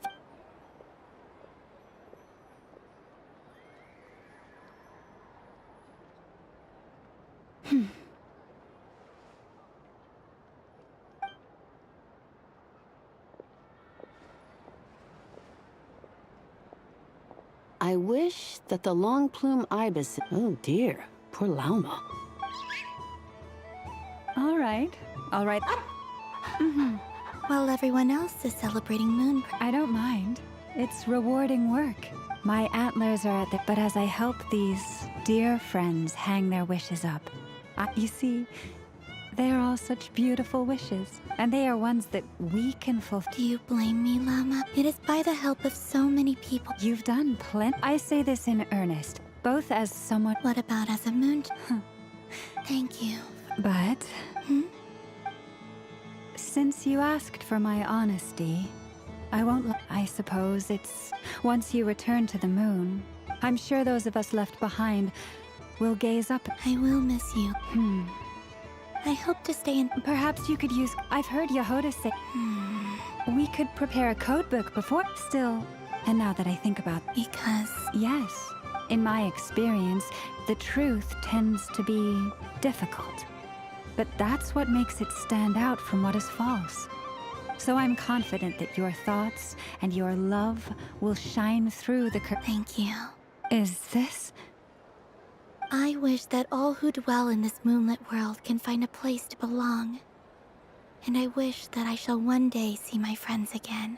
It's... Not at all. And I think you speak for us all with the second one.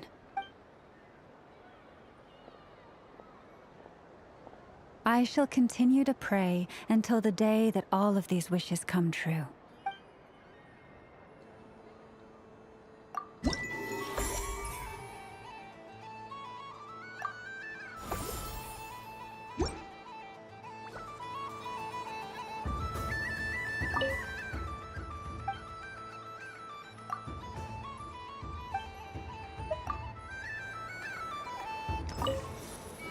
Yes.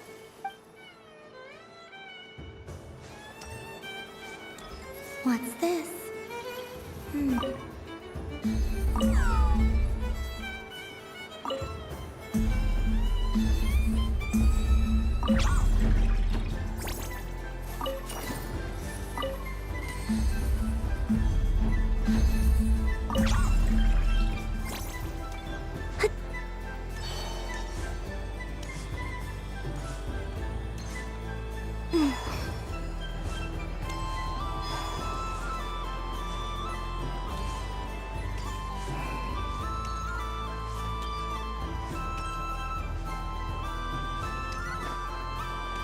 this?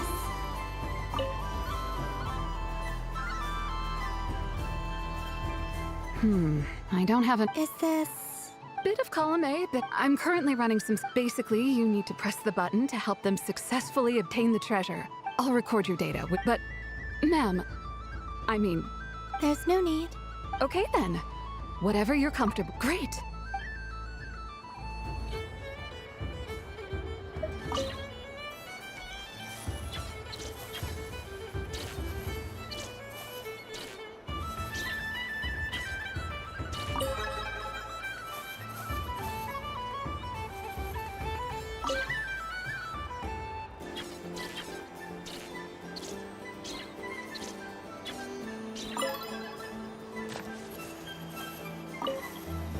Would you like to try again?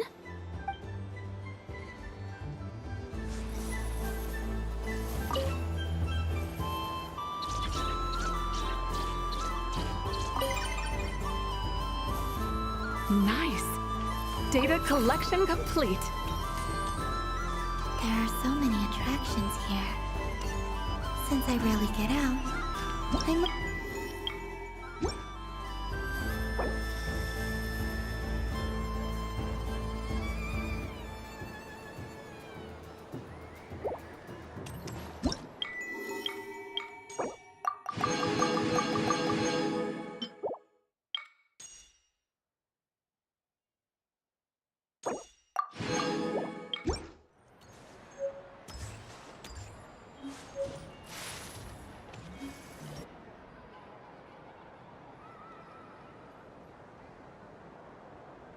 This doesn't make any sense. How am I I am not cheating, Uh-oh, sounds like Inepa's turning into a big baloney bot. Moon Goddess. Miss Columbina. What the?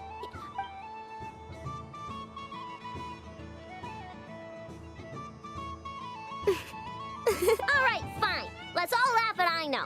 Just you wait till I get home, because I'm gonna make a game bot that can let's see you laugh when I come back and beat your butt. We came to check everything was okay after all that yelling, but...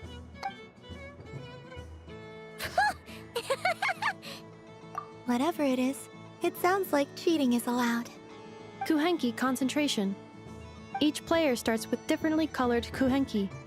When a player has 2 kuhenki of the same color, they make a pair and can be discarded. Any that can't form a pair must be kept.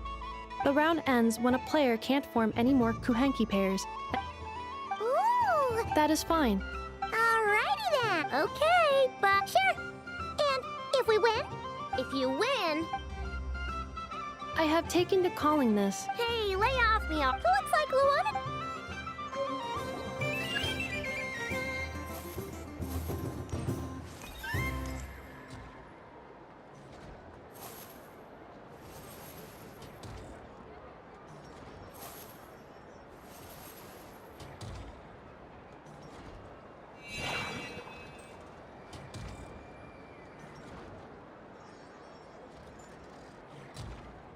Nice! That's a pair!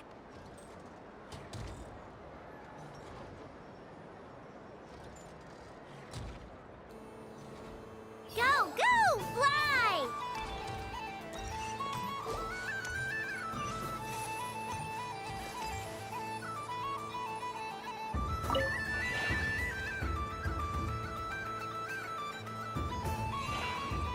Go on.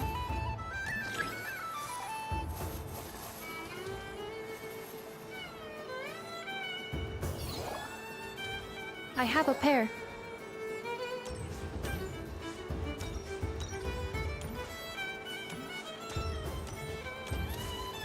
Uh-oh! We gotta pick up the pace!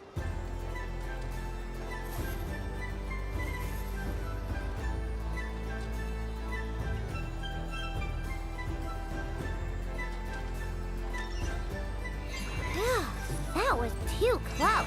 I thought I was gonna lose.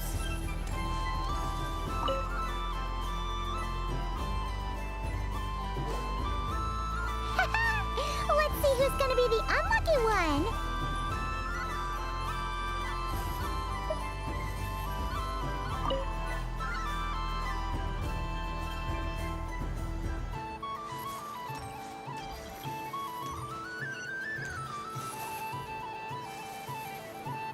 Good luck, everyone.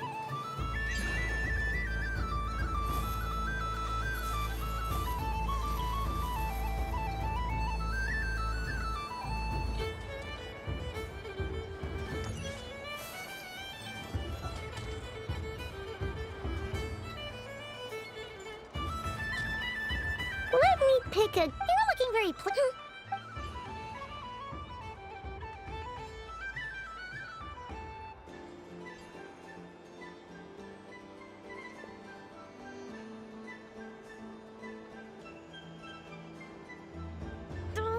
Don't fidget too much, I know, or the sticker's going to... I don't care. If a parakeet...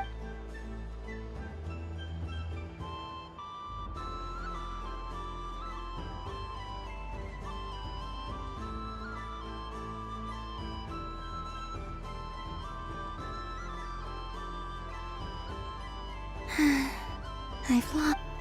Sticker, sticker, sticker!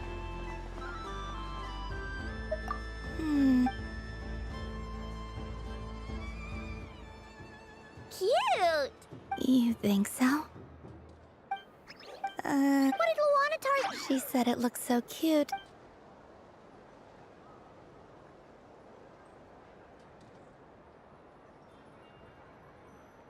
Who put these stickers on Paimon? Alright, now, I think we got enough evidence to prove... Yes. The culprit is... Inefa! Culprit? Quit acting dumb! Not only did you... Which Kuhenki pairs... Exactly! Putting aside the fact that running calculations is not against the game rules, but that's not against the... So, she... She certainly... Alright! But... Take that!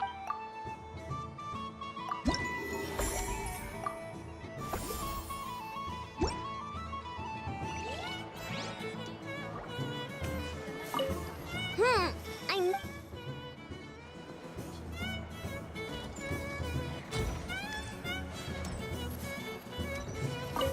Aino is throwing a tantrum again.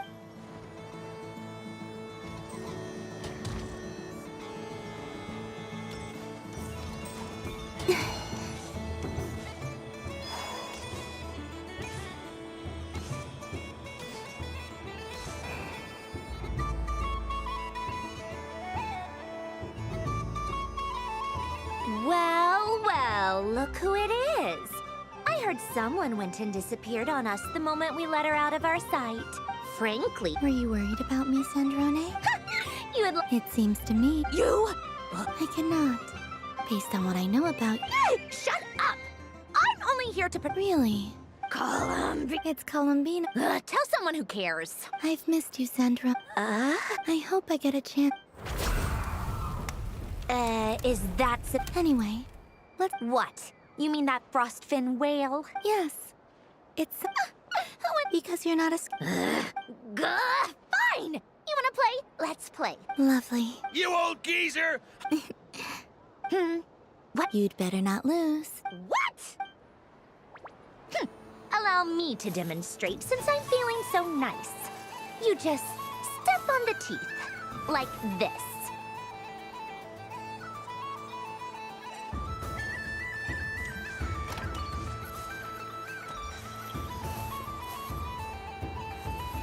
Which should I pick? I'm getting a bad feeling from this one. Since your turn, Sandrone.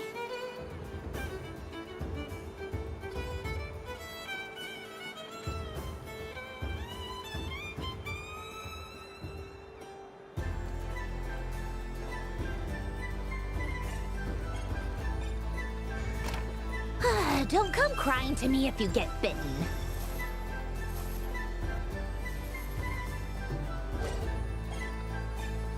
There are less and less teeth remaining.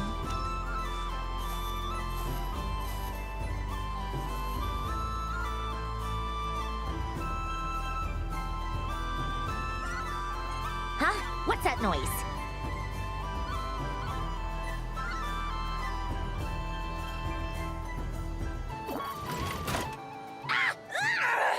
I think you might have picked up... Do you need any help?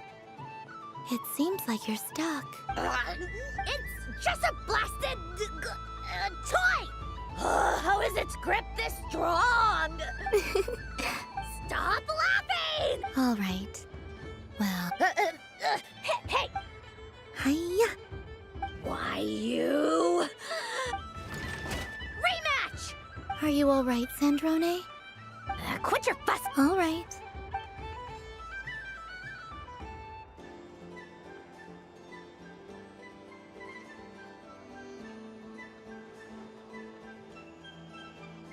I see it now. She can sense which teeth are rigged. So I just need to avoid the same ones that she does.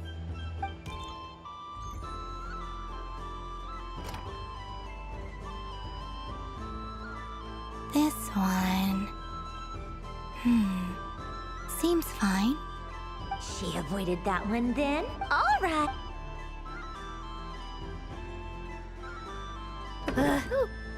What? Looks like you lost again. Wait!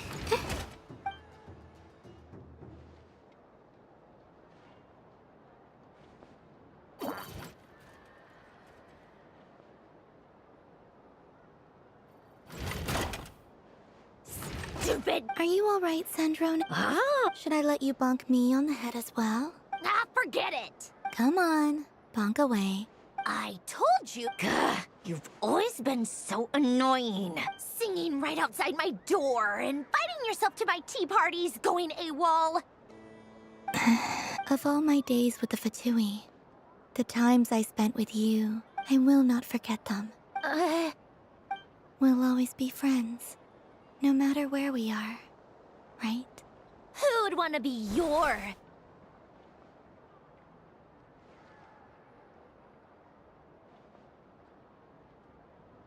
I'll miss you, Sandrone.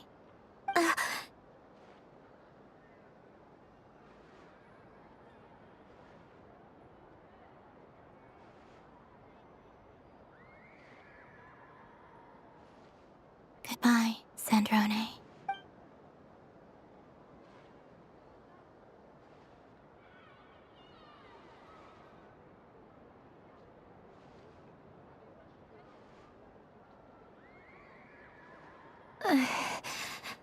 I'll miss you too, Columbina. Sorry, what was that? Yeesh! What do you want? Oh, nice ears.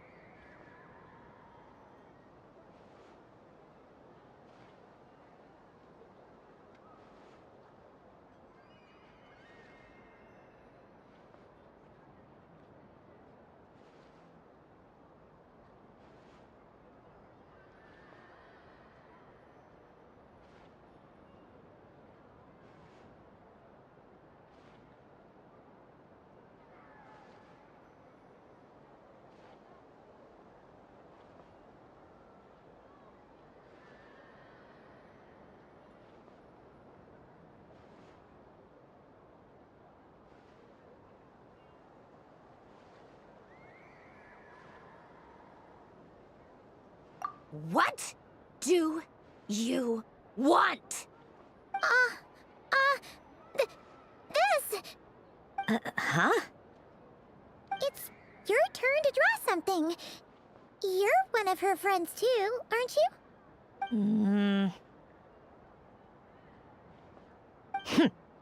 Doesn't know how lucky she is. Sorry? Nothing. I'm done. Take it. Oh, that was... Oh, last time we spoke, you mentioned you were interested in the Narcissan Kreuz Ordo's research. What are you talking about?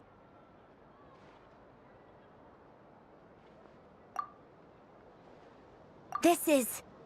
Oh. Huh. The Holy Blade. It's not about whether I approve or not. These people, they would sacrifice. That is something I would still. If I'd have thought to bring a camera, I'd have. What? Yeah, of you being bitten by the frostfin whale and Colin being a bug. Tear it up! Now!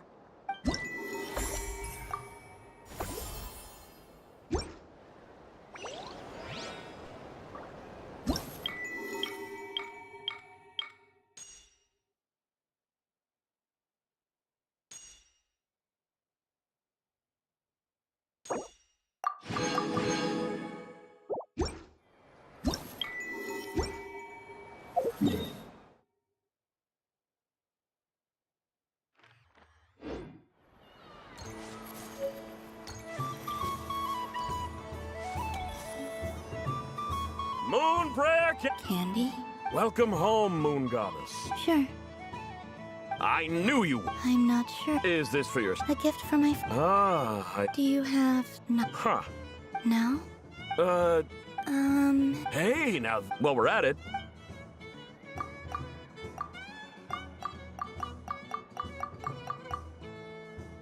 Here you go. Thank you. I hope you and your...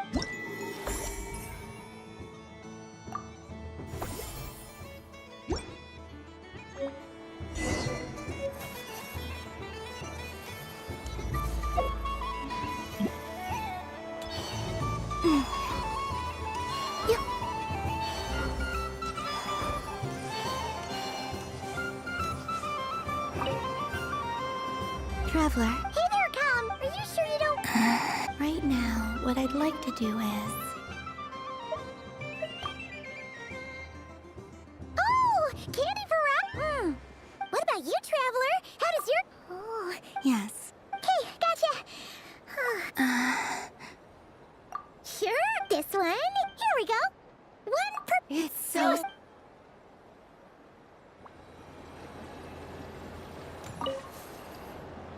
Traveler. Columbina! Finish with the... Really? You're sure you don't want to...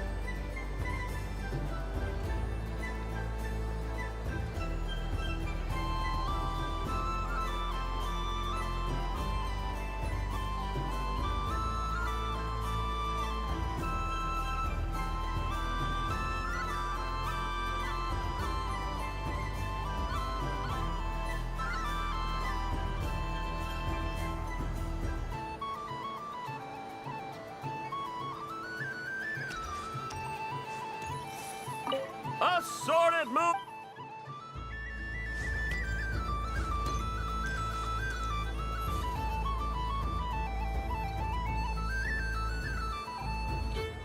What is going on over here? Hold it right there! Are you talking to... Of course. Happy Moon Prayer Night. Anyway, meet my partner, Stacko. Don't just stand there. Let's see your partner. Partner?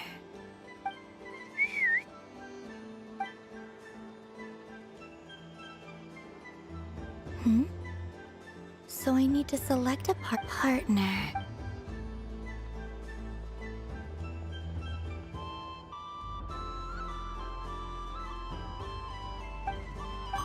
Whoa, that's great. They all look so eager to be picked.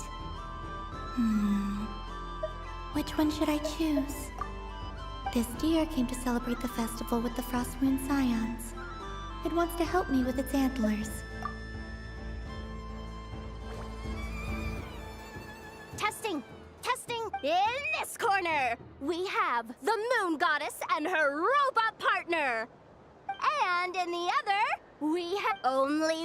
Now, without further ado, let the Battle of the Moons begin! I don't care who we're up against. Let's strike first. Stacko. Ho! The robot has kicked things off with a change of formation. But how will this affect the battle? Nobody knows! The other party...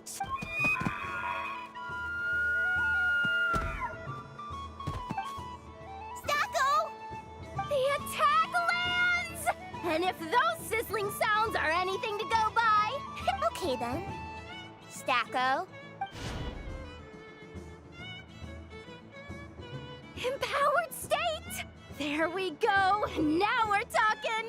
Absorbing the immense Kuvaki present on Moon Prayer Night! This lean, mean machine! Oh, they chose that the battle is heating up! Go for it, Stacko! Set Kuvaki to maximum! Can their opponents withstand this blow? And don't be afraid. What the it absorbs the Kuvaki from its opponent! And there goes the robot's Stacko!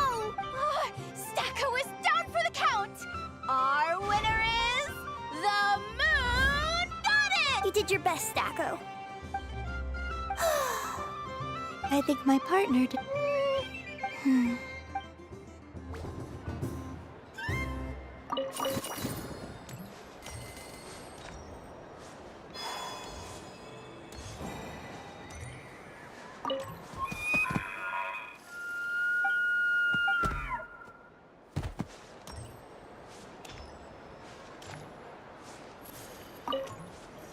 What's there to see on...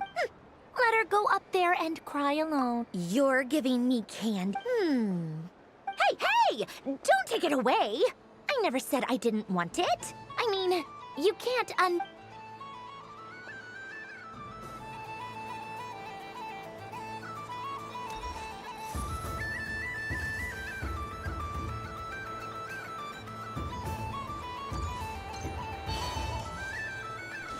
The robot show will now begin.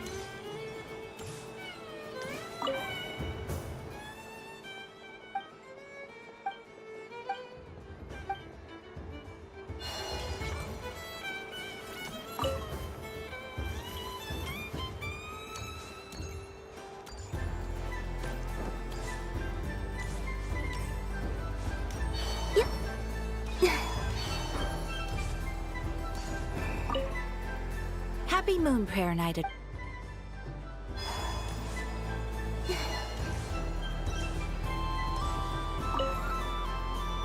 Traveler. Columbina! Finished with the festival already? Really? You're sure you... Yes.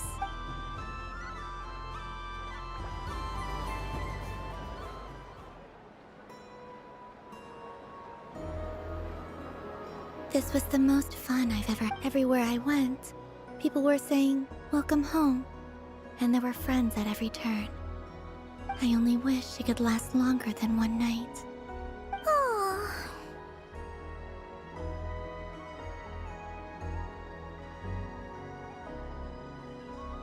Yes, you're right. The moon prayer blossoms. Ooh, look! Look! Moon prayer.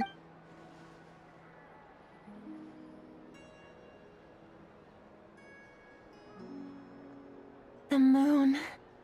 It's so beautiful. Happy Moon Prayer Night, dear. Happy Moon Prayer. Happy Moon Prayer Night.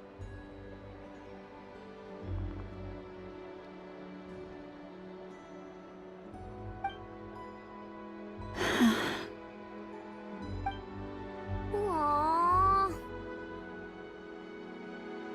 Huh.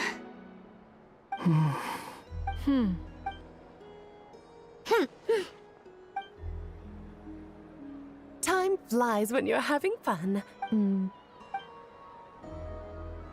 Oh, looks like the time has come. Columbina. You're heading off, then? Yes, to the ruins you mentioned. Wait! I know? At least... Take one of our craft shops Krumkakis up to the moon. The Curatorium of Secrets believes in proper... Never. Farewells are an important affair for the Ratniki, too. Haha! And here I thought... We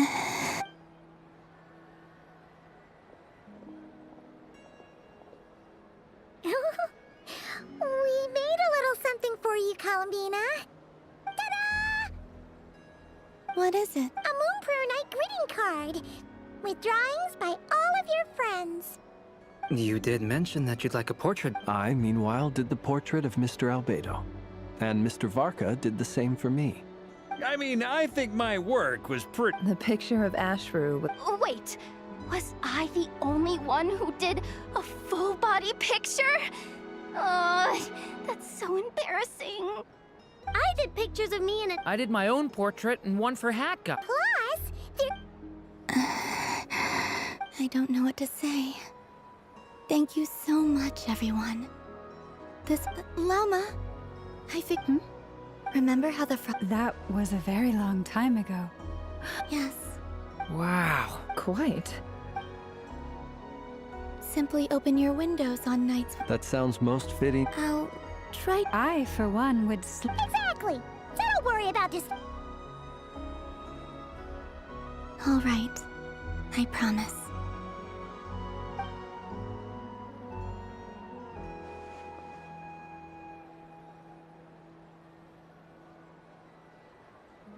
In that case, Columbina. I'm ready. Very well.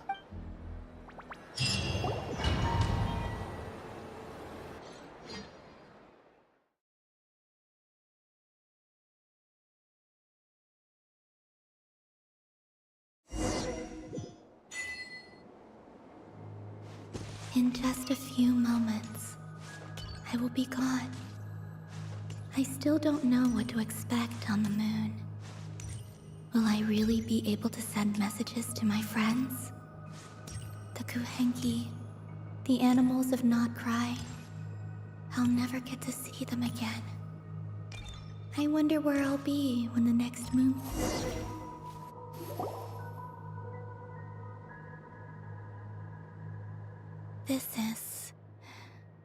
This is where the people of Hyperborea used to communicate with the moons. Eternal moon, frost moon, The gate to the moons shall open. Moon marrow preparations are complete. Only the final step remains. I'm sure Nasha Town is livelier than ever at this moment. Yeah. It's a shame you couldn't... It's fine. I'm more than happy with this. My last piece of luggage. My only piece of luggage.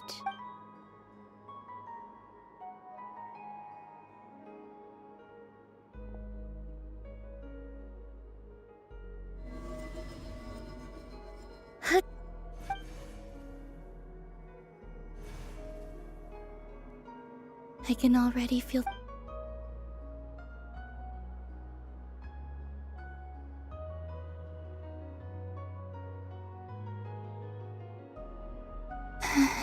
Your home lies on the far side of this light, Columbina.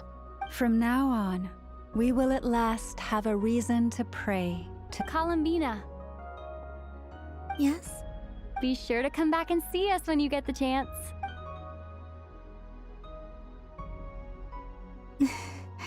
But if that chance doesn't come, then remember that you have Yes, I will. Thank you for and remember. Well then. Farewell.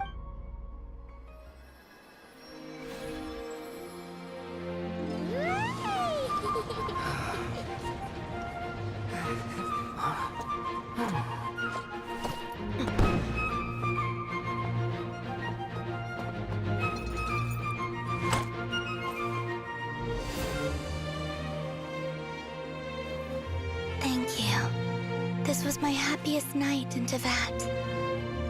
Farewell, Columbina.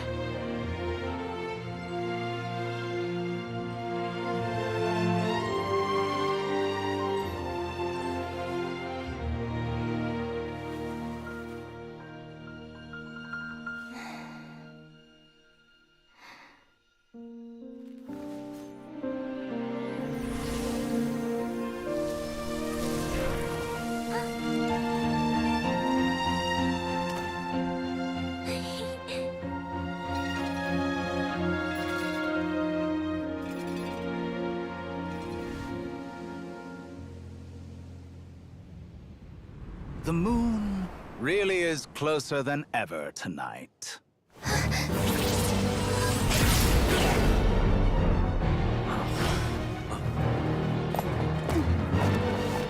Columbina. All 3 moons in one place. Time for one final experiment. Reason, life, death, time, and space. They all believed I would fail.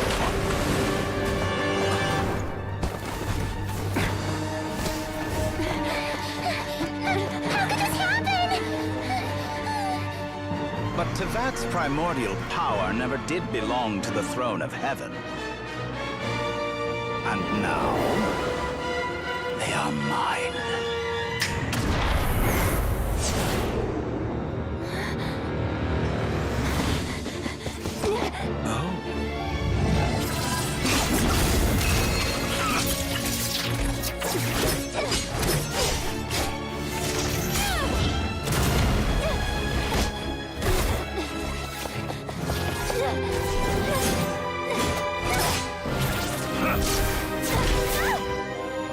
No, as long as I'm here.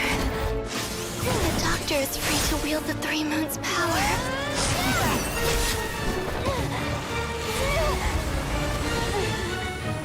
It's the only way.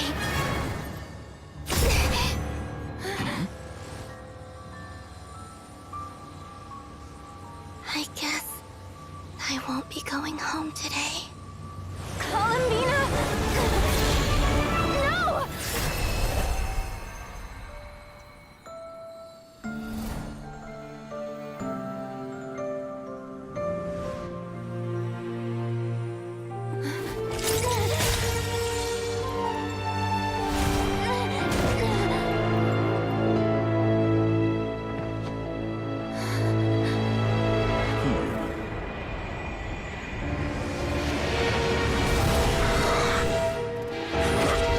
Stubborn world, do not try to control me!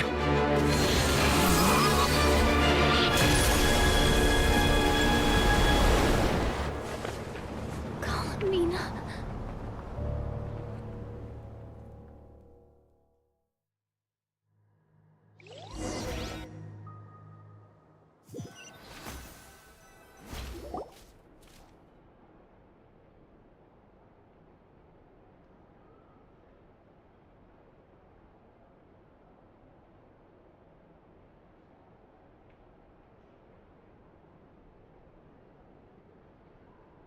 Are you all right?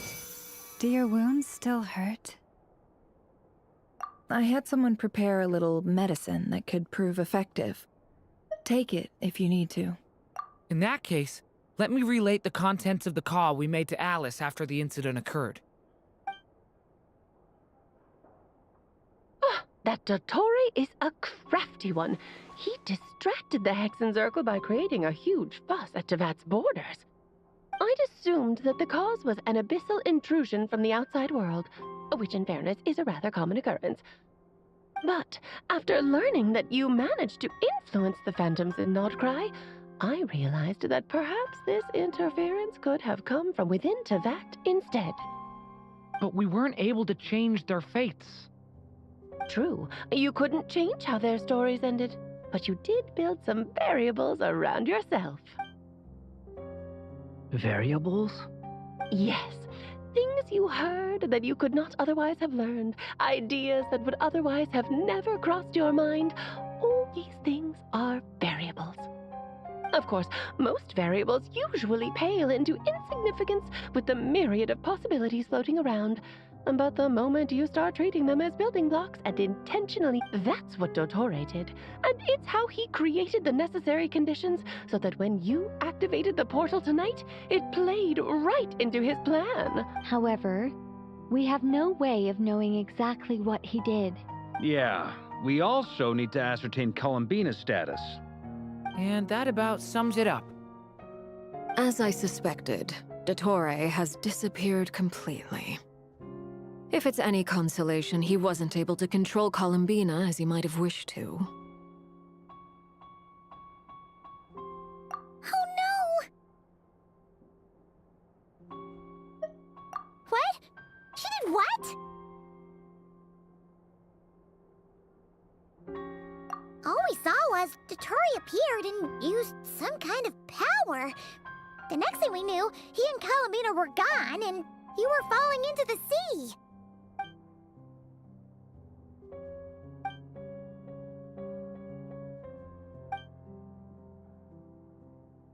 So, Columbina intentionally opened the Moon Gate and escaped into the same mysterious world as Rerir and Thalindis. Sounds like bad news.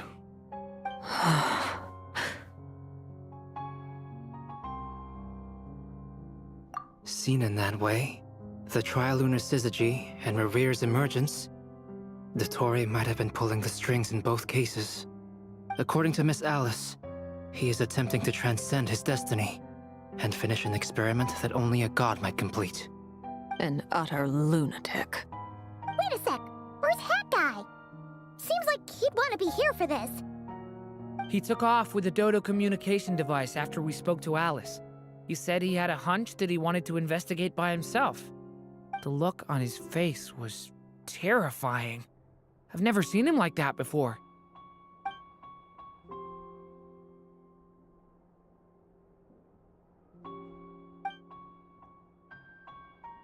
I'm back. Hat Guy!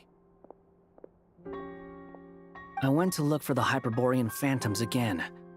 I think I've gotten to the bottom of it. I got them to talk to Nicole on the other end of the communications line. Turns out... Really? But how? Because the phantoms are the ones who are deceived. They speak of a savior, this savior promised to create a new moon within the false sky. Foolishly, they believed in him. It's obvious that this was Dottore's doing. Now you mention it, the first time we entered the Hyperborean ruins, we heard the phantoms discussing their history, and I remember Nicole commenting that something sounded a little strange. But Dottore shouldn't have been able to get in there in the first place. He didn't. Nicole said that this was an anomalous state triggered by disruptions in the causal connections between phantoms from the same era. The variables that... So it's not that their memories were unclear. They'd been tampered with. That's exactly the possibility Dottore was trying to manufacture. He turned these variables into knowledge and engineered the situation so all that knowledge would fall into his hands. Then, he harnessed that knowledge on Moon Prayer Night to truly create a false moon. How is that even possible? To be precise, he exploited a weakness. The spell senses Kuvaki to detect that the gate would teleport Columbina to the false moon's location. In other words, to Dottore's side. Once he had her under control, the teleportation spell remained active. And At that moment, the moon marrows disappeared right before our eyes. By then, Dottore had already amassed the power of all 3 moons. So, where does that leave us? What do we do now? I'd certainly like to know what Her Majesty thinks, now that the concerns I expressed to her have come to pass. But we cannot simply sit and wait for her to decide the matter. And in any case, it is not the Fatui Harbinger Damselette who sees us as her friends, but rather Columbina Hyposelenia. If, even in such extreme circumstances, Her Majesty will not lift the prohibition on Harbingers drawing steel against one another, then I will do as my heart demands. I will fight as Peruware instead. Oh, Arlecchino! Time is short, so I'll make the first move.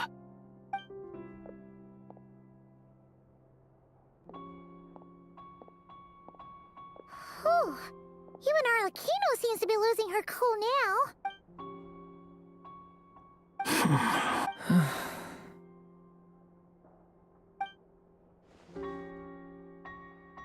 All right. Lose those dejected looks for a moment and let me get a word in.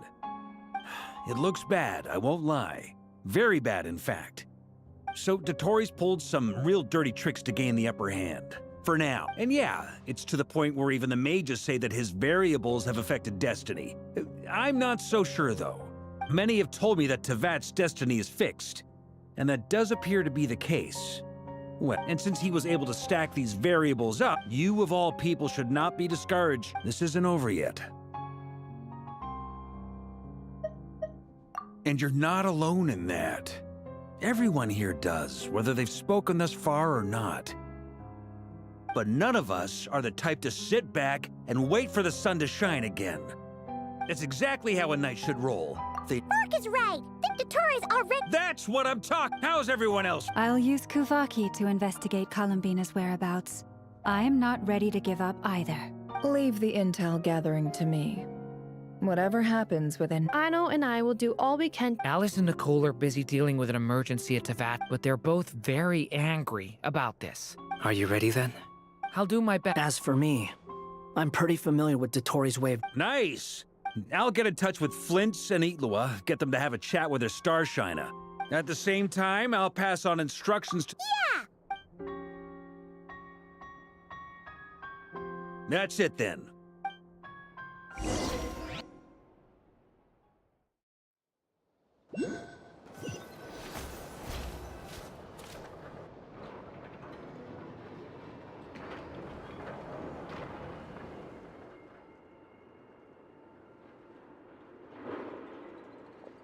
I never thought that Columbina would become— It went from being a Fatui code name, and remember, come night or day, the moonlight shall always connect us.